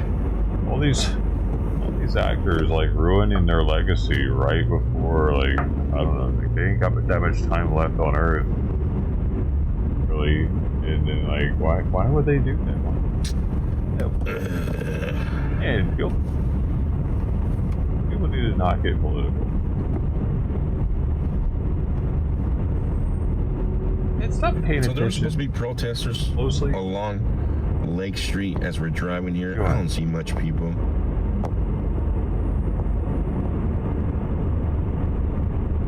Right there. Every time I take it. Also,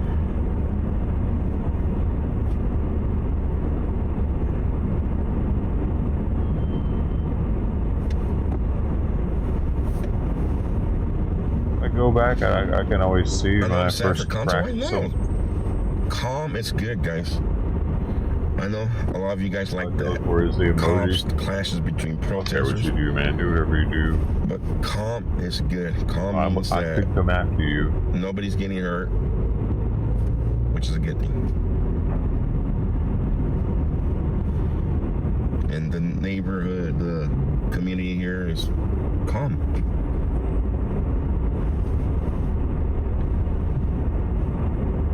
That was electric canceled.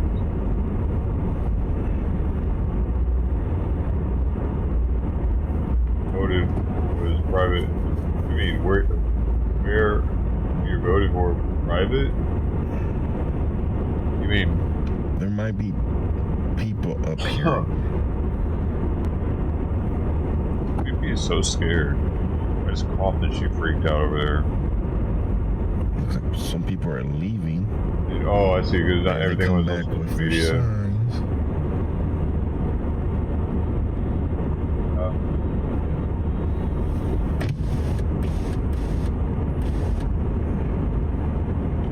Yeah, I'm coming up to Lake Lindo. Yes, that's the first. Everyone didn't feel the need to have a voice politically on a platform where their entire friend base could see it. Like, there's some dudes that I've thought about defriending on Facebook just because they are so anti-ICE and kind of sound crazy sometimes with some of the shit they're thinking shit happens. Out here in the corner. I keep them so I can see like street shit and they can.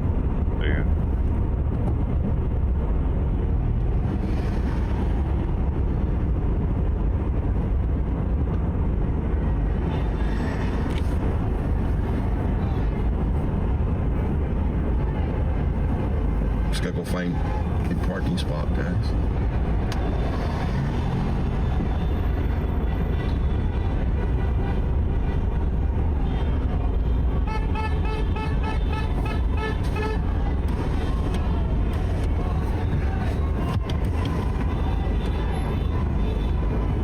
Plant-based food. I bet they got a lot of that shit there.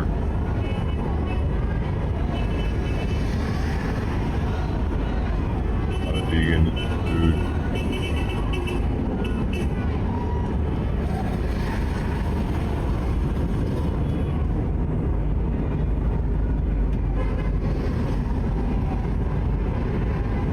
Finding people.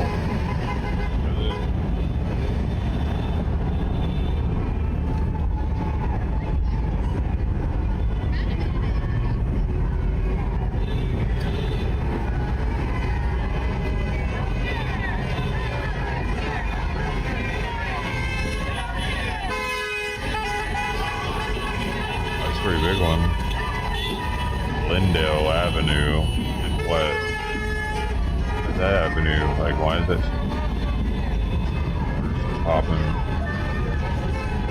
There must be a lot of apartment complex near there, and it's a super blue district. Dark blue areas, probably. Just had to walk downstairs and down the street or whatever, and they're there. I do see a lot of apartment buildings though, dude. One to the left, one to the right, one down there. Low income housing, renters, probably not full as their condos, typically could be duplexes. Those look like apartments.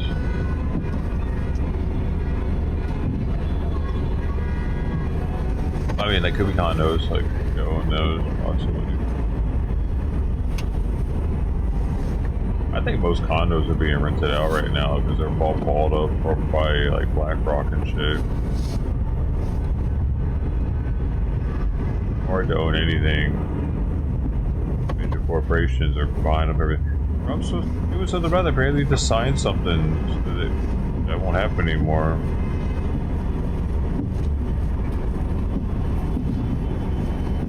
Needs to make them limit their stock, I think, somehow. Limit how much they can own, how many properties they're able to own.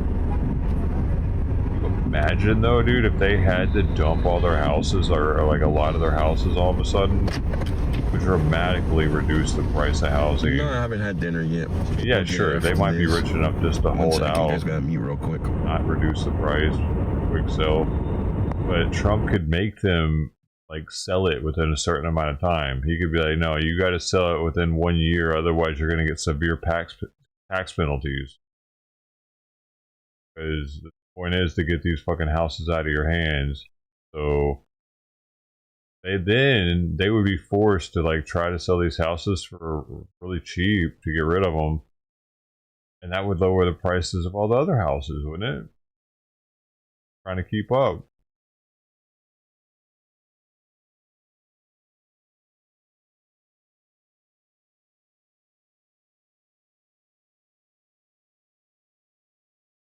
Something's got to happen with housing. Seems like I'm surrounded by more of like immigrants that actually own a house than American citizens, especially out here. I'm at, like my neighborhood is what it seems like. Look at these apartments, boom. Definitely. This is in New York. New York, though, an apartment like that would probably be like $5,000. Minneapolis, I don't know. Like I said, I don't really know where they're at. Lake Street, so maybe they're near the water. I know Chicago, when you start getting close to the one of the whatever great lake that is, like Michigan, I don't know. Whatever lake it is, it gets more expensive. Considered like downtown, I think.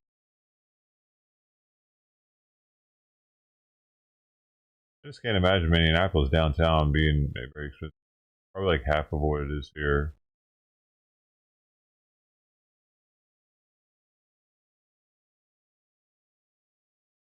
Probably get a 2-bedroom, 1-bath for like $1,000, $1,200 out there, I bet. And if you can't, what the hell are you doing there? Out of here. What are you like? Why would you stay there? You're a straight protest junkie.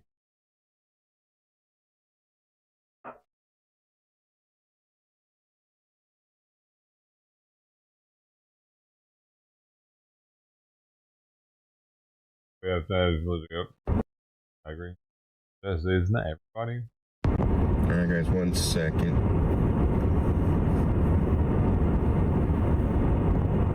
I'll get down there. Get my stuff real quick. Yo, who is this? Is that? Oh.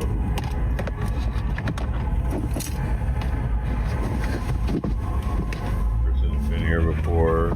I recognize that avatar. Who else is using it?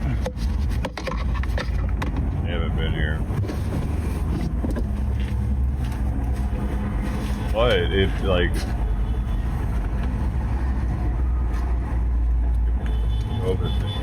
here, the at change.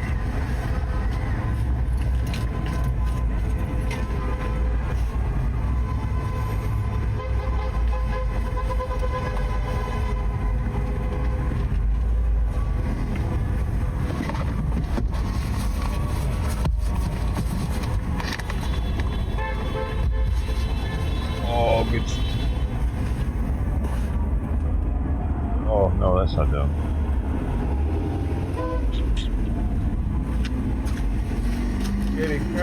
I gotta get up, buddy. So comfortable right now.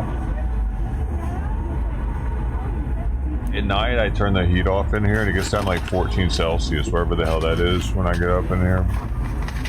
Old bro. He's all comfortable with the heat right next to me. Right now, it's, what is it? 25.4 Celsius.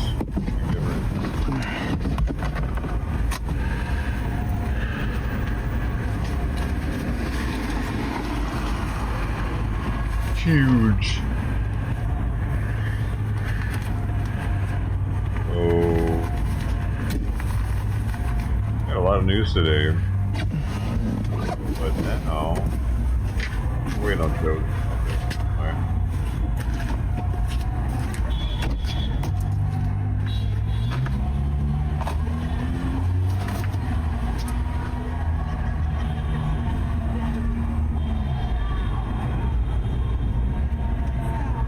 Right back after these.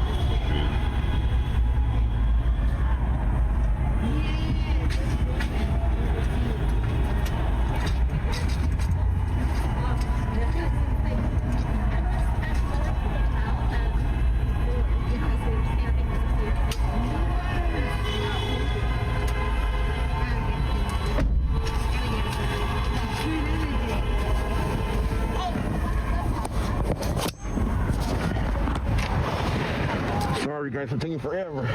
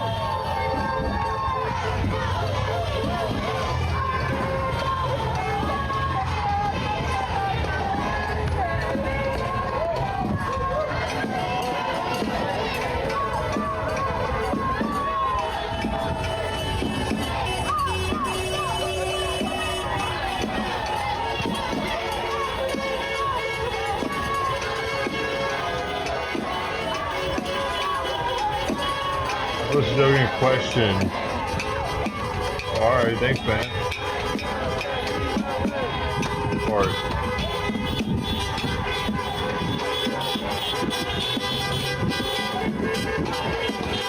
Roger.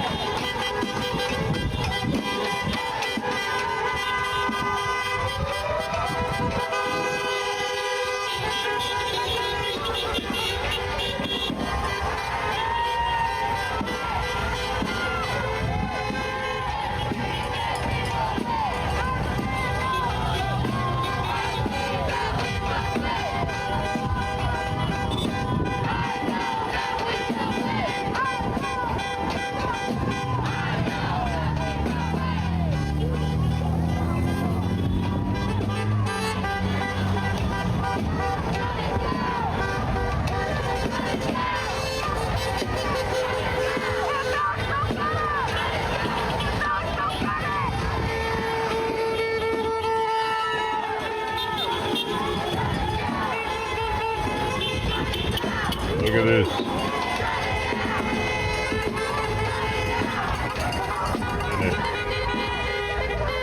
A live bar cam. Dude.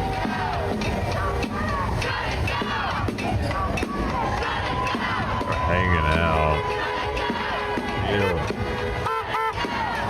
Oh, they are. Oh, Fort Lauderdale Beach. Night, baby.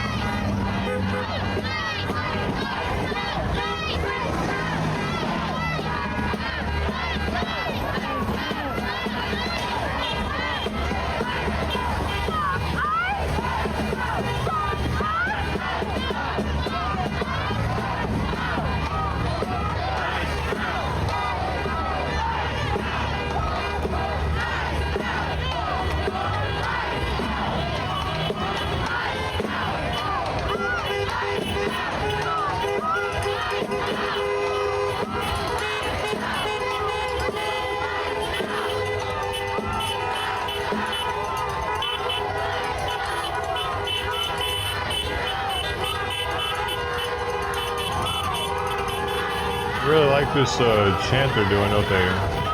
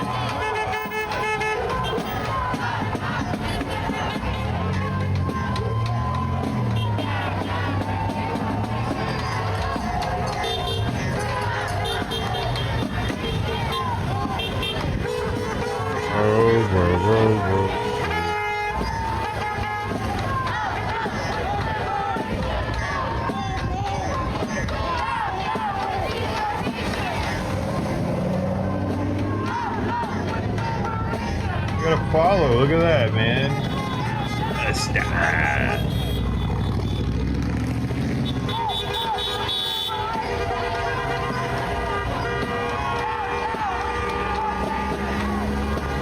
That's that.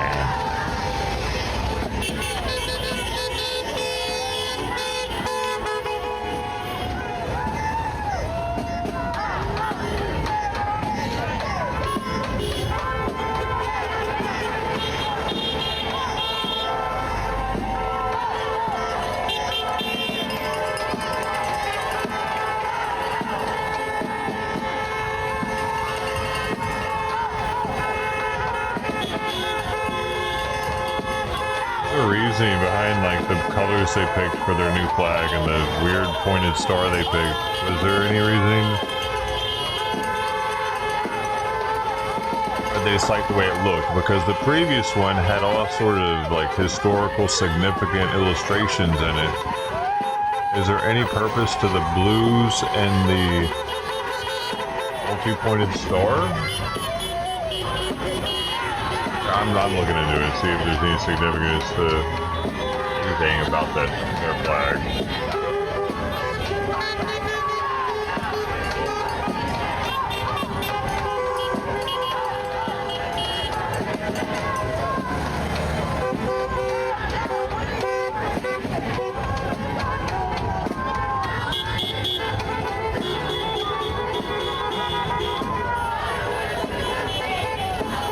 Yes, the colors of Star of Minnesota's new state flag adopted in 2024 carry specific symbolic meanings tied to the state's identity, geography, and motto. Flag design. The flag features a dark blue section on the left shaped like Minnesota's outline. The white 8-pointed star centered on it and a solid light blue field on the right. Color symbolism. Dark blue represents the night sky and the land of Minnesota. Light blue symbolizes the state's abundant waters, including its 10,000 lakes and the Mississippi River origin. White stands for the North Star, Polaris itself. Star symbolism. The white 8-pointed star represents the Star of the North, Minnesota's state motto. one point facing north, it mirrors a star in the state capitol rotunda and can appear as 4 M's from certain angles.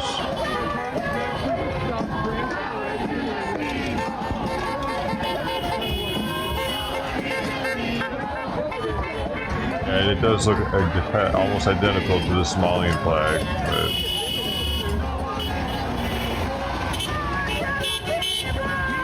Or even closer to a Somalian Paris group flag, actually.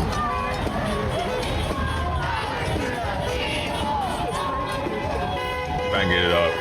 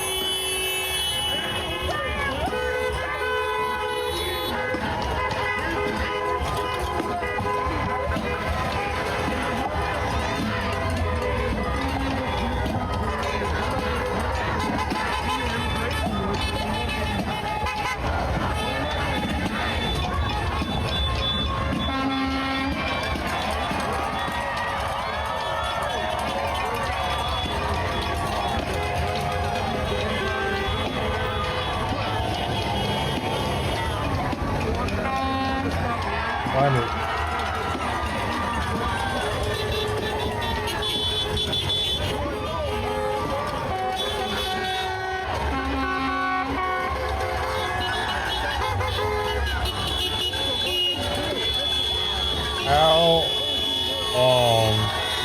leave ground beef out for cooking. For best use.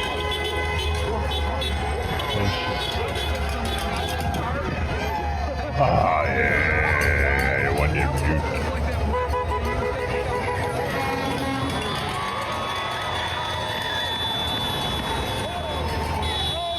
Rockwell juicer takes you when cooking ground beef. Let it sit out for 30 to 60 minutes. Take the chill off, allowing for an even cooking and less moisture loss from cold spots. This tempers the meat slightly without entering the bacterial zone, baby. See, it's how you ask the question with the AI. It's very important. If you are already good at researching, AI just like multiplies your researching capability because it's all in how you ask the question. If you were like mediocre before, AI is not gonna make you tremendously better all of a sudden because you get what you put in right now. That's exactly what I wanted to know. It's perfect because it helps to be a smart individual. Not that I'm a genius or anything, but it helps to not be fucking retarded or stupid when using AI. And I think it also shows what you use AI for. Like all these people that are creating AI music trying to pop off of that, probably not geniuses. They use it for research, probably higher IQ individual.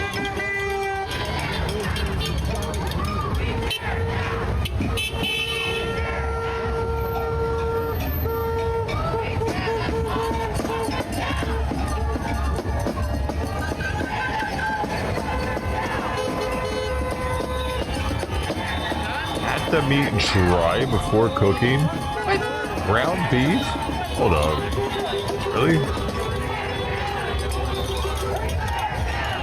It says to promote browning and that's probably more for steaks. I'm gonna ask it, I'm gonna quote this. And then I'm gonna follow up and say for ground beef? Yes, patting ground beef dry before cooking promotes better browning and searing for all cuts, including ground beef. This works because surface moisture steams off first in the hot pan, delaying the Maillard reaction that creates flavor and crust. White Hills ground beef. Ground beef often releases moisture during forming or thawing, so drying it ensures even browning instead of boiling. Dry surface allows heat to focus on searing rather than evaporated water, leading to better texture and retaining internal juices. Use a paper towel to gently blot, then season it right before cooking. Avoid patting ground beef to drain fat, as that's less effective than tilting the pan or straining. Dude, lately I've just been keeping that fat in there and throwing it right in with the sauce. I used to drain it off.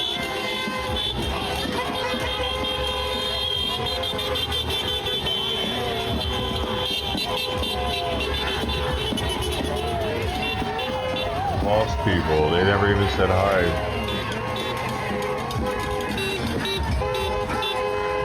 Right, because of the horns.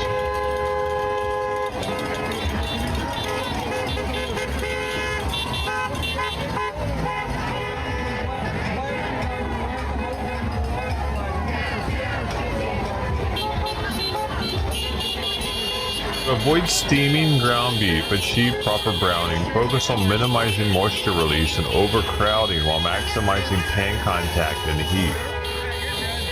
Pat dry first. Use a hot pan.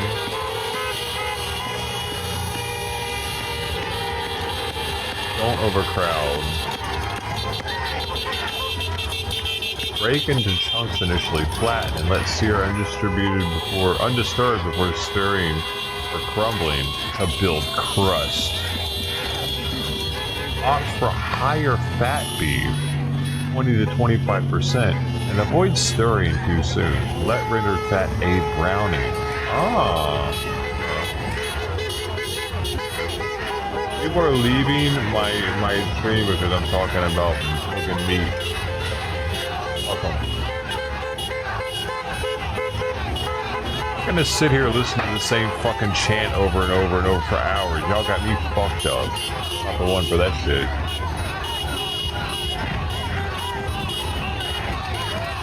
They've literally been saying the same chant for at least 30 minutes, probably 2 hours. Learn something if I'm going to be sitting here. Ow. Baking soda helps brown. Baking soda improves browning of ground beef by raising the meat's surface pH, which accelerates the Maillard reaction. The chemical process allows for flavorful crust formation. So mix 1/4 to 3/4 teaspoon baking soda with 1 to 2 tablespoons of water and per pound of beef. Toss in and let sit 15 to 20 minutes before cooking. Rinse if concerned about taste. Use sparingly to avoid soapy or metallic flavors. Interesting. I tried that. I just saw recently how to make a cheese dip by using unflavored Alka-Seltzer. This stuff that doesn't have acetaminophen in it. The maximum strength Alka-Seltzer apparently doesn't have a flavored one, and you gotta use a little bit of vinegar with it to try something.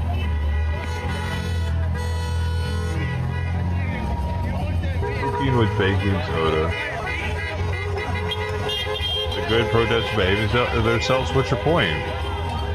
They don't always behave themselves, though.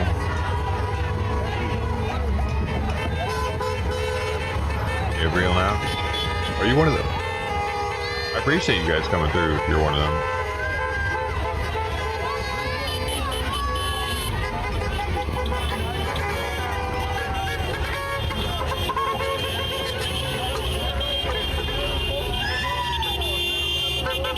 Oh, I see. Yeah. I mean, I think they're still going to, if something pops off, they're still going to get stupid. There are a lot of anarchists that don't give a fuck if it's going to make the left look bad if they do something in Minneapolis. Like, here's the thing. It's cold as fuck outside right now. That's why you're not seeing very many black people. Once it warms up in Minneapolis, dude, a lot of people are going to start showing up.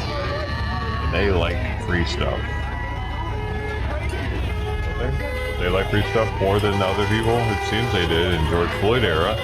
Well, if they kill a black person, meaning ICE or like even the police, all of a sudden, like the Dems are gonna, if anything they can use to get the blacks on their side, they're gonna use, dude.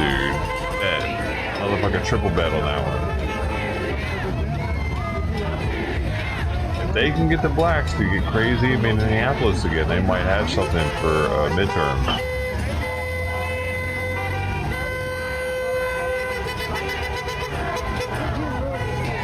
Right now, they really don't have it. I don't think the numbers just aren't showing it here in LA, where it is warm.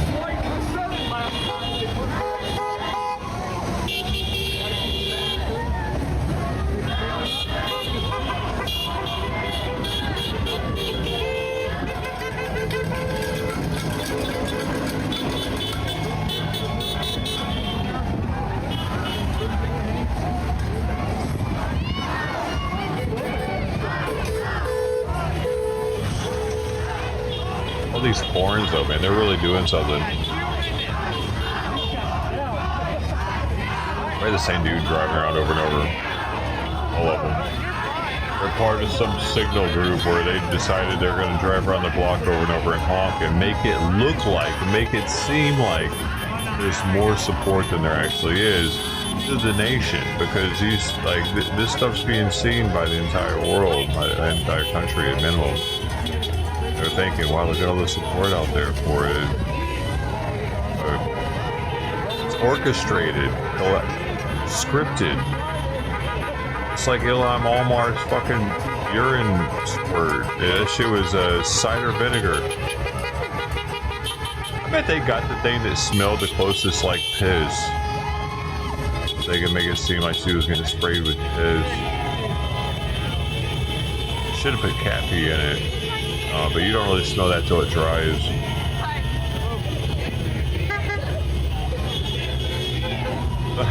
I saw a comment that got downvoted to oblivion on subreddit.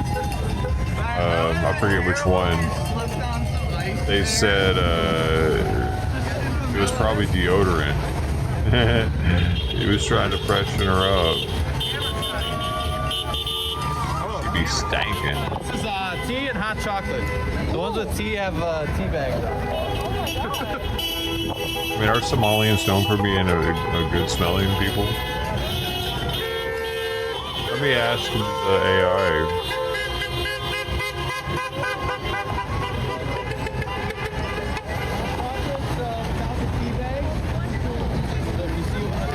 So a lot of people are leaving already, guys, due to the fact that it was only going to be to 7. I'll zoom out behind us right now and show you guys how many people have left from behind and the other side.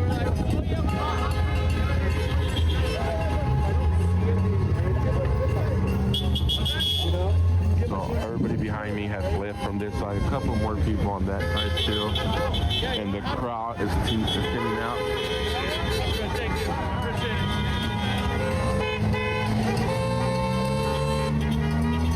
It says they're not known for having strong BO, and I don't know if I believe that.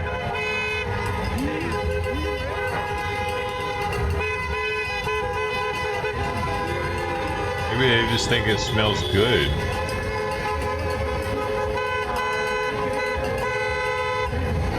It's their scent. It's sweet.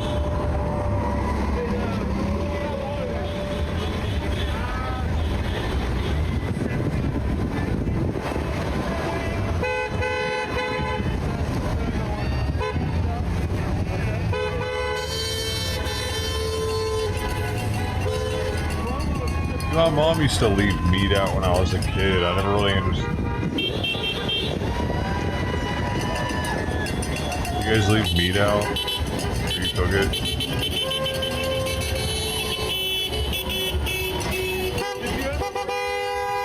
I just started doing it.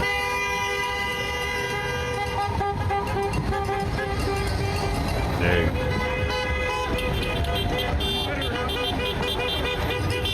Known a long time ago to do it. Come on.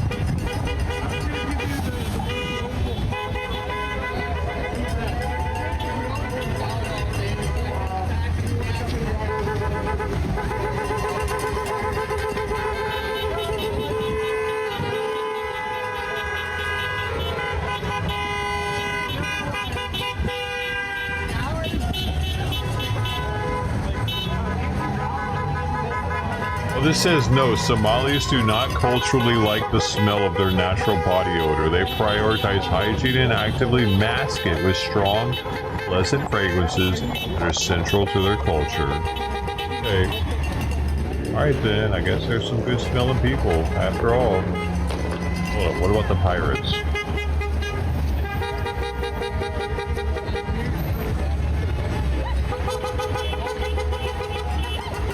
I'm gonna find out.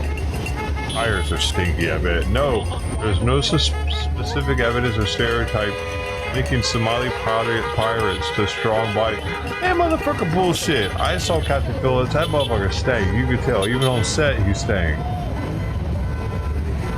I mean, even in the character, he was stinking, and he wasn't even trying hard.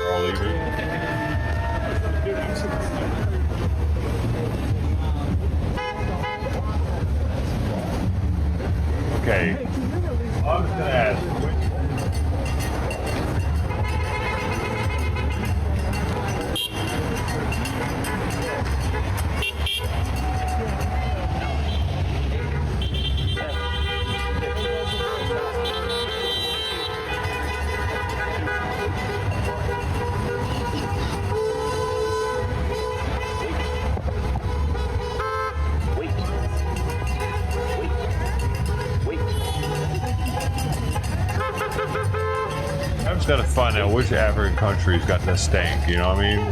No African countries are scientifically known for having the strongest... Oh, well, not scientifically. Oh.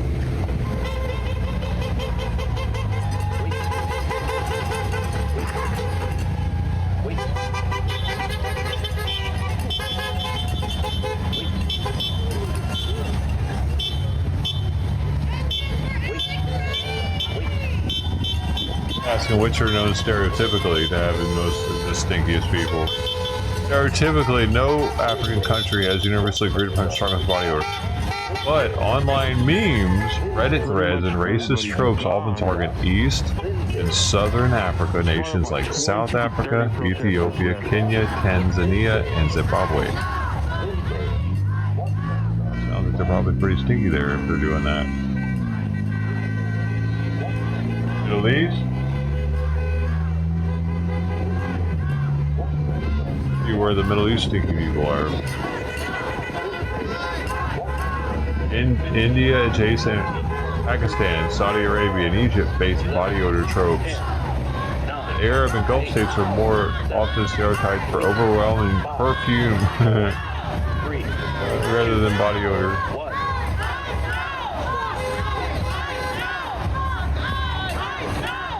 Very interesting, dude. That at the coastal Middle Eastern countries, they're like heavy on the perfume. Nationwide, the big one's Friday. Closer you get to India, the stinkier they get. Okay, so is India the stinkiest? Builder signs, a lot of small protests. Now we're like the one we went to last night at the Federal Plaza, the one we went to at the Capitol and so forth. Yes, stereotypically, yes, India tops many online lists and Reddit threads as the stinkiest country. Oh my god. Why would anybody go? Literally the stinkiest country, just in general.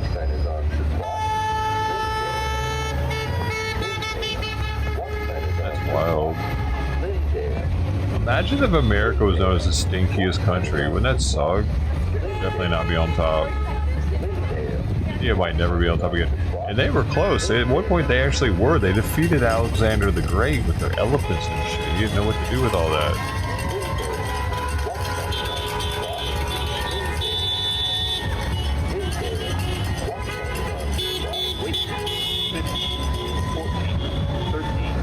Right? 11, 10, 9, 8, Too bad. 7. So the crowd keeps getting smaller and smaller now. We're down to like 15 to 20 now. Wait.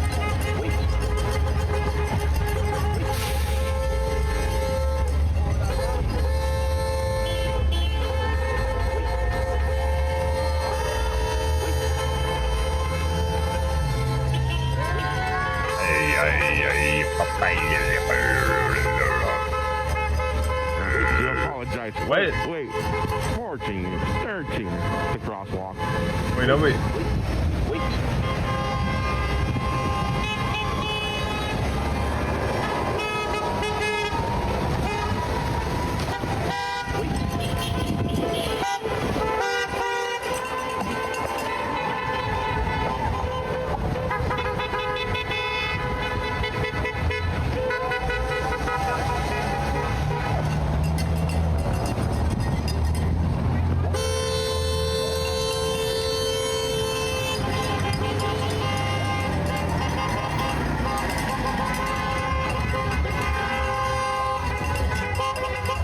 India was popping off at like 300 BC.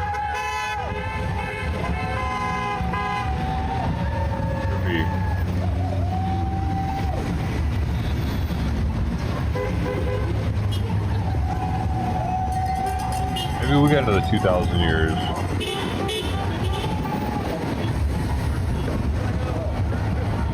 How long did they have? How long was India?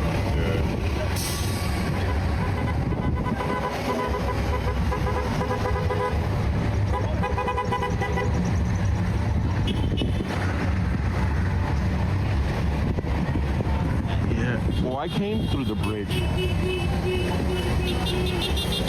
This is the biggest part of the protest I've seen here at Lake and Linda, with the biggest gathering. 137 years. As I was driving up here down the other way, 30 years. First, and the Gupta Empire. There's a couple of them, but not much. And so, and we're hitting the limit here. Oh, here we go. The Chola Empire, 850 to 1250 CE. Naval dominance for about 400 years, but regionally. Okay. Yeah, we're in our limit out here in America, aren't we?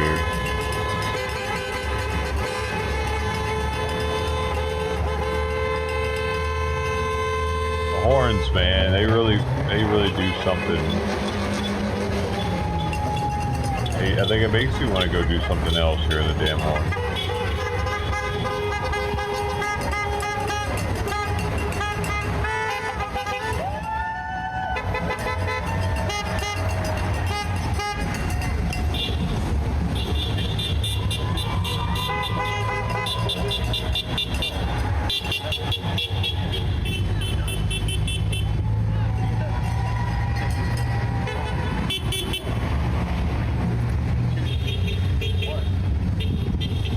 Pretty much everybody has gone out. Where are you going? You better not. Hey.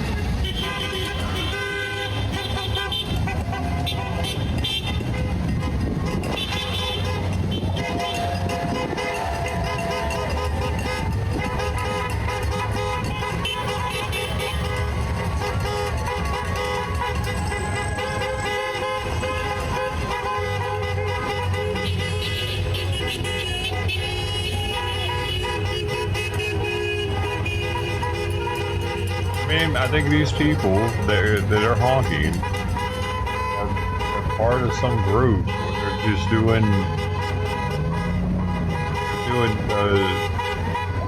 block, you know what I mean? They're just going around the block over and over.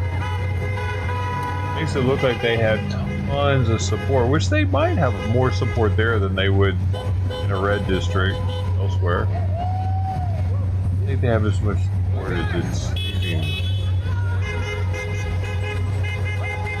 You guys think? Seems kind of odd.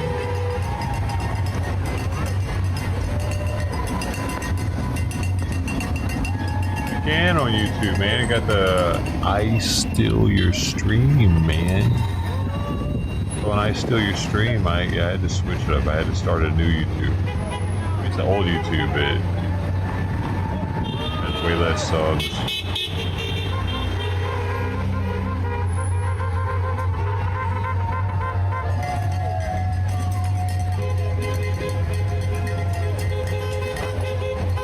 YouTube been cut me off on those other channels. I'm trying something different.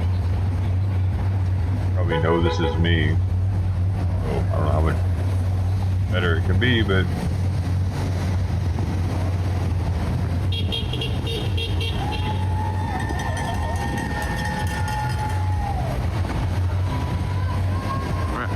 It's about 15, 20 people here left, maybe max 30. Let's get back in the vehicle and drive up and down Lake Street to see if there's any other protesters gathered at another intersection. I know there was going to be 4 locations along Lake Street. As I was driving up Lake Street, I didn't see much, but we'll know if maybe they went somewhere else. We'll drive up and down Lake Street, see what else can we spot. Hang in there. We're heading back to the car. We'll drive up and down. Watch for that, mi amigo.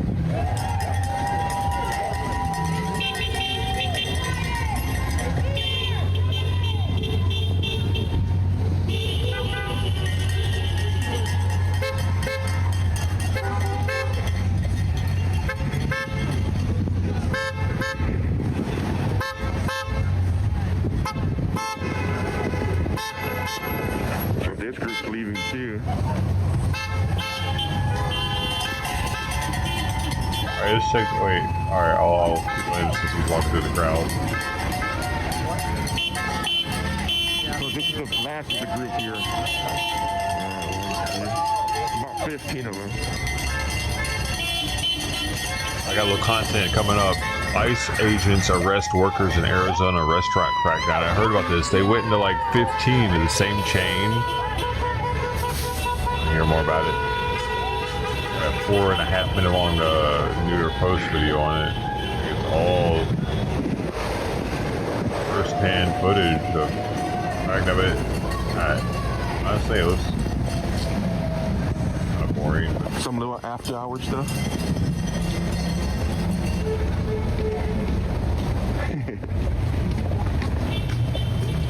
Oh, is that like a pern? Oh, look at that.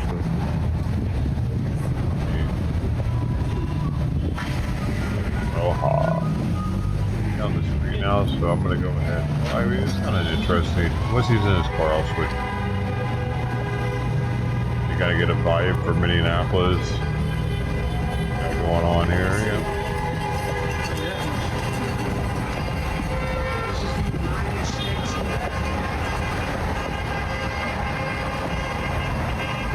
Hey, who's that?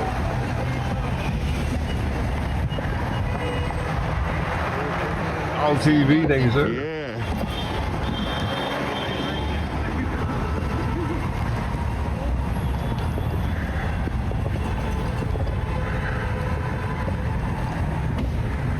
So many apartments out there, though, in this area. But parking is. I can imagine parking is stupid out there, especially when it's all icy like that on the sides. You gotta deal with that, and you gotta hope to find parking. So it's like it's harder to parallel park when it's all icy like that, right? I would think so. Like, especially when you're really trying to squeeze it in.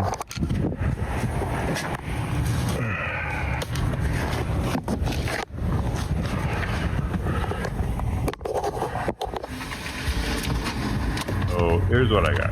What we got here?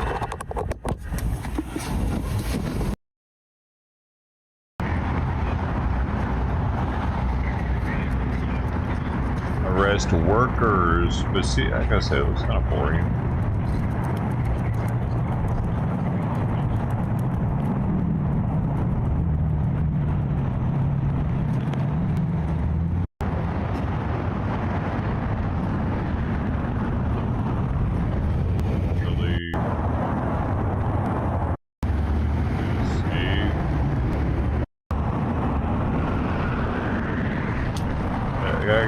Okay, there we go.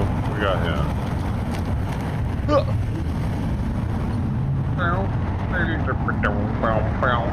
Boy, what you gon' what we gon'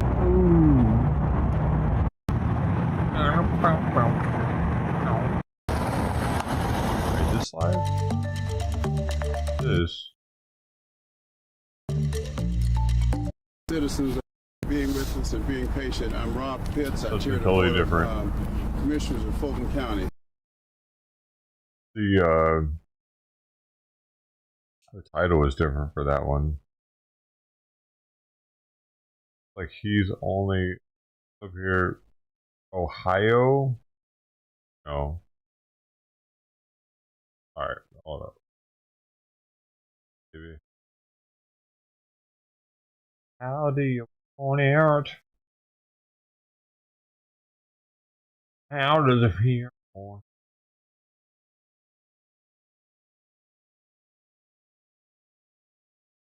Her titties.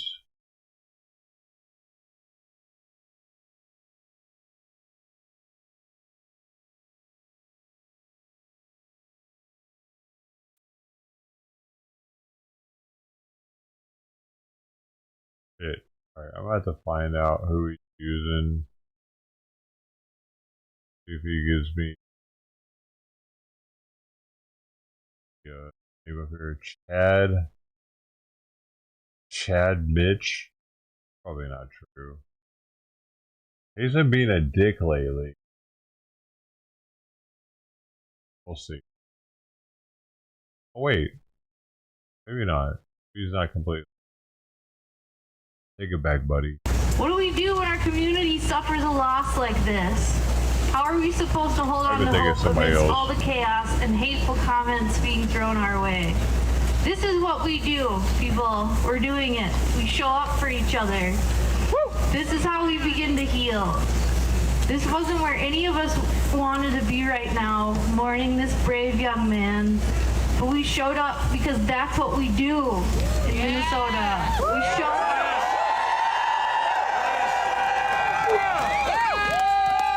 Yes, we do.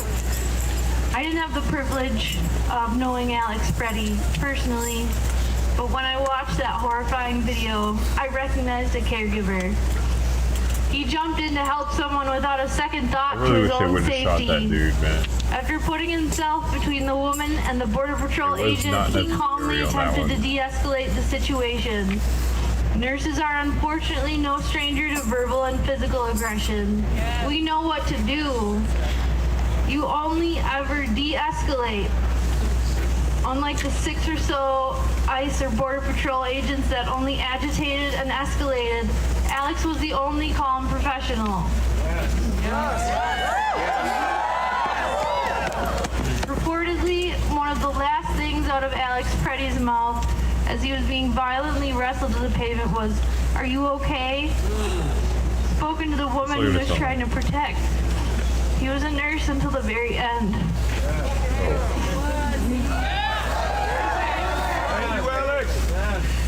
I am broken because I saw myself in Alex Preddy. This could easily be any one of us living our values of compassion for others. And shame on this administration for trying to paint it as the aggressor.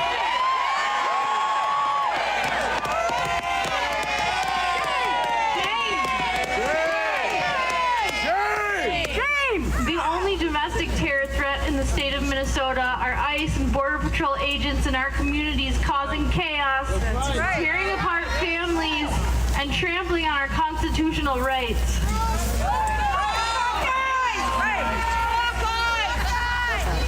To Alex Preddy's parents, I am so sorry. Alex should still be here.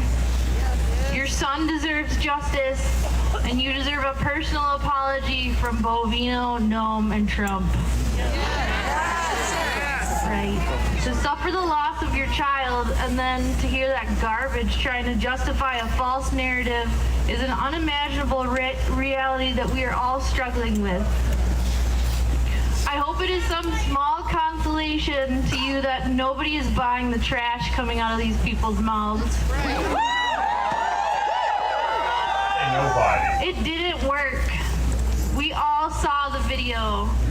We saw what kind of man your son is. We stand with you in your fight for justice for Alex. There's a sign. Trust your eyes, Alex. There's a sign somewhere here that I saw that says, "Rest easy, Alex. We'll take it from here." You're damn right we will. This is how we honor him. We continue the fight. And to every ICE and Border Patrol agent in this state, we will never stop watching you. We will continue to exercise our First Amendment right and film all the illegal stuff you're doing for your future court date.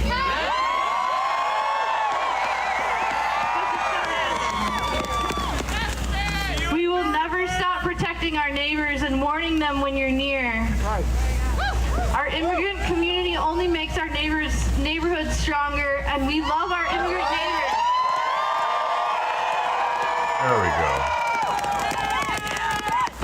We're fighting for our communities and the very democratic ideals that this country was founded on. This is a fight you will never win because we will never stop. Never! Yes! Never! Rest in power, Alex Preddy. We'll take over from here.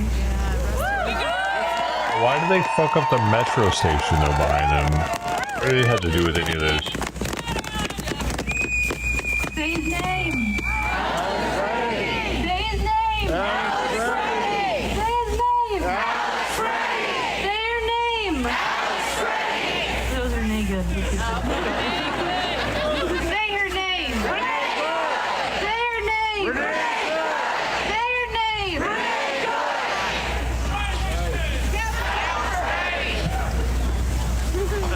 Sorry guys, I don't work really good when it's this cold out. I'm so tired.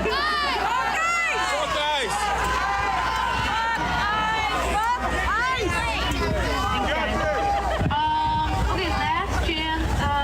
Is there anybody that I spoke to that wanted to say a few words? You just said don't do well when it's this cold outside and everybody starts saying fuck ice. Yeah, they think it's hilarious.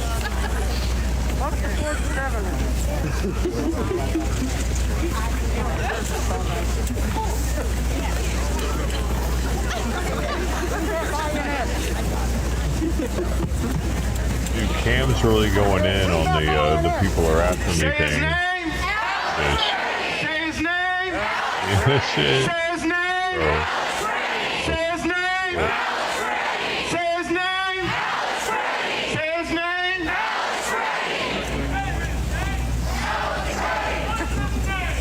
We have lost now 2 lives in the city of Minneapolis due to negligence on behalf of ICE agents.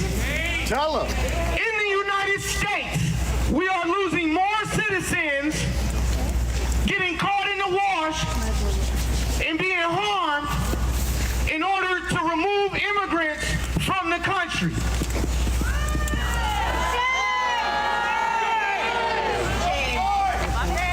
We are standing up for our neighbors Time to feed who these are being cats. harassed by ICE agents. It says love thy neighbor. So when you see injustice happening, it's our right and it's our duty to speak up. We're all speaking up right now by bringing your bodies into the mix. Say his name. Say his name. Say his name. This is no political stunt for the crowd of the masses to be out here. We're all out here for a reason. This gentleman who was a nurse, who was taking care of thousands and thousands and thousands of people, had his life cut short due to the negligence of ICE agents. No. They murdered him. We need ICE out of the state of Minnesota immediately. We will no longer sit by and be quiet and just take it. We know that is what is happening to people of color that are citizens in the United States of America being harassed by ICE agents. These are facts. And we're all Americans. White, black, brown, pick a color.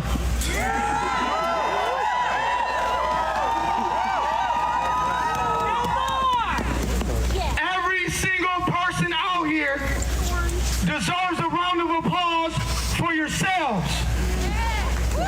This is what it looks like when you stand up, come out as a protester, maybe by yourself, not knowing what you might be confronted with, the dangers, leaving your families at home, them kissing you, them loving on you before you walk out of that door, because you never know what might happen because these ICE agents are so reckless. And all we want to do is have a simple ceremony peacefully and show love to each other.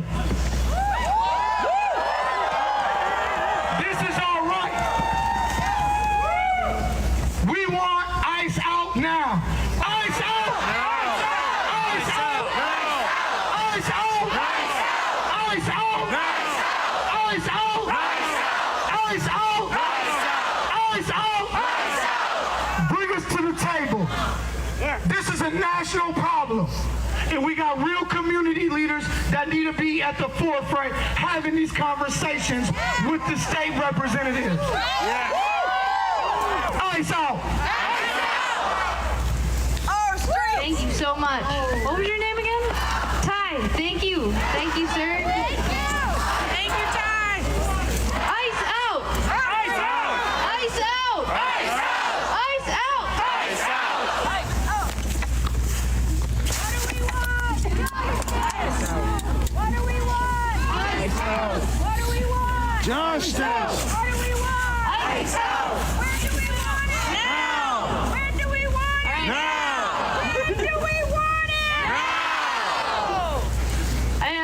Cora Newman here who wants to say a couple words. Thank you. I just arrived from Montana. My name's Cora Newman. I'm actually a state senator from Montana. And we are bringing 27 states to Minnesota this week to stand in solidarity with all of you. We aren't seeing ICE in our state yet. We're a red state. They are not targeting us the way that they are targeting you. That's why we're here, because the American people are fine with rule of law. They're fine with having laws enforced, but we are not okay with masked, unidentified federal agents roaming our streets, killing Americans. And so what I want to commit to you is that together across the United States, 27 states and growing, we have come here to stand with you and say, we can take care of our own communities.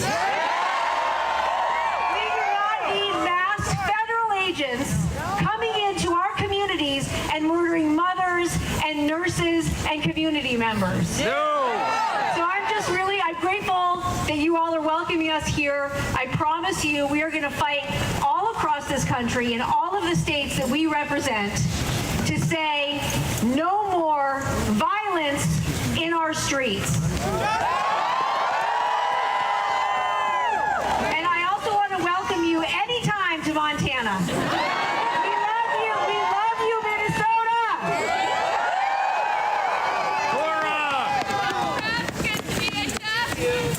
Yes, we are going to try. Thank you so much. We love you too. This is what community looks like. This is what community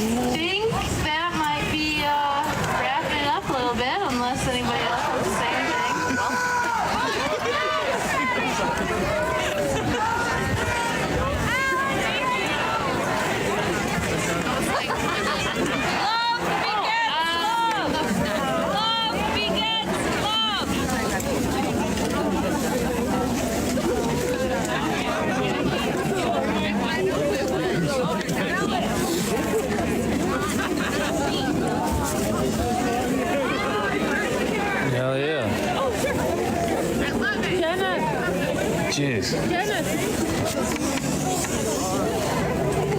Oh, I'm sorry. I'm sorry. No, you're totally good. Okay. I don't know if they saw it. Started, so lots of people walking around with candles. We just heard some fantastic speeches. Morning. Status, you're the best. Thank you. You guys are the You want best. to talk to us? Yeah, I can say a few words. How's it going? How's it going? Not too bad. What is your name? My name is Chad. Hey, Chad. Thank you for saying that. We appreciate you. Yeah. So, what are your thoughts right now about there not being a civil rights investigation into these two officers that shot Alex?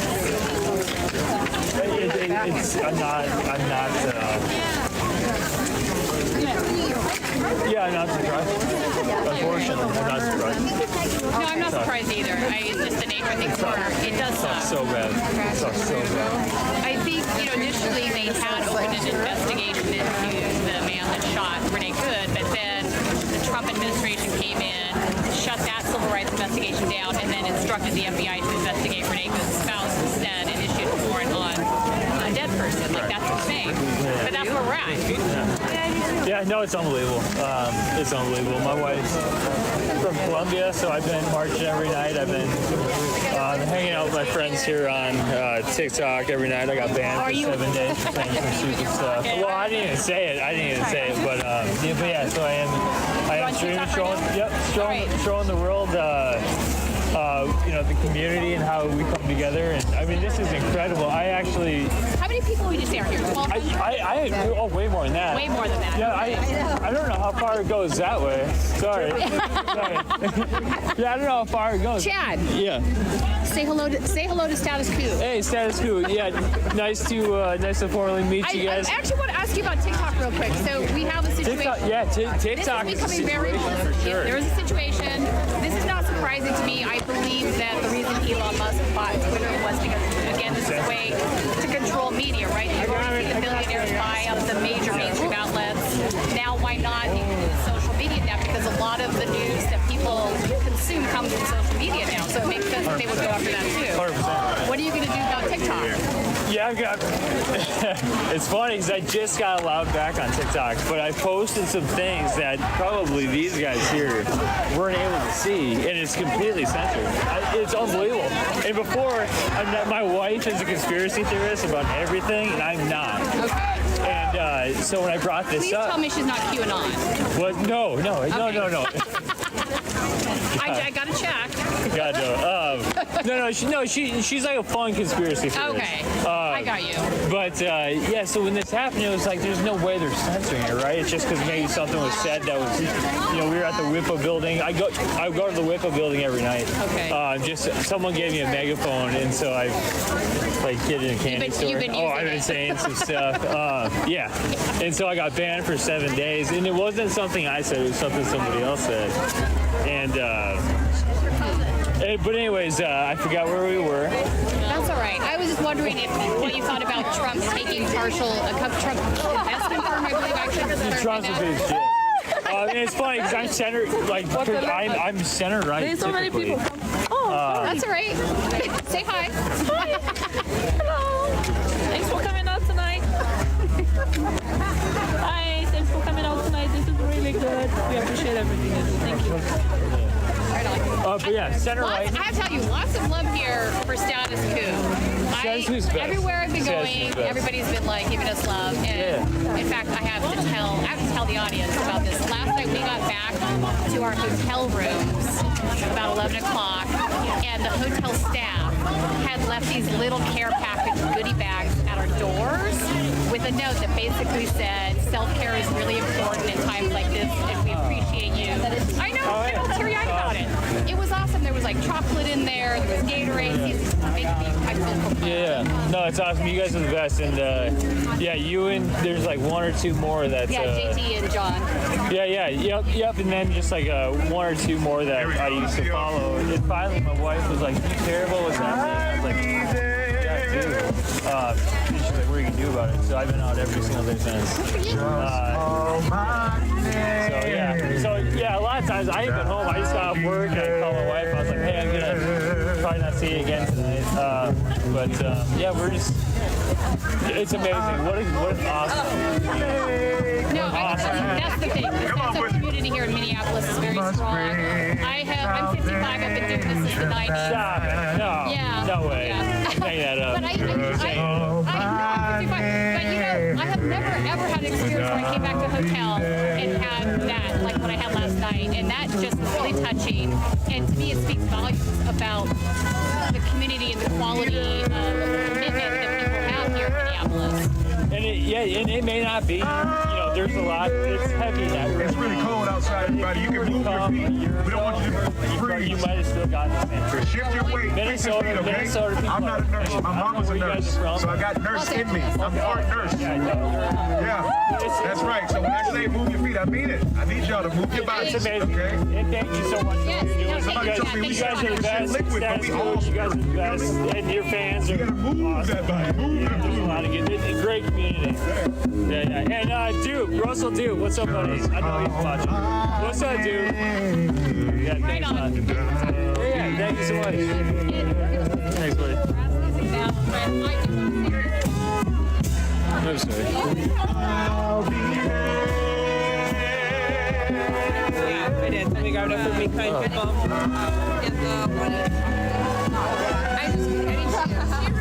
Yeah, sorry guys, I didn't think that would happen.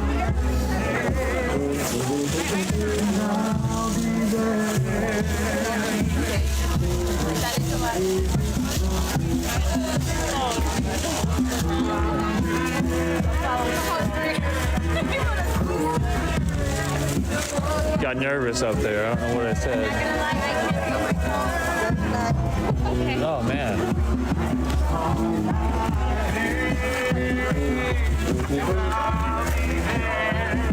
Oh, I'm sorry.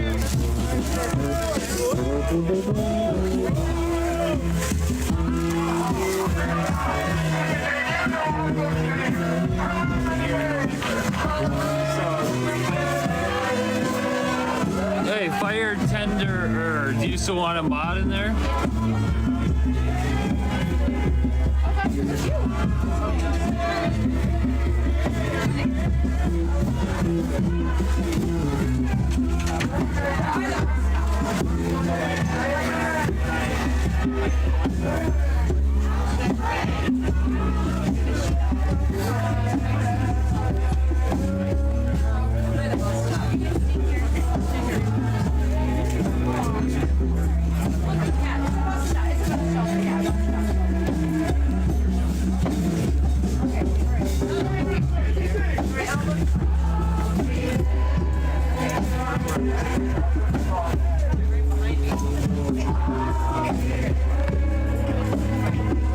Alright, sorry.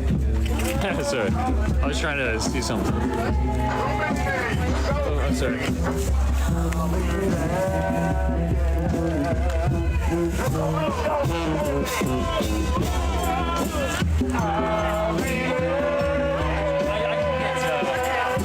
Let's see. Maybe I'll see if I can see them around. Then I can.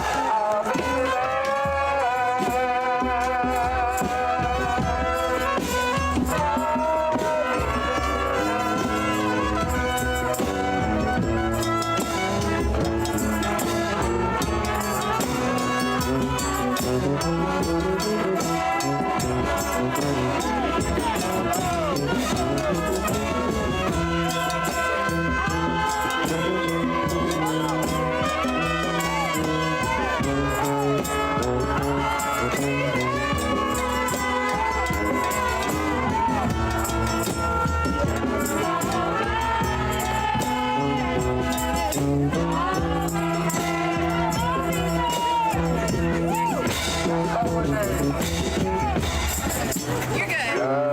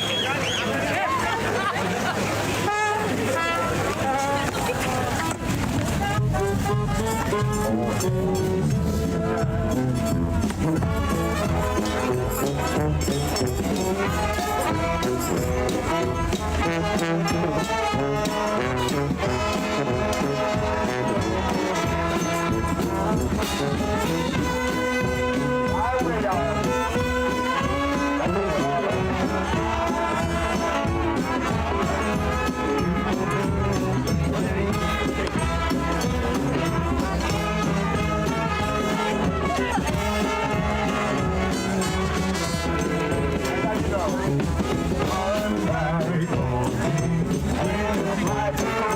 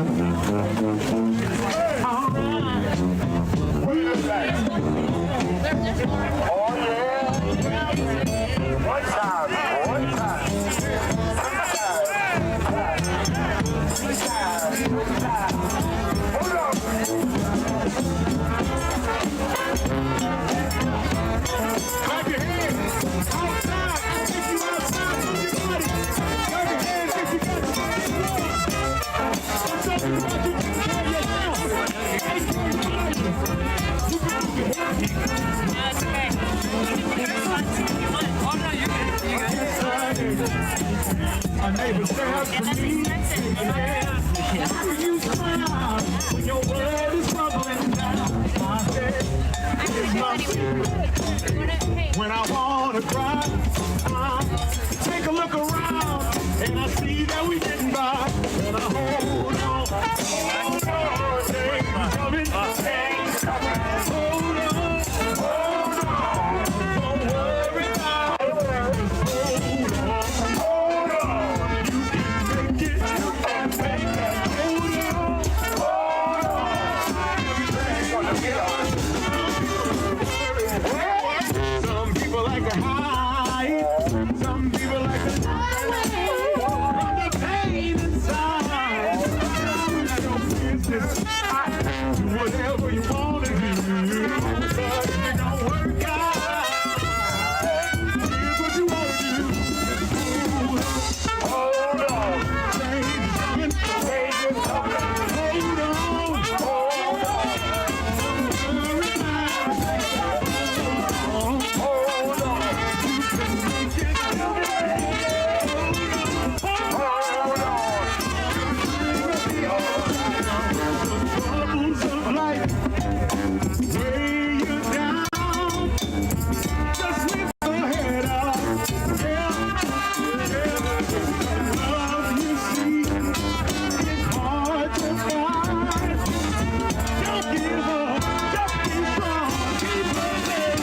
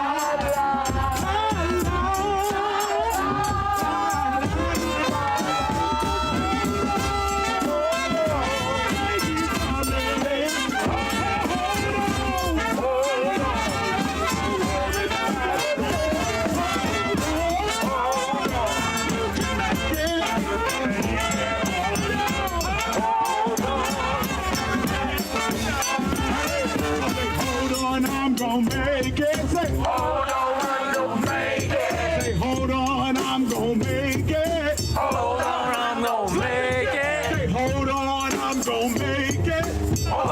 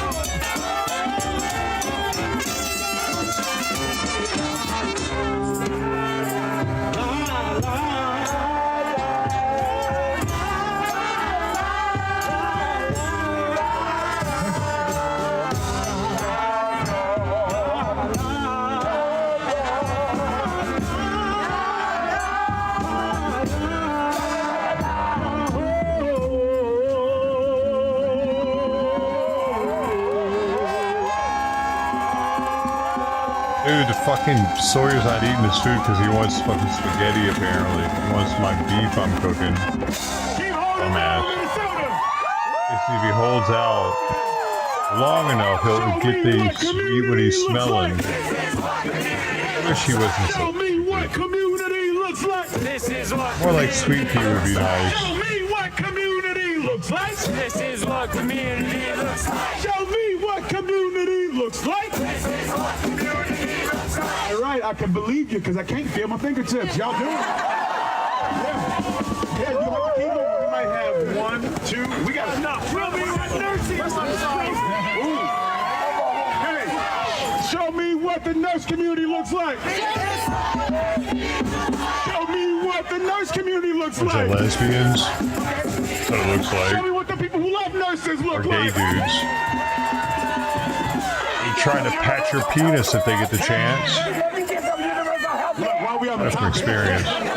we got a couple of demands. Okay, we got at least one more song. Did we? Nah, yes. I'll do one that gives y'all a shot break. You need a shot break? We don't need a shot break. Our horns are freezing. What do you got? But I have to keep them in there for the... How's That's the what audio in sucks. here? Is I it- don't like can you having guys to keep hear them in there decently? longer. Bad. There we go. Oh. Yeah, there's a moment in time. I think I'm gonna get one of them chip feeders and see if I can get him to like use it. That way he can eat out here and he won't be able to get to his food. I don't think I'll have to do one for her.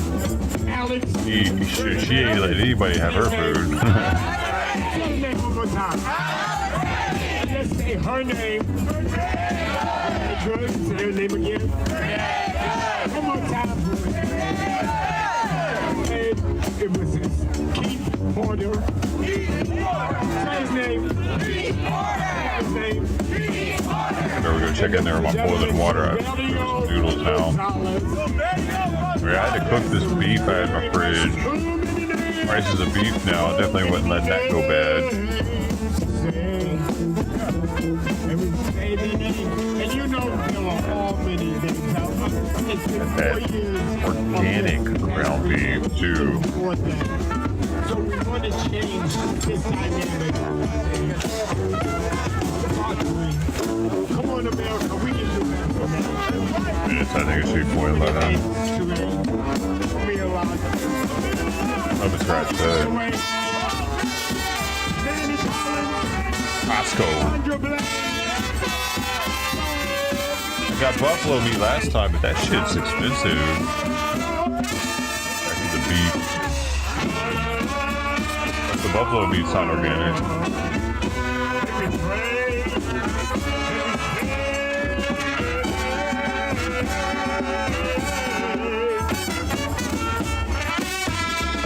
Buffalo Soldier. Play that.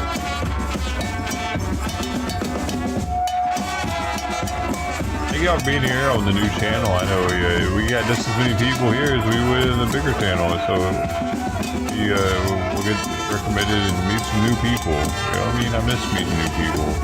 Got that other one down. Meeting new people allowed over there now. They don't want me to embarrass them. Their advertisers.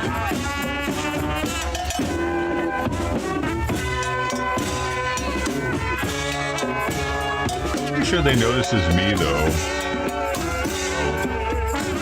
It might not work.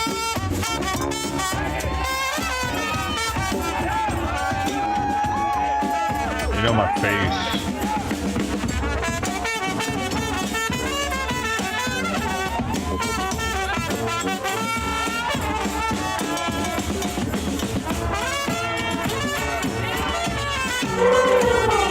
I got you, daughter of the city. I am your brother. Alright, see you later.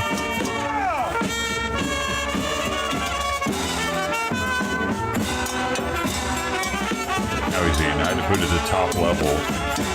Look, I'll show you.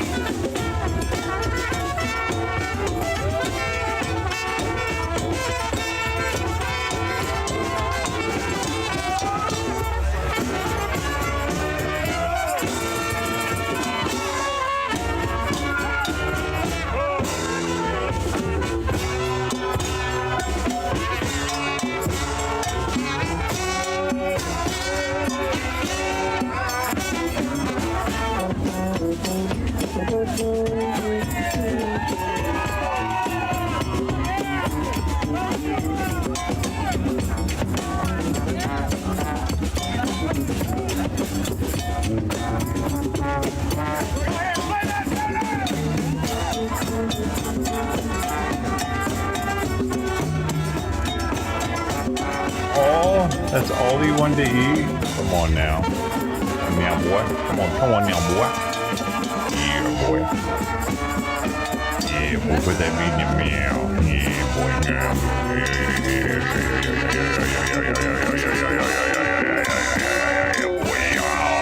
You didn't like me doing that.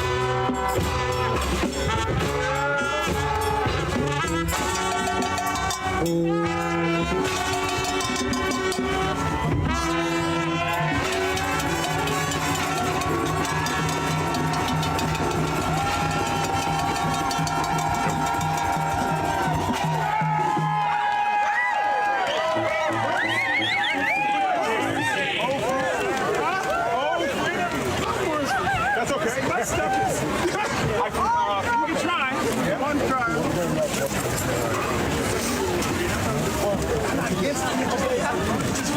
Thank you, nurses.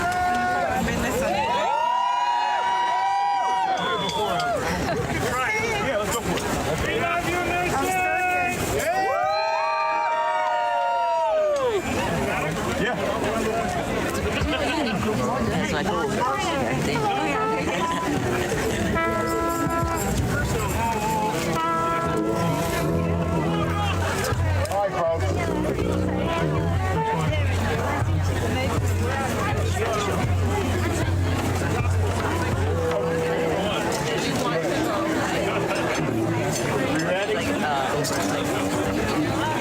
Okay, this is what we got to do. We got to train our freedom.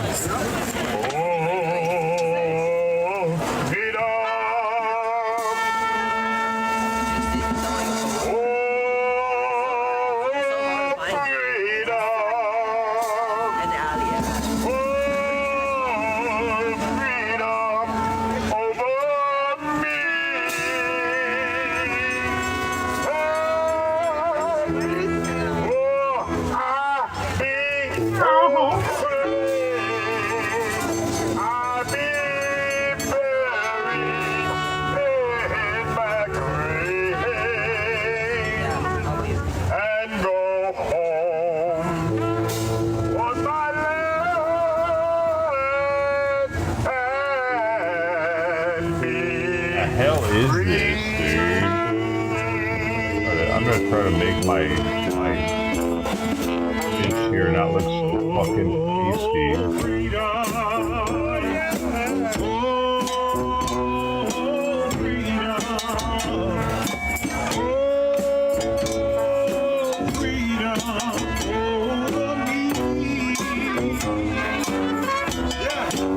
Why is it tasty?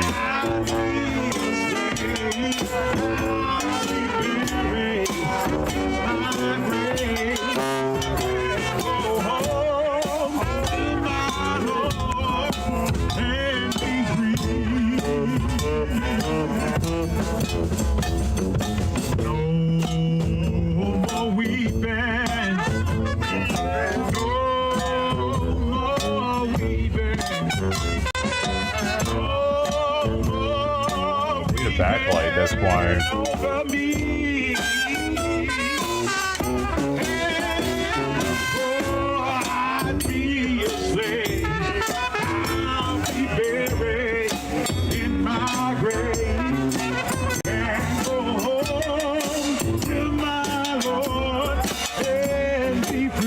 Here comes the fun part. Ready? There will be dancing. Show 'em. There will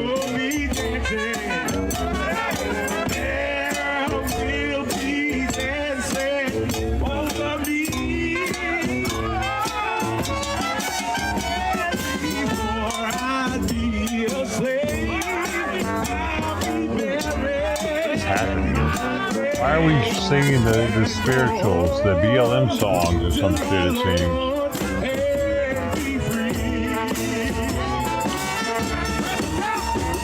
It has nothing to do with slavery. Meanwhile, the Supreme Court's about to hear the argument that birthright citizenship should not be for illegal immigrants. It was intended for slaves. Meanwhile, that's also about to happen. Like, do they want to just give all their privilege or right to the illegal immigrants who didn't fucking put into the slave industry? Why would they do that? Because they won't. They won't. For the most part, they won't. This is the anarchists of Minneapolis. Just remember.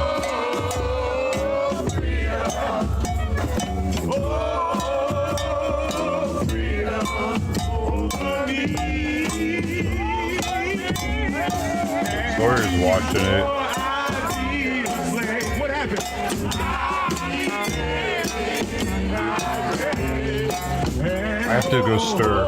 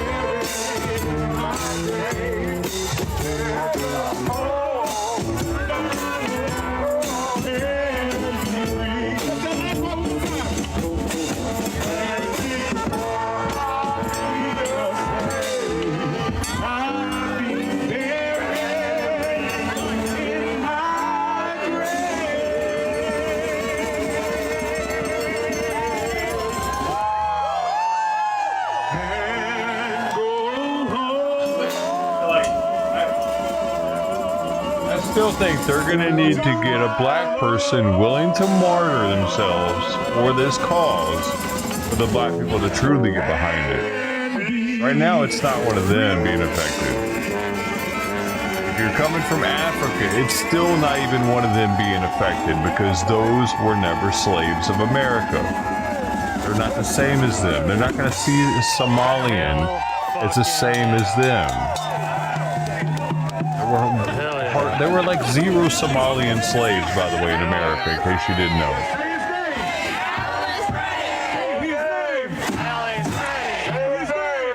We didn't get nearly as many slaves from the north of Africa as we did from the south of Africa, is my understanding.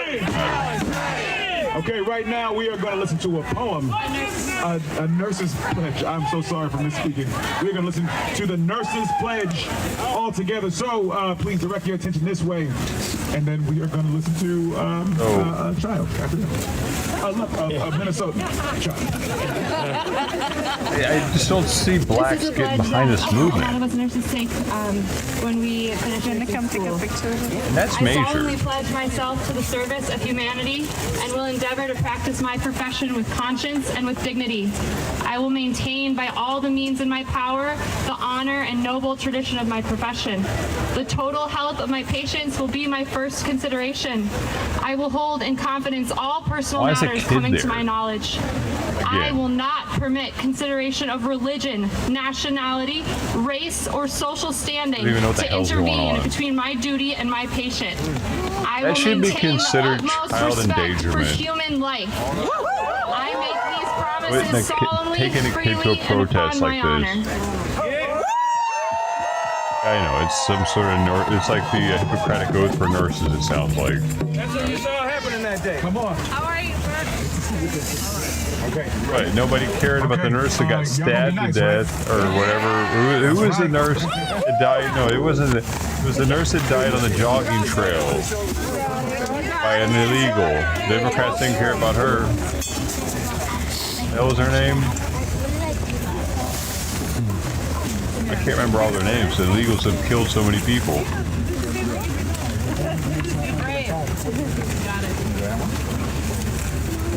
Yeah, those are Unfortunate. Immigrants are under attack. What do we do? Oh, look at they're indoctrinating her. Under attack. Under attack. What do we do? Say it one more time. Immigrants are under attack. Fucking so what do we stupid. do? The kid doesn't even know what the hell's happening. Immigrants are being attacked. So what do we do? What does it even mean anything? Immigrants Lakin are Riley being was her attacked. name. What Lakin are- Riley. What Nursing student. do we do?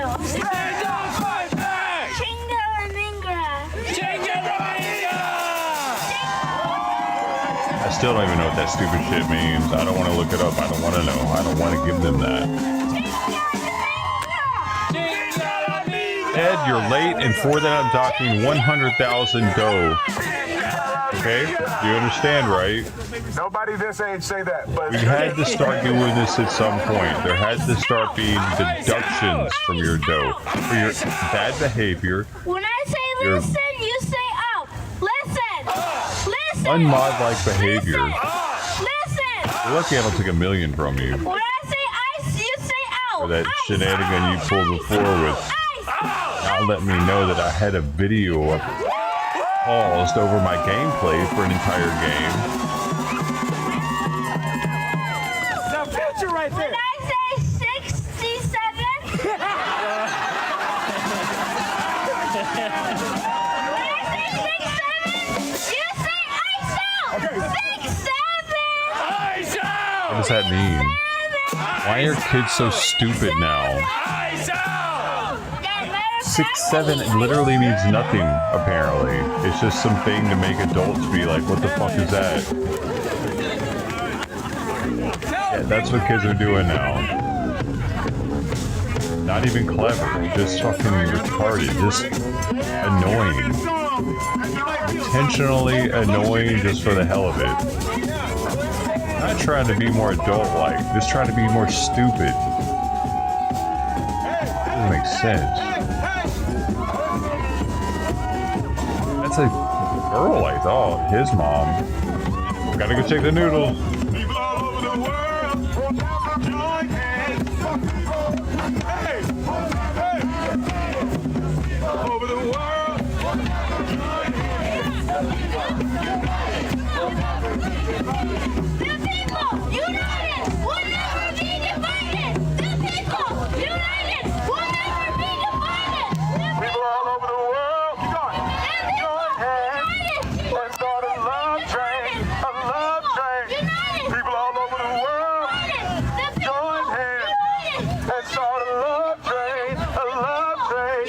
People all over the world, join hands and start a love train, love train. People all over the world, join hands. People united will never be divided. The people united will never be divided. The people united will never be divided. The people united will never be divided. The people united will never be divided. The people united will never be divided. The people united will never be divided.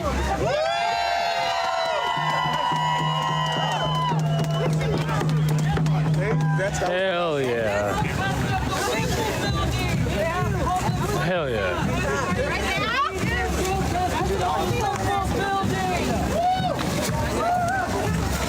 You guys headed to the Whipple?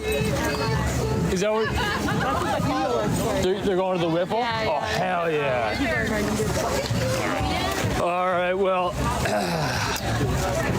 it sounds like a lot of these folks are headed up to the Whipple, which is where I've been the last, I don't know, 10 nights or so, maybe 12, 15 nights. And that's at least where 3 more minutes on that is shit. So headquartered. sticking all in my teeth and That's shit. where they start You know their what I day, mean? finish their day. Not And it quite sounds there like yet. it might be about to get rowdy over there. These are Which it deserves Italian to. noodles from certain region. I got like a 6-pack. They're different so we are ones from gonna different check areas, that all out. different types of noodles. And Yeah. do, but I don't know what the fuck I'm doing. I'm not even sure I'm putting the right time on the right noodle, but it doesn't have it on the back for some reason. The Whipple, baby, the Whipple.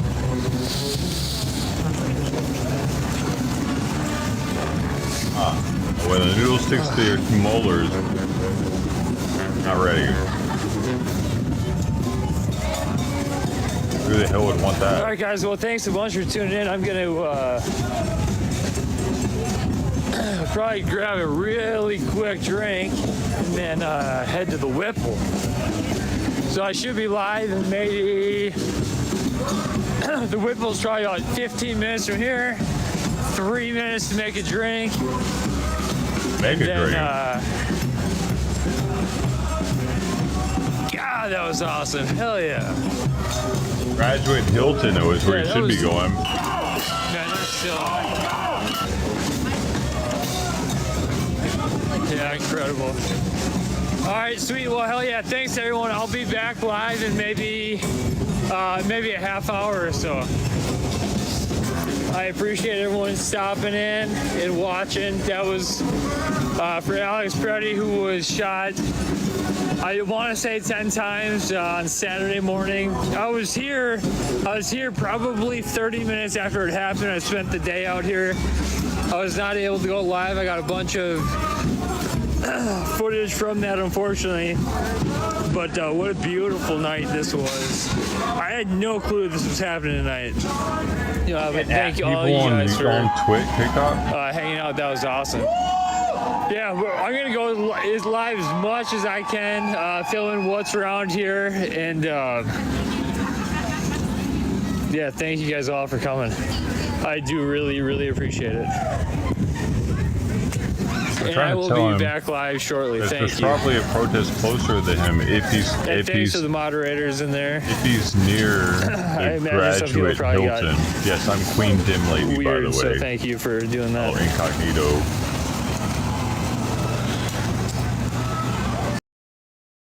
Well, then, look, I used what's her name's picture? Remember her? Texas girl.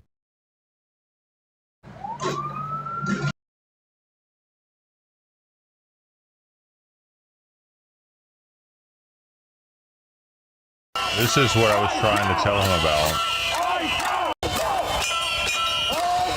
I bet there's way more people here than there are at Whipple.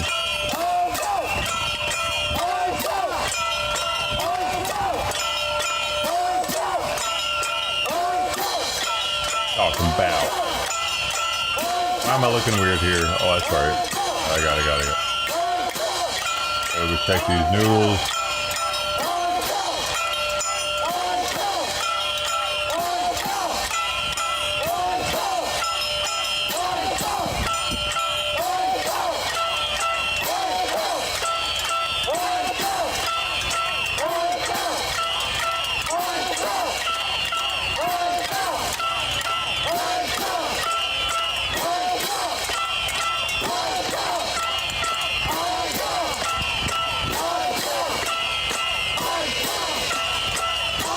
There we go.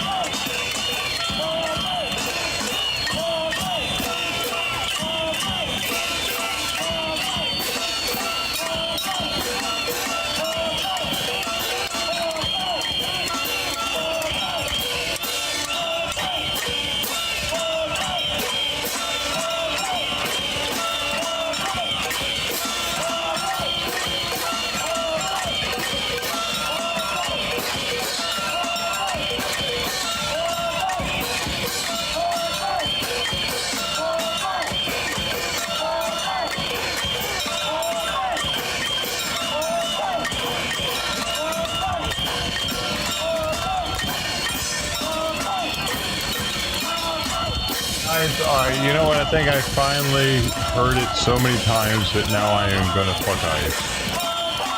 First, I need to make some ice in the freezer. I'm gonna fuck it. I've been cheering Candy MK Ultra into knowing what I have to do now.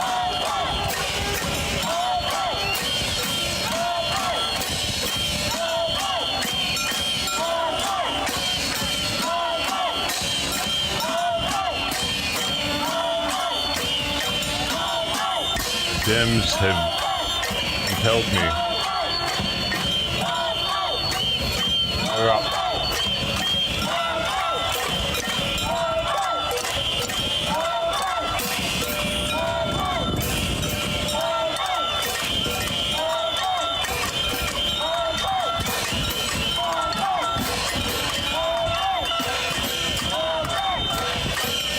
A double stuffed olive, baby.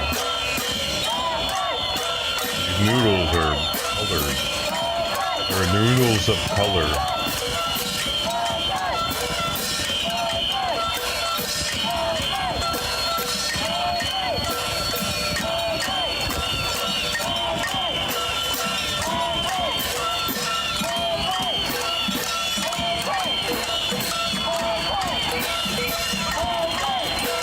Get it?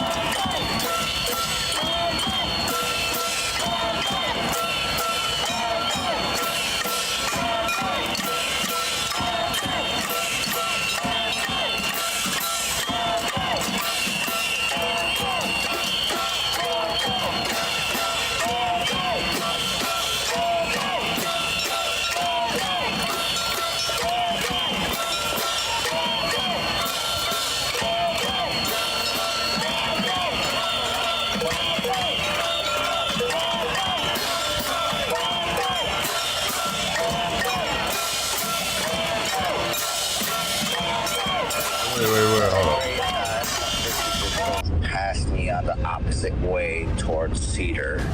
That was Let's just run at him. Let's just run at him. Let's run at him. You could say we've got two commuters behind that F-150.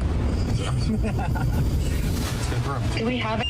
Folks are whistling at this. It looks like this is a confirmed ICE vehicle. We're not ICE. Why are you guys following us? And they leave like right when we get out of the car. We're not ICE. Oh, and they... Not ICE! Not in an ICE vehicle, right? No. Right, get in your truck and get the fuck out. Why? Because you need to go. Confirmed ICE. We're not ICE. What's up, guys? It's very likely that you have seen the Signalgate scandal that I uncovered and infiltrated on X. I wanted to bring it to my audience here on YouTube. So let's talk about what I found. So the first thing is the intent and express purpose of these signal chats is to hunt down and impede federal law enforcement.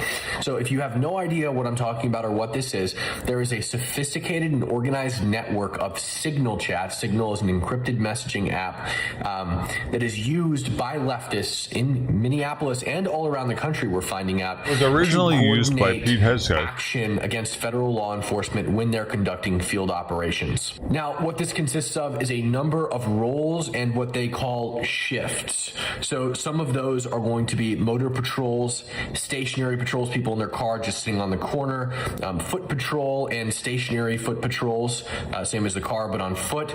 They operate within specific zones. So each area of the city, south, north, east, west, northwest, north, south, etc., have patrol zones within those zones of the city. There are that many people that are supposed to stick to. They also have dispatchers, plate checkers, etc., medics, all of these things. And they have an emoji code that's set up to identify who is what role and when they're on shift. So when they clock in for their shift, I find it hard to believe that they're not being paid when they're taking literal shifts for 6 to 8 hours a day doing these roles.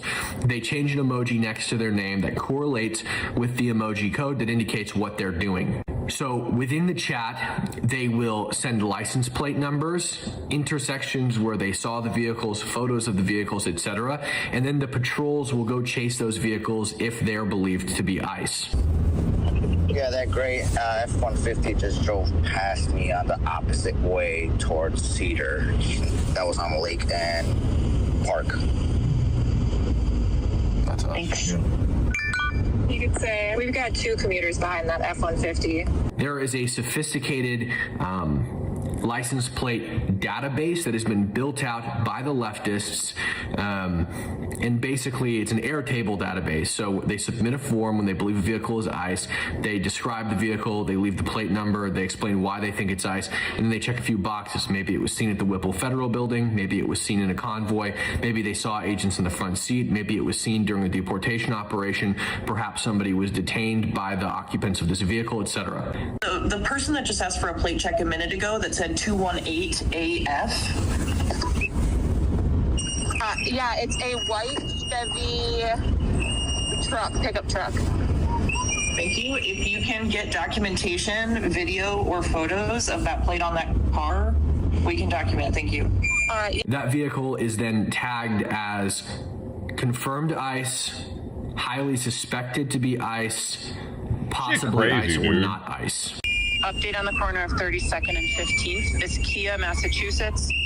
Folks are whistling at this. It looks like this is a confirmed ICE vehicle. The men inside are appear to be ICE, according to the people who are up the window. They official. That is how the dispatcher, which runs a 24/7 call in each of the signal chats that are dedicated to patrols, will determine how to send people or how many people to send. And they do this in conjunction with a tactic that they call SALUTE, which is an acronym which stands for size/strength, action/activities, location, where it's happening, uniforms, what agency are they with, time, and equipment. So they know everything about the incident that's happening. They know how many people there are. They know how many agents there are. They know what they're doing, what their activity is. They know where it is. They know what agency they're with. They know the time it happened, and they know what they're rolling with. Do they have tear gas equipment? Right? What equipment do they have? Are they in a Bearcat or are they in an undercover vehicle? Do they have tear gas? Do they have 40 millimeter launchers? Do they have their pistols drawn? What is it? What do they have? Each of these roles, the patrols, the dispatch, the plate checkers, etc., they all work in conjunction with each other. The information is funneled to the dispatcher, and the dispatcher sends people. Each of those roles has a training for how to operate in that role, a training that I was able to get my hands on, the manual. Some of the messages in the signal indicated that there is a home base. Somebody indicated that they were leaving their shift and heading back to home base where they were expected. Another message indicated that local police departments were aiding them, talking about potentially the police department impeding ICE. In their legal advice chat, which is basically dedicated to people who have had experiences with federal agents that they deem illegitimate or something, they go to these chats or this chat to report those things and get legal advice from attorneys who are the admins of the chat, one of which we identified, Anna Hall. Within the description of that chat, there are links to Attorney General of Minnesota, Keith Ellison's website for reporting federal agents, and there are also forums for the Democratic Socialists of America where they report local police departments who might be working with ICE to elected officials. Now, the question here is, if you're reporting a local police officer to elected officials for aiding and abetting federal agents, ICE, that's not illegal. It's not a crime. What do those elected officials, what are they expected to do? Do they penalize the officer? Do they demote them? Do they dock pay? Do they put them on leave? And if they don't, what's the point of doing it in the first place? It seems that elected officials are very likely working with this sophisticated and organized network of what are essentially domestic terrorists whose sole and intent purpose is to impede and obstruct federal law enforcement. And again, in these signal chats, at least the rapid response ones, what they call them, they're not there to organize protests. It's not the point of them. They don't organize protests. In fact, they use part of their emoji code is a broom emoji. It's a sweep, right? It means delete this message now and basically get out of here. This is not the place for this. That's what the broom emoji means. When people talk about protests in the chats, the broom emoji is tagged on them. They're not supposed to talk about protests because it's not the point of the chats. The point of the chats is rapid response. If you drive around South Minneapolis was the most activity, you'll be hard-pressed to find federal activity. They do their operations very quickly, and they're driving around a lot of times. It's very difficult to find them and track them down. I know that because I did it. I tried to find federal law enforcement activity.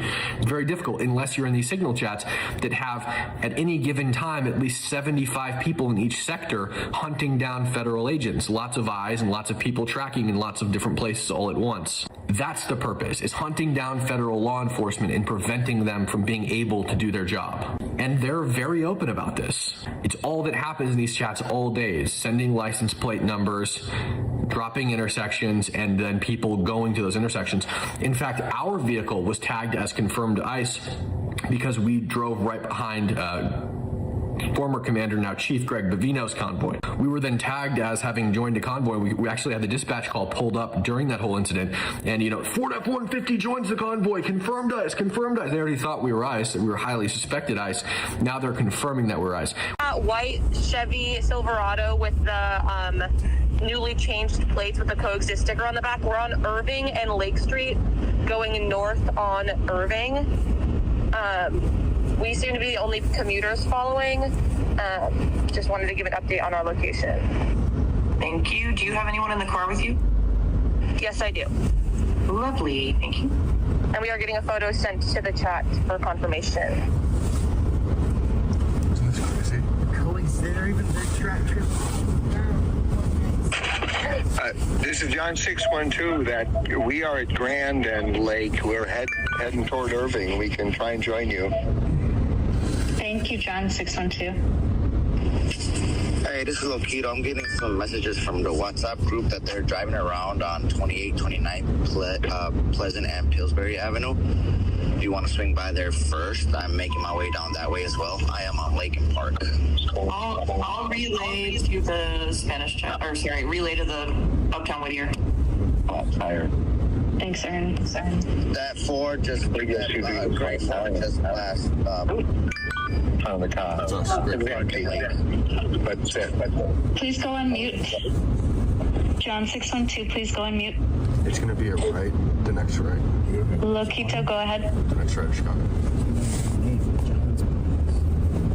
Yeah, that gray F-150 just drove past me on the opposite way towards Cedar. That was on Lake and Park. That's us. Thanks. Yeah. You could say we've got two commuters behind that F-150.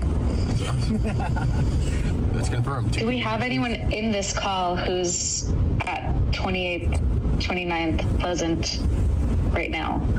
Lokito, you're not there, correct? Don't wave at them. Do not wave. Correct. I am on 3rd and Lake. I will be there in probably like 2 or 3 minutes.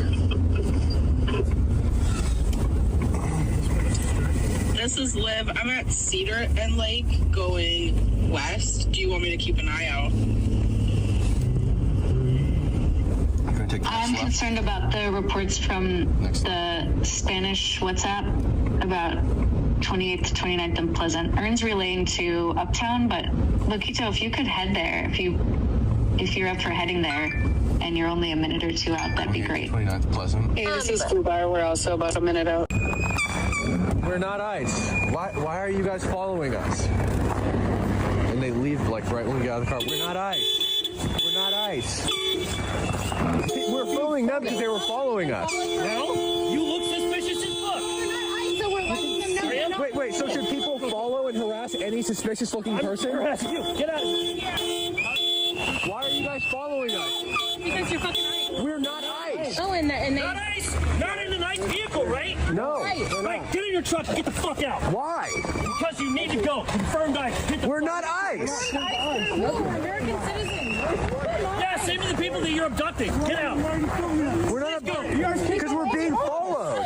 They're following us, and they came up. We didn't even know they were following us until they came up and said, "We've been following you, reporter." Independent Go report something. Okay. Go to the airport. We don't want people following us. Go to the airport. And hurting us when we get home. They're not going to hurt you. They're going to stay right behind you. All the way back to where we're staying, right? Great. Yeah. No, we don't want that. It's. Why we're Americans? Why are we being forced out of a neighborhood? We're reporters. We have Americans being detained. We're not detaining anybody. People who are claiming to be federal agents. We're not claiming that. So you can tell we're a little bit on edge. That's fine, but it doesn't give you the right to run people out of town. Yeah, so why are you here, though? I mean, we're reporters. Are you going to join the protest against ICE? We are reporters. Were you reporters with who? I'm an independent journalist. I sell my footage. What's your handle? What's my handle? Yeah. I sell my footage. Really? Yeah, you're pretty established. I sell my Where are your press credentials? I have them in my pocket. I showed them repeatedly. You have press credentials? Yes, they're in my pocket. 1 second.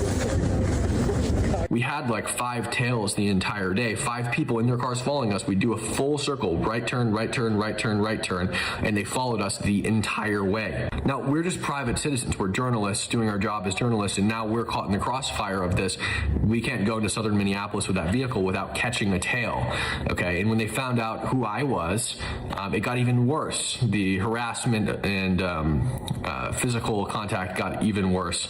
And I'm not the only journalist who's experienced this. I know several other journalists, some of whom aren't even necessarily right-wingers, probably are more sympathetic to the protesters who this very thing happened to because they were believed to be ICE and then eventually believed to be hostile media. And to be clear, you can show them your press badge all you want. It's not going to make anything better. They will just either find out who you are and then go even harder, or assume that you're ICE that's printed a fake press badge. If you are in their database as confirmed ICE, there is nothing you can do about it. There is nothing you can convince them of that you are not ICE.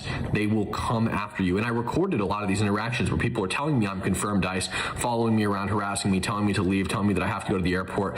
They're going to follow me until I go to the airport and leave the state. Another thing is the funding aspect of this. Mutual aid. They work with local businesses, local nonprofits, schools even, to provide mutual aid to this network of insurrectionists. And they list those businesses publicly in these signal chats.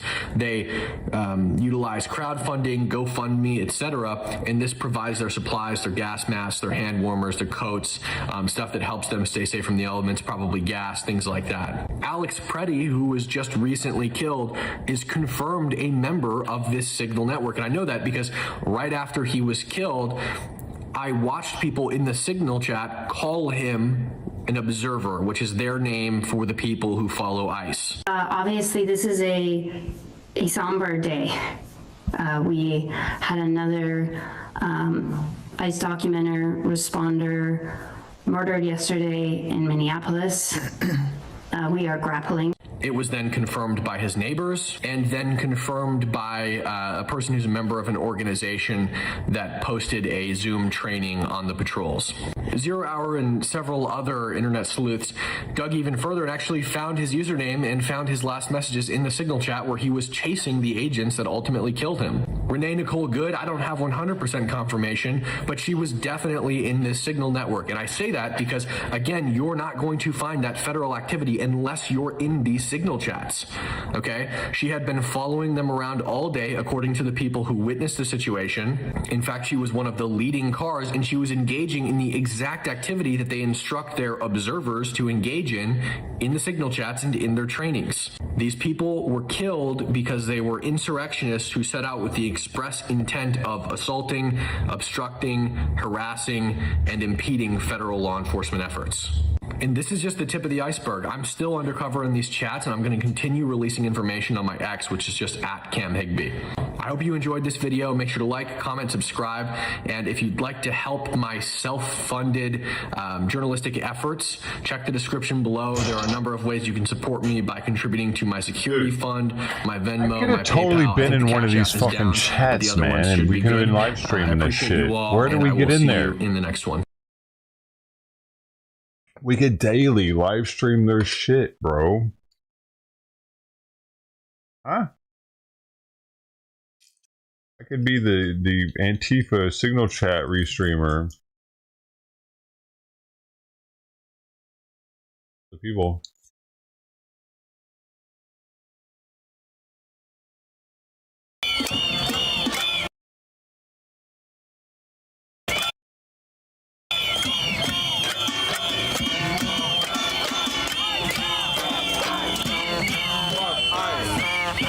That would be interesting.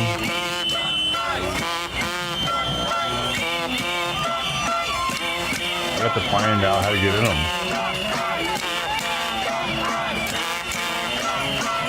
I have to get an invite.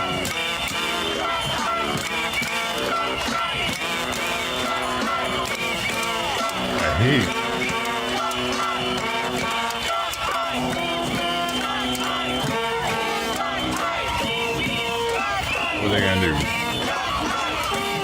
help me at Costco?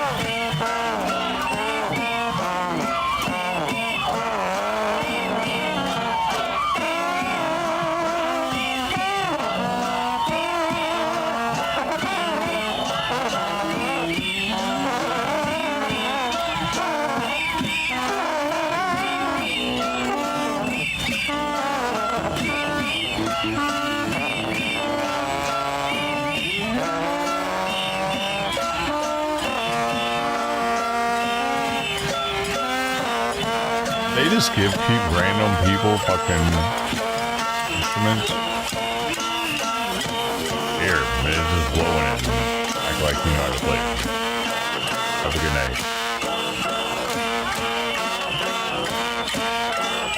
Wow, they really got a big ass barrier now. Very professional barrier.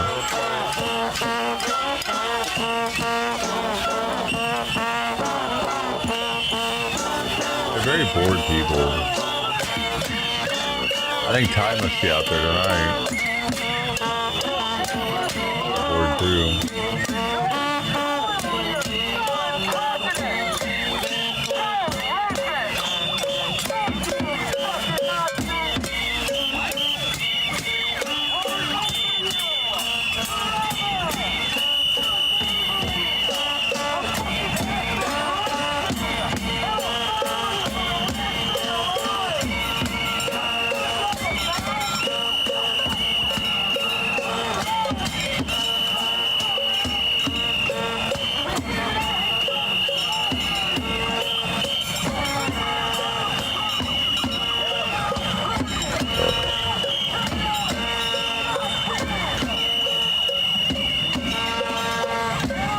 Governor Walz talks ICE operations, and there's a box 9 sit down. He had a sit down, box 9.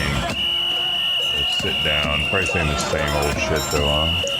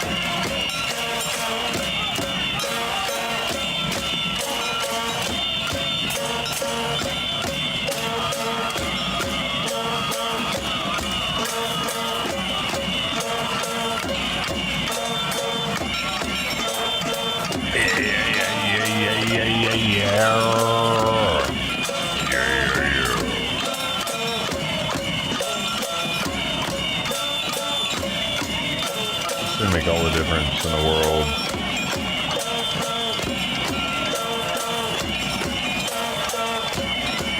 They know it. Dude, the Twitch events went away again on top right. Yo, dude. Hell, man. I don't know what's going on with that, brother.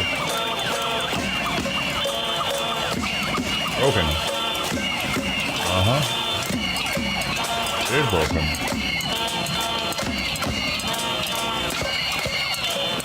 Why is it broken?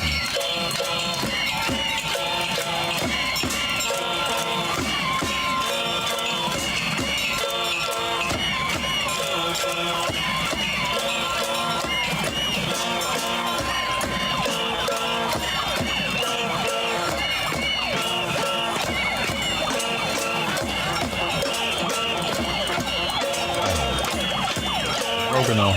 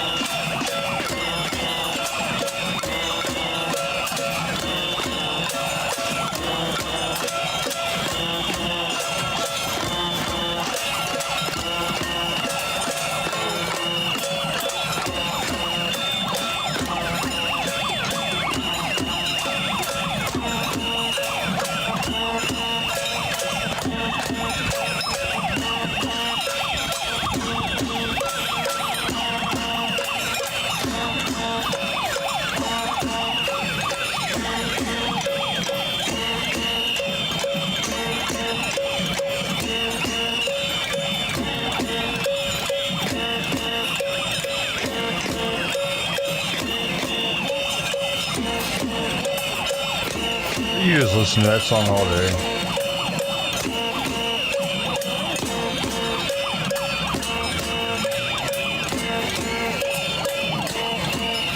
I'm pretty sure I could. That funk, funk.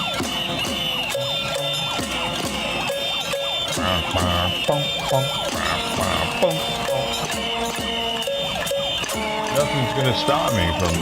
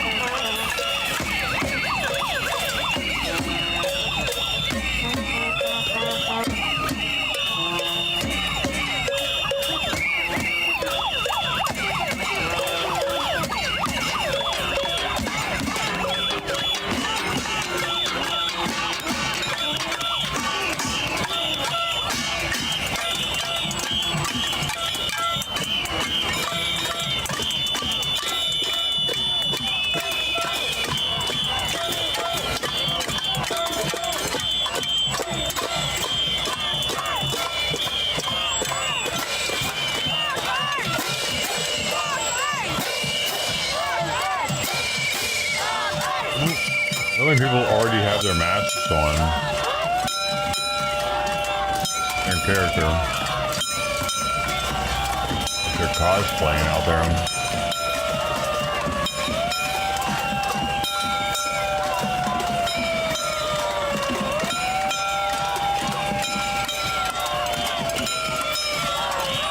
I'm showing them that I got my mask. Shit. Yeah. But if you think I am, I got my mask. I'm ready for battle.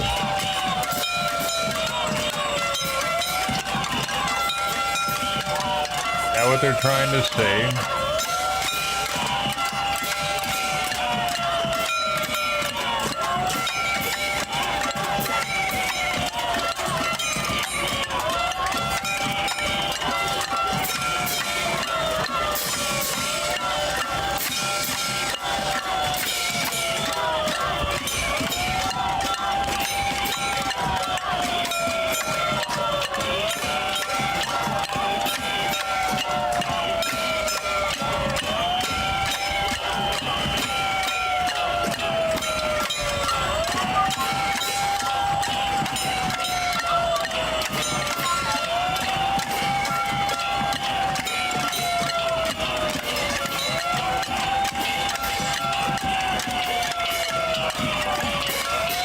These are the true American heroes right here, fighting the Nazis, storming Normandy. They're willing to sacrifice their lives. Their buddies are dying next to them. 2, 3 people have been shot. 2 are dead. 2 are dead. 2 whole people are dead, man. Normandy. It's close. The amount of death that was bloodshed that was shed on the Allied forces of United Kingdom, America. It's close. Got the Battle of Bastogne. They were freezing their asses off out there. Have you seen Band of Brothers? They had to worry about mortar fire.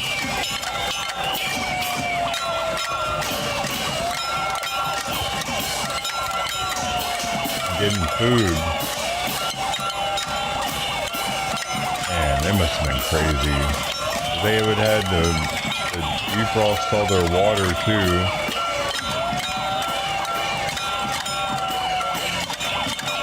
Man. There's some harsh winters out there. Oh, the sun.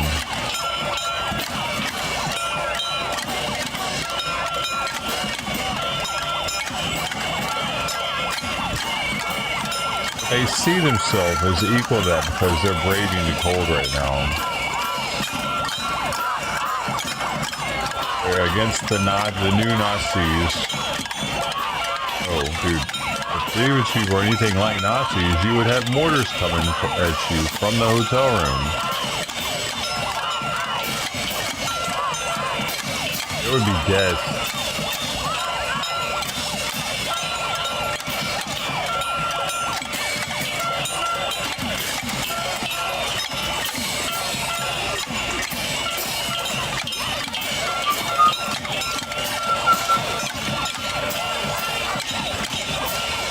I'm pretty sure there would be. I'm not a historian or a fortune teller.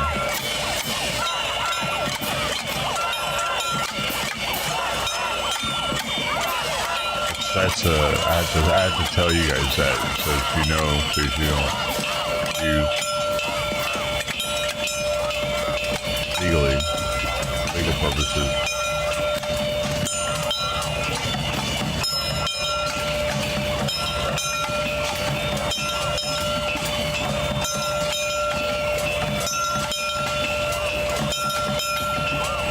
And that bell, whatever that is, really does cut through everything, doesn't it? A triangle. Is it just a piece of metal? I think it's a piece of metal, like a triangle little, but like otherwise do it dull out quicker through the hand. I'd be hanging with a bell. Bells are neat how they're able to do that. Like, we really figured some shit out over the years, humans.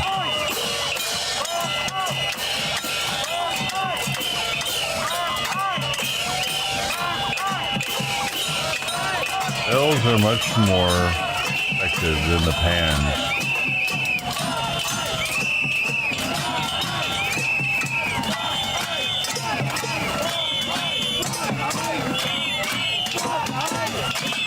It's amazing how the engineering makes that much of a difference.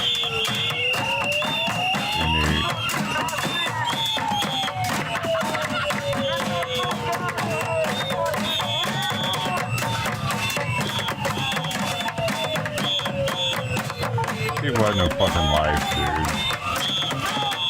And it's a combination of no life and no money.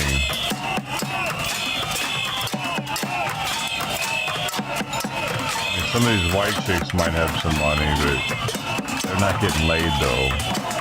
Because they're so focused on themselves and me, that no dude's really finding them attractive and they don't know why.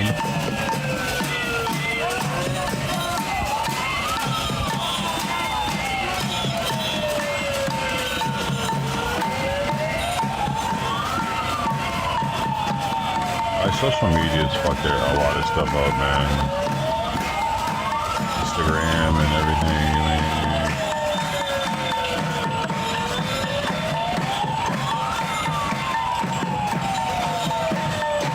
I noticed how much I was paying attention to Facebook back in the day, and that's when I started streaming.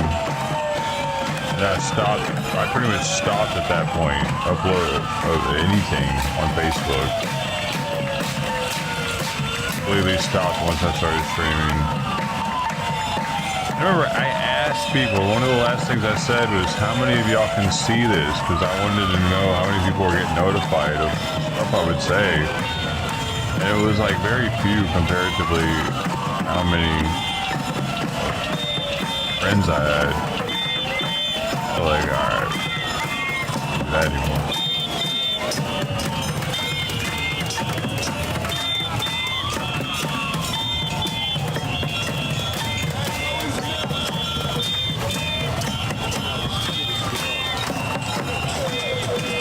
Have you ever gotten sexual with your bills, Ted? Slow motion with it? Back in the day.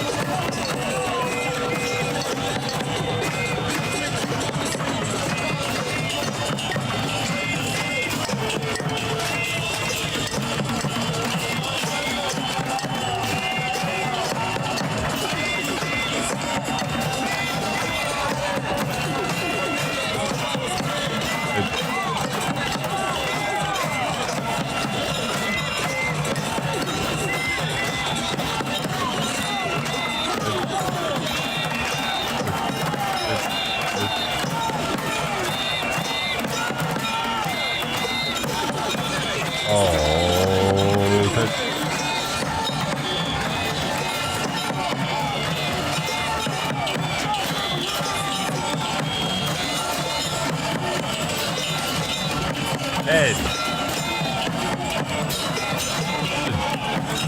Moment.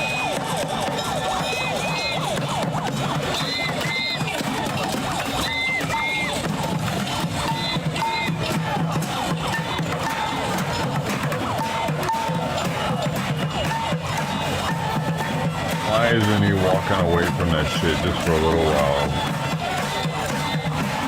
Maybe you want to go on some PUBG and shit or something. I don't even know, bro.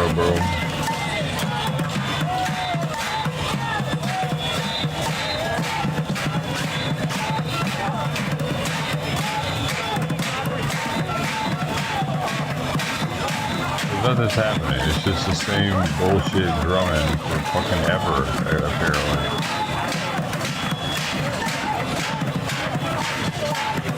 I'm walking away from this, so.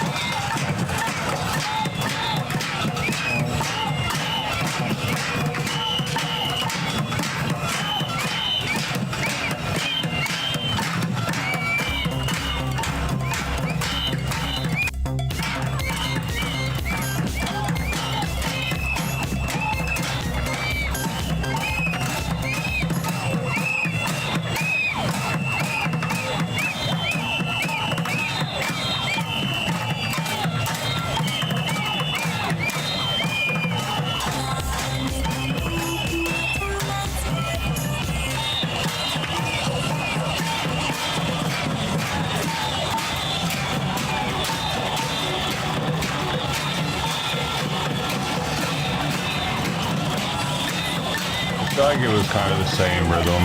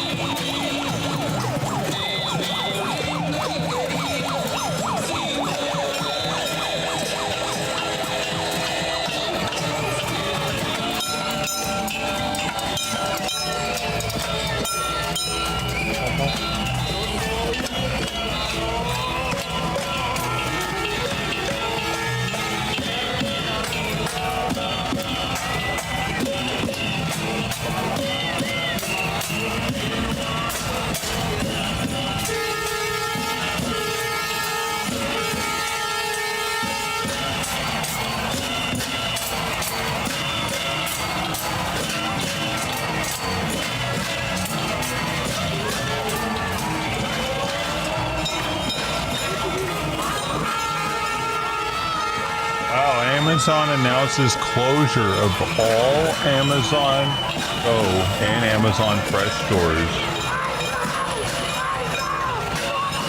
That's pretty major news.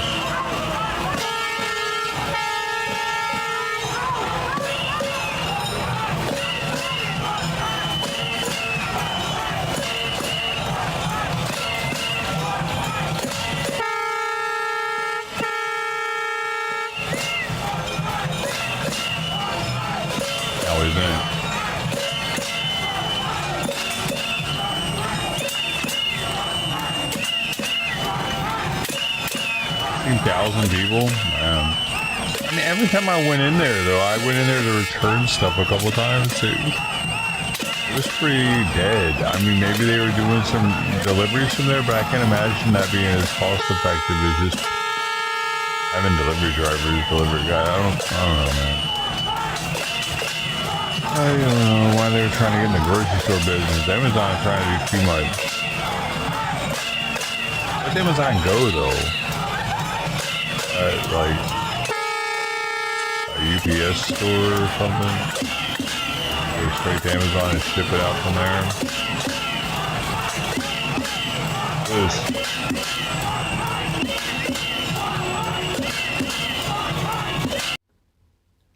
Let me see if they got something here.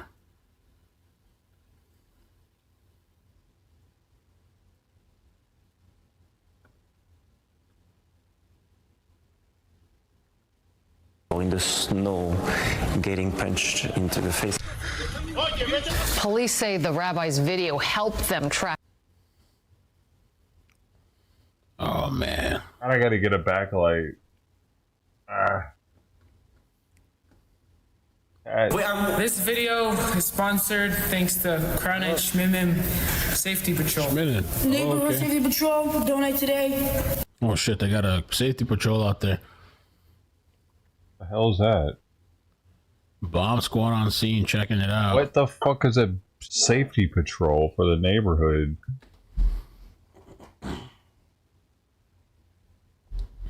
You need one. Oh, it's a Jewish thing? Really? You know about this.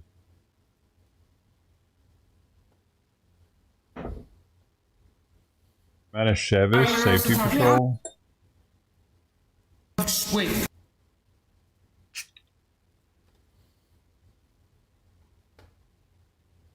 $770 Eastern Parkway, the world headquarters. What is Shabbat? Why do they think it's terrorism? It could be a terror situation. Crown Heights Schmimim Safety Patrol. Sponsored by Crown Heights Schmimims for all your Crown Heights Neighborhood Safety Patrol. Man, boys ain't playing with their money. The Shabbat Lubavitch is a global religious community movement with the Orthodox Judaism. The synagogue. They're patrolling the synagogue. They're the ones that keep it safe. Do they know like a Jewish martial arts? Goes back to the old school. They can use, dude, those kids, they can use one of those round... Make sure to stick out the sponsor. Jesus crackers that I got. This is a big scene. I don't know, man. Is it really a bomb in It's that not car? just food. Wish I had another live stream I could see. Let me try TikTok. I was so good at it. The Shabbat. I hit him right here. Right through. They turned that into a deadly weapon. Yo, what is happening? The Shamamis. Yeah, I've heard of them. Oh man. Mimi? I think I've heard of them. Fancy cousin is not coming to the scene. Who's that? Creepy looking cop car. Shaman men are bad. Is that a fucking Jew? A Sounds Jew like some cop? kids, man. Is that a special Jew security guard for the neighborhood? New York's weird, dude.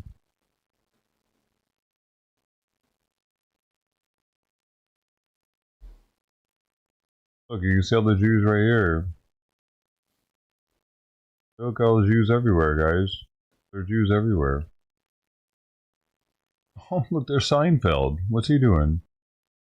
Holy shit, Seinfeld's down there, guys. Please be careful.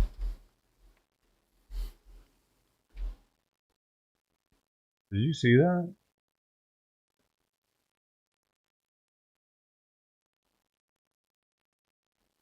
ABC posted something here.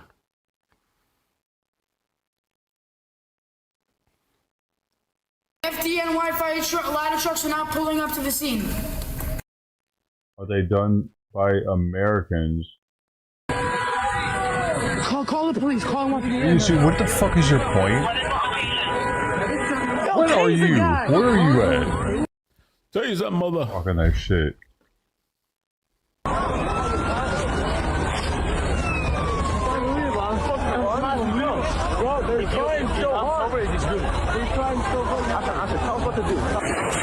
Oh, baby. Call the police. Call them up again. Yo, tase the guy. Tase the guy.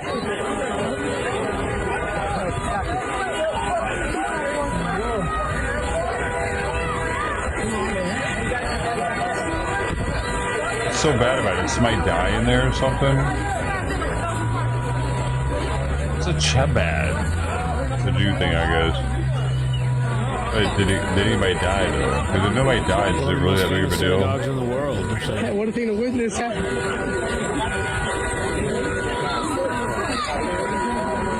Doesn't seem like that big of a deal. Oh, he definitely looks Muslim though. Have the cop.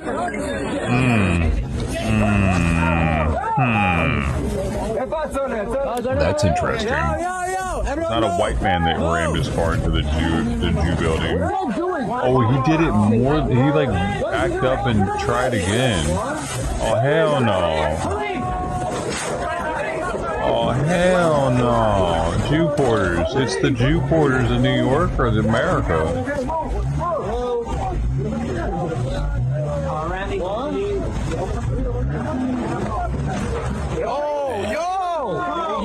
He's got to go back further and get some more speed up, man. He's really he's an idiot. He needs to get back to like 30 feet and then really hit it. He'll get in there. I used to give lessons on this, but I've moved on from that. Move out. Move out. Move out. No longer in charge of that.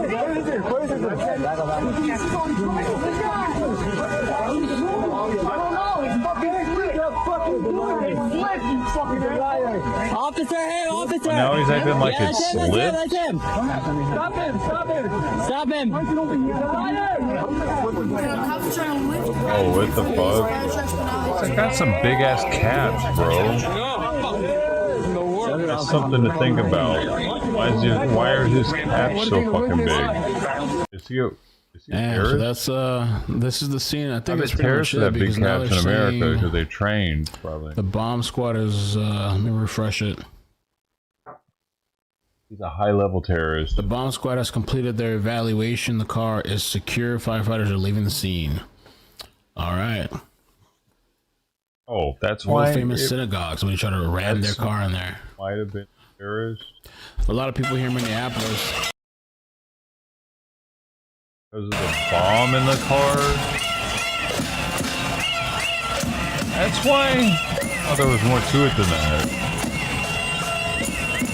Clickbaited me, dude. Oh, you fucker. The dude did look sus though, like he was Middle Eastern. Like, why you acting crazy, bro? Your hat message. I don't know, you gotta stay on Twitch for me to know what you're even talking about.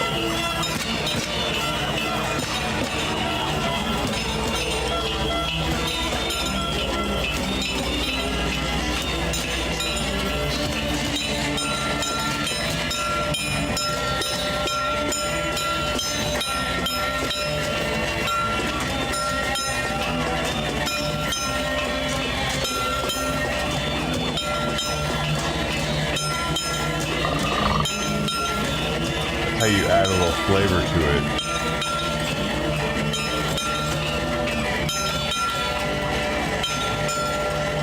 A little stank on it.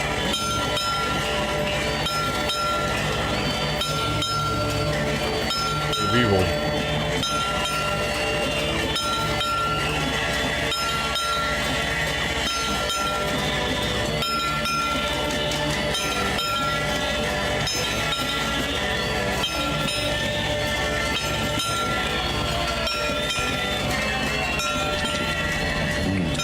That's a 10. Are you sure? Guys, I don't want you to be like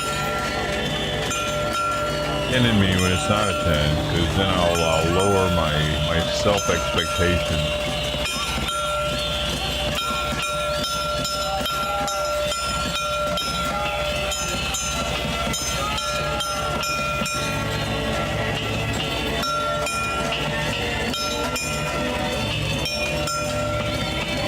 That bell really does cut through everything.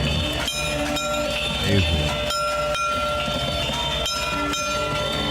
Like somebody shaped a piece of metal over and over and over and over and over and over until they were like, that's it, that's it. Yeah. Like a sound weapon.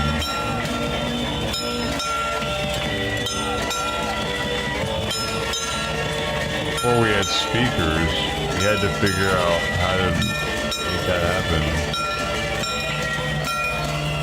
Oh, there's the bell there. I see, yeah. It's pretty big, dude. They have it suspended on the railing because it's heavy. Holding this all this time, I'd be ready to go home by now, probably.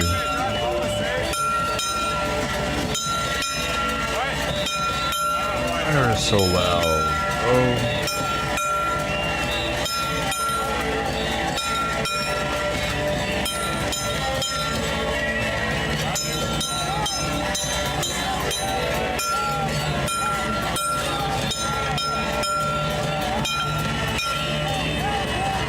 Wish the bell guy wasn't there. Kind of messes it up for me. Yeah, he got tired.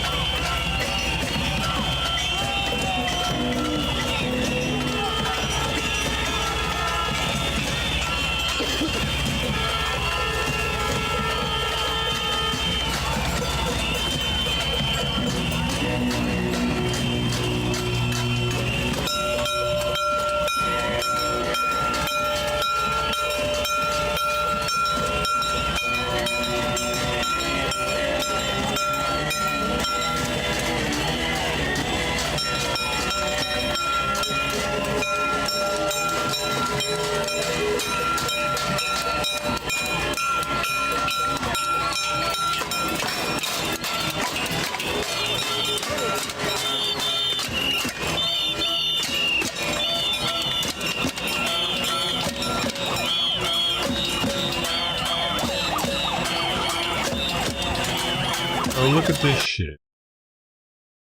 I'm reading the fucking closed caption of what this guy's saying, and it's connected.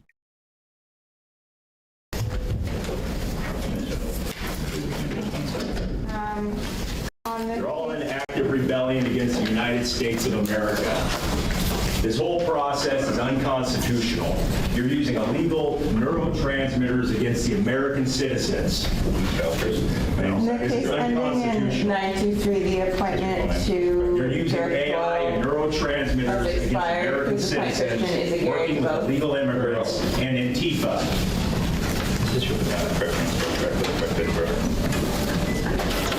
This whole process is unconstitutional, and you know it. I know it, and you know I know it. And I know you know I know it. Your Honor, I'm not able to true name Mr. Elkers. Are you trying to look crazy? Feedback with regard to the date of birth. You're in active rebellion against the oath you took to uphold and defend the Constitution. So, Mr. Oaklers, we can do this hearing now. If you're not willing to participate, you're a traitor. We can set it over to tomorrow, but that's not going to move anything along from you. You're just going to have to be. This is terrorism. Let me this suggest is insurrection against America, against the American people, and you know it. Are you able to confirm your identity, Mr. Elkers? I don't know. I'm sorry, I don't know. That's attorney, and I'm here to help. I don't know you. Are you using neuros or you AI? I'm not. I don't know. Before you work for this court, you're unconstitutional. You're involved in an unconstitutional process as an attorney. I don't work for this court. Terrorism. Mr. Elkers, is this your insurrection. Trump's coming. Military's coming with him. Your Honor, given the posture of the case with the totally unconstitutional. I'm comfortable proceeding with the arraignment at this time. Active rebellion against the United States of America. With former reading of the charging instrument and advice of rights, reserved rights is read onto the record this morning. Is not guilty. Forced cognition augmentation is totalitarian. This is tyranny. Defense is asking for a preventive detention hearing date in compliance with the... this person does not speak for statute 5 days out from today. I would also note at this point... Unconstitutional. This whole process is unconstitutional, and you know it. The government knows it. I find, based on the submissions in this case, that there's probable cause to believe the defendant committed a criminal offense qualifying as a violation. You're in active rebellion against the United States of America. You're using illegal neurotransmitters against white Christians and Trump supporters against civil rights in the U.S. Constitution. This was marked incorrectly. Everybody here is guilty. That's okay. So I do find it probable cause that Mr. Oaklers has committed a criminal offense qualifying as violent felony pursuant to ORS 1. This whole process is criminal. As such, security in this matter may not and will not be set pending that insurrection. Set that hearing for 48 hours from. And I'm sorry, I missed who the appointed attorney will be. Christian? Is it Gary? Thank you. And Your Honor, we're also here on active rebellion against the United States of America. Status for 3 years after he was released. Tyranny. A bill on non-case be set. They're using what the generous doing there? devices against American citizens and Trump supporters. The state of Oregon, the city of Portland, the far left. On the indicted case, call March 9th, 1998. Trump's coming. Management, April 20. Military's coming. Government knows all about this. Homeland Security knows all about it. 4th at 9:30, and we're gonna place the case on the call docket tomorrow, January 20th. Insurrection. At 9:20. Active rebellion against the United States of America and the U.S. Constitution.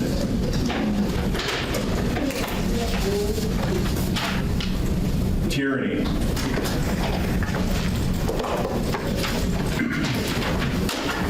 Total scum. Every one of you.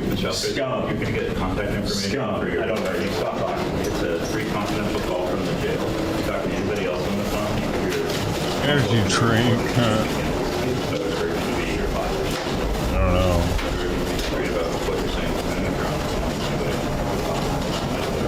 You work for the court, and this whole court is unconstitutional. Everything about this is illegitimate, and every single person here knows it. It's coming. Agenda 47. Military's coming. crazy. Might actually be. Oh, they're getting rambunctious. Guys, they're getting rambunctious. They're getting they're getting rambunctious. They're moving that thing.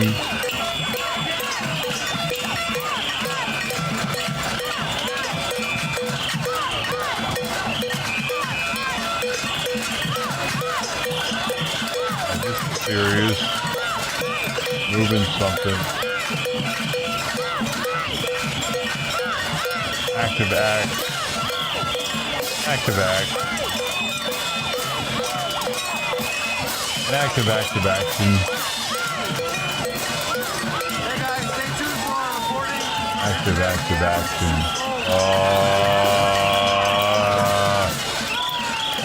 Look at the white women.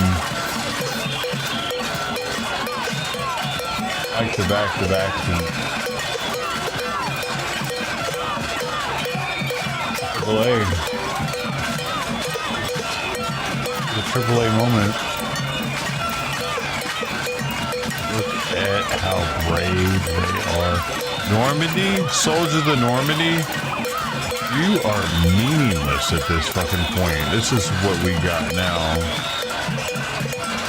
They're making a fucking mark in the concrete, actually, for no reason.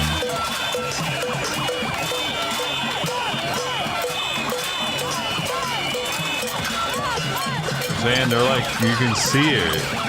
They've done fucking made a groove in the concrete from where they're pressing that into the...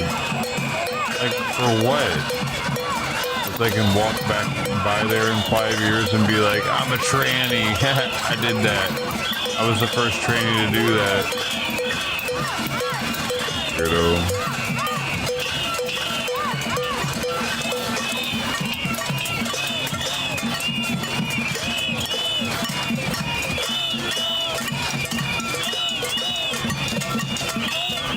They had to eat the protein to build the arms up, dude. You just eat sugar, it doesn't work.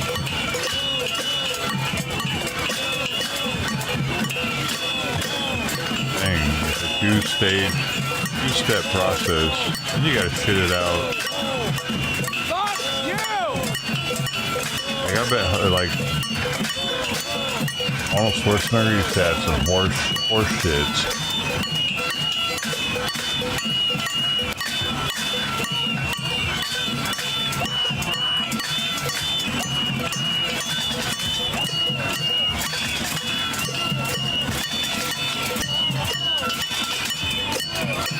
Yeah, it like reminds me of like being a kid and rubbing through, like some kids would rub through the top of the desk and shit with their pencil by going back and forth over and over and over.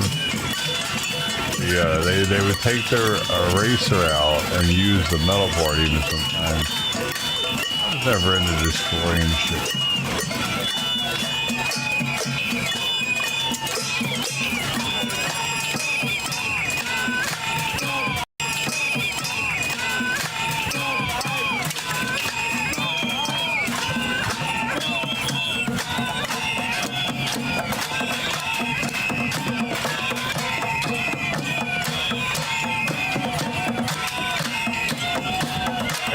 What, as an adult? I've never seen him do it as an adult. All my liquor is gone, man. What do I do?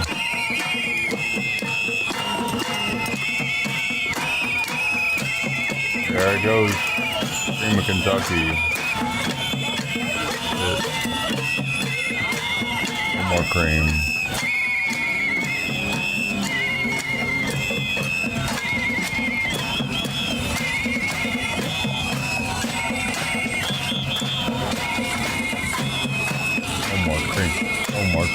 No more cream.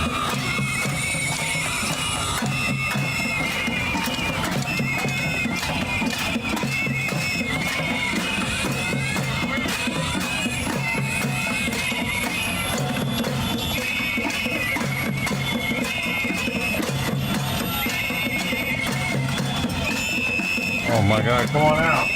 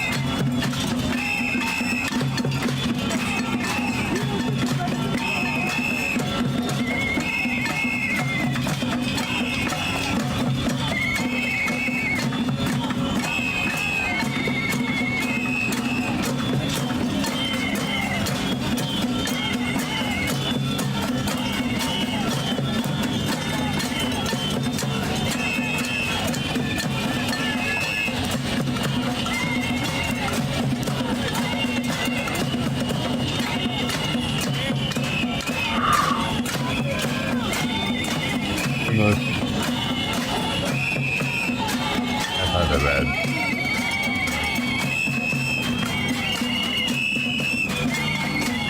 Alright, I'm getting tired of seeing this dumb shit.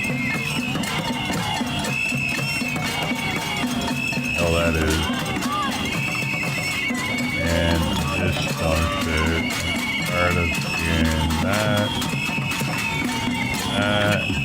Fucking scammers are goddamn annoying, dude. They take away from the actual conversation.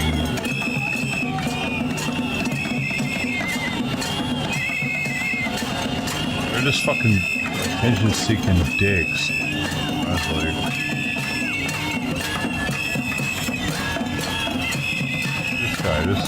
This guy, you're fucking annoying. Stop doing that.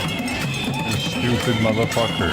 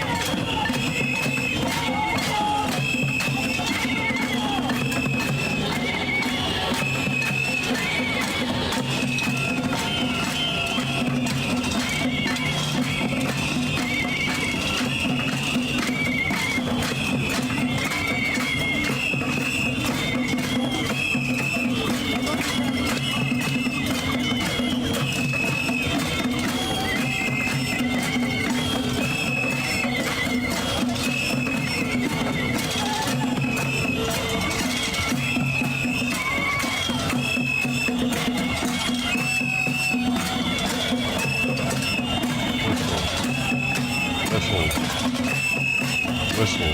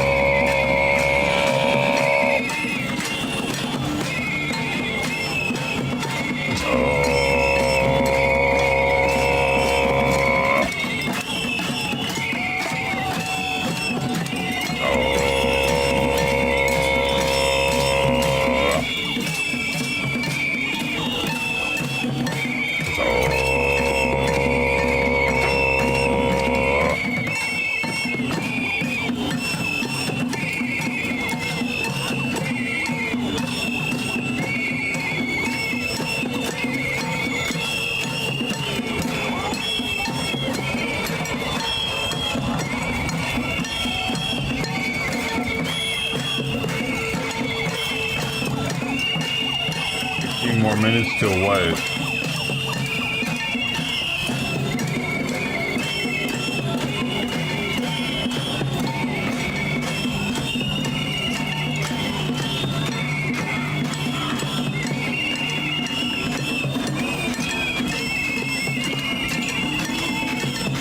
What does that mean? Last time they let him go till 12. They had him all the way up to the door of the hotel. They might let him go till midnight.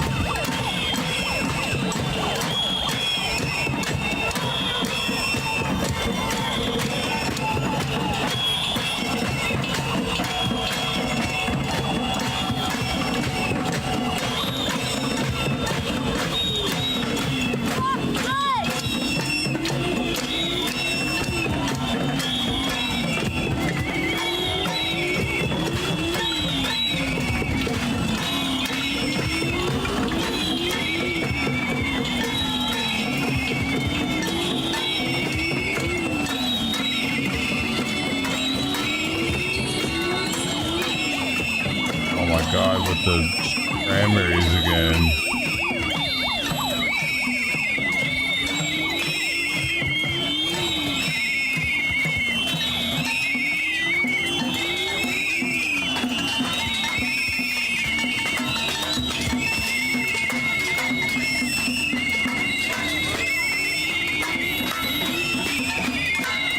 If you give them a warning before 10, so they're going to do it at 10, right?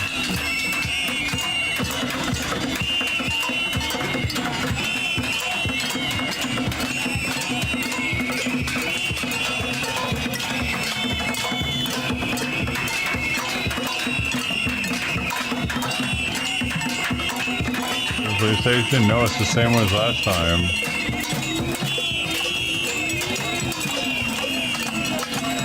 The graduate, where they were at the first time, they were closer to the door. Now they've got them pushed back to the sidewalk.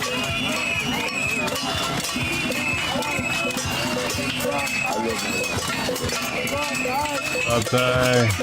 I thought you were out there with them.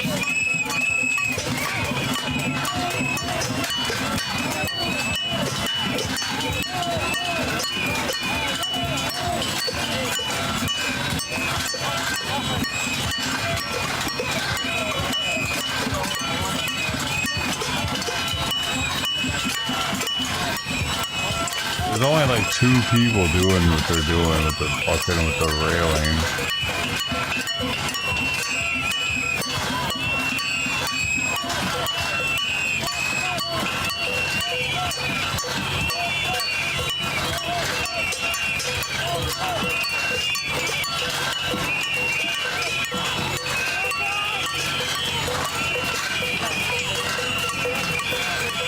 They're a little bit tatty.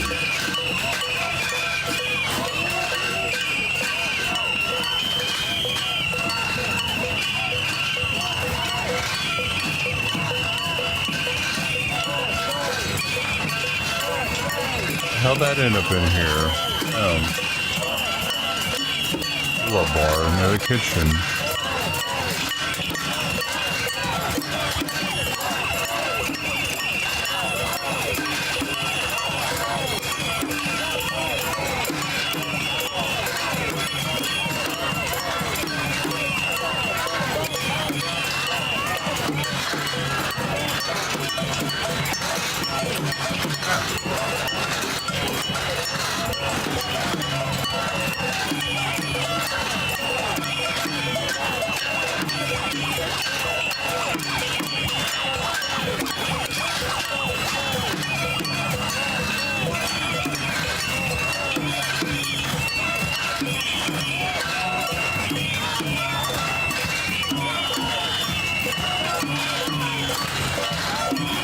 A 10-minute warning.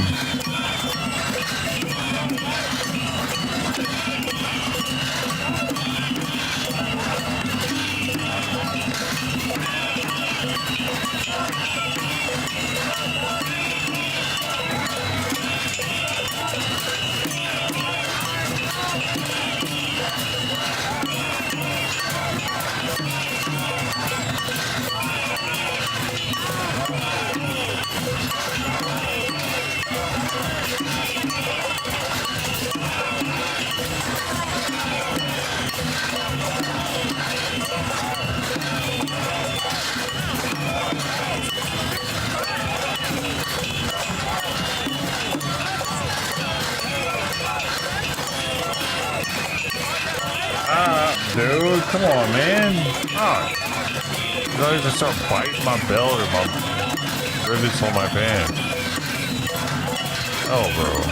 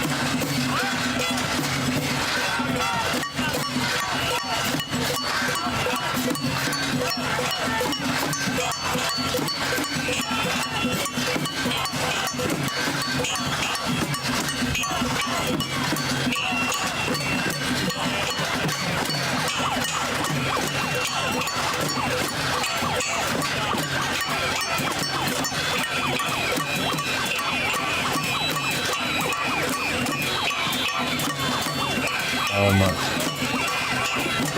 8 minutes and I gotta go.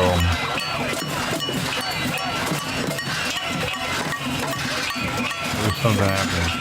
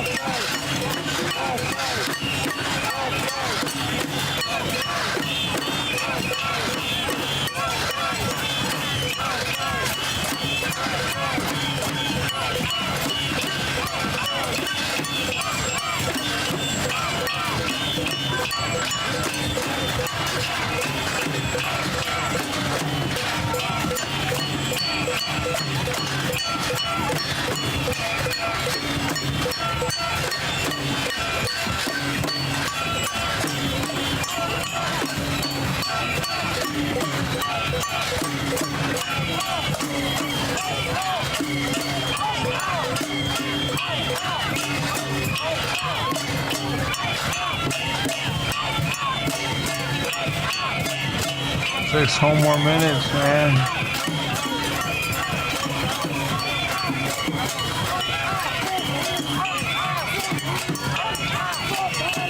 I think it's 6 more minutes. I gotta wait. Everybody's good night. Yeah, me too, man. I'm just staying here until 10 o'clock to see if they rush these people or not. Otherwise, I'm out of here in 6 minutes.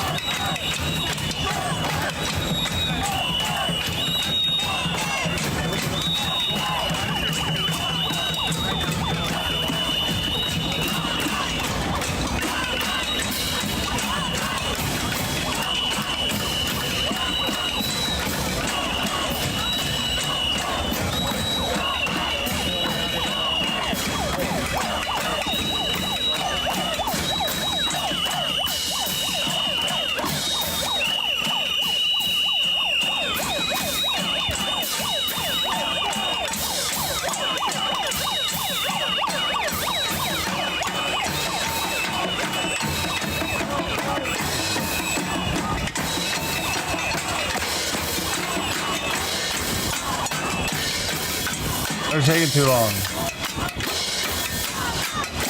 20 minutes, they should have been already. There.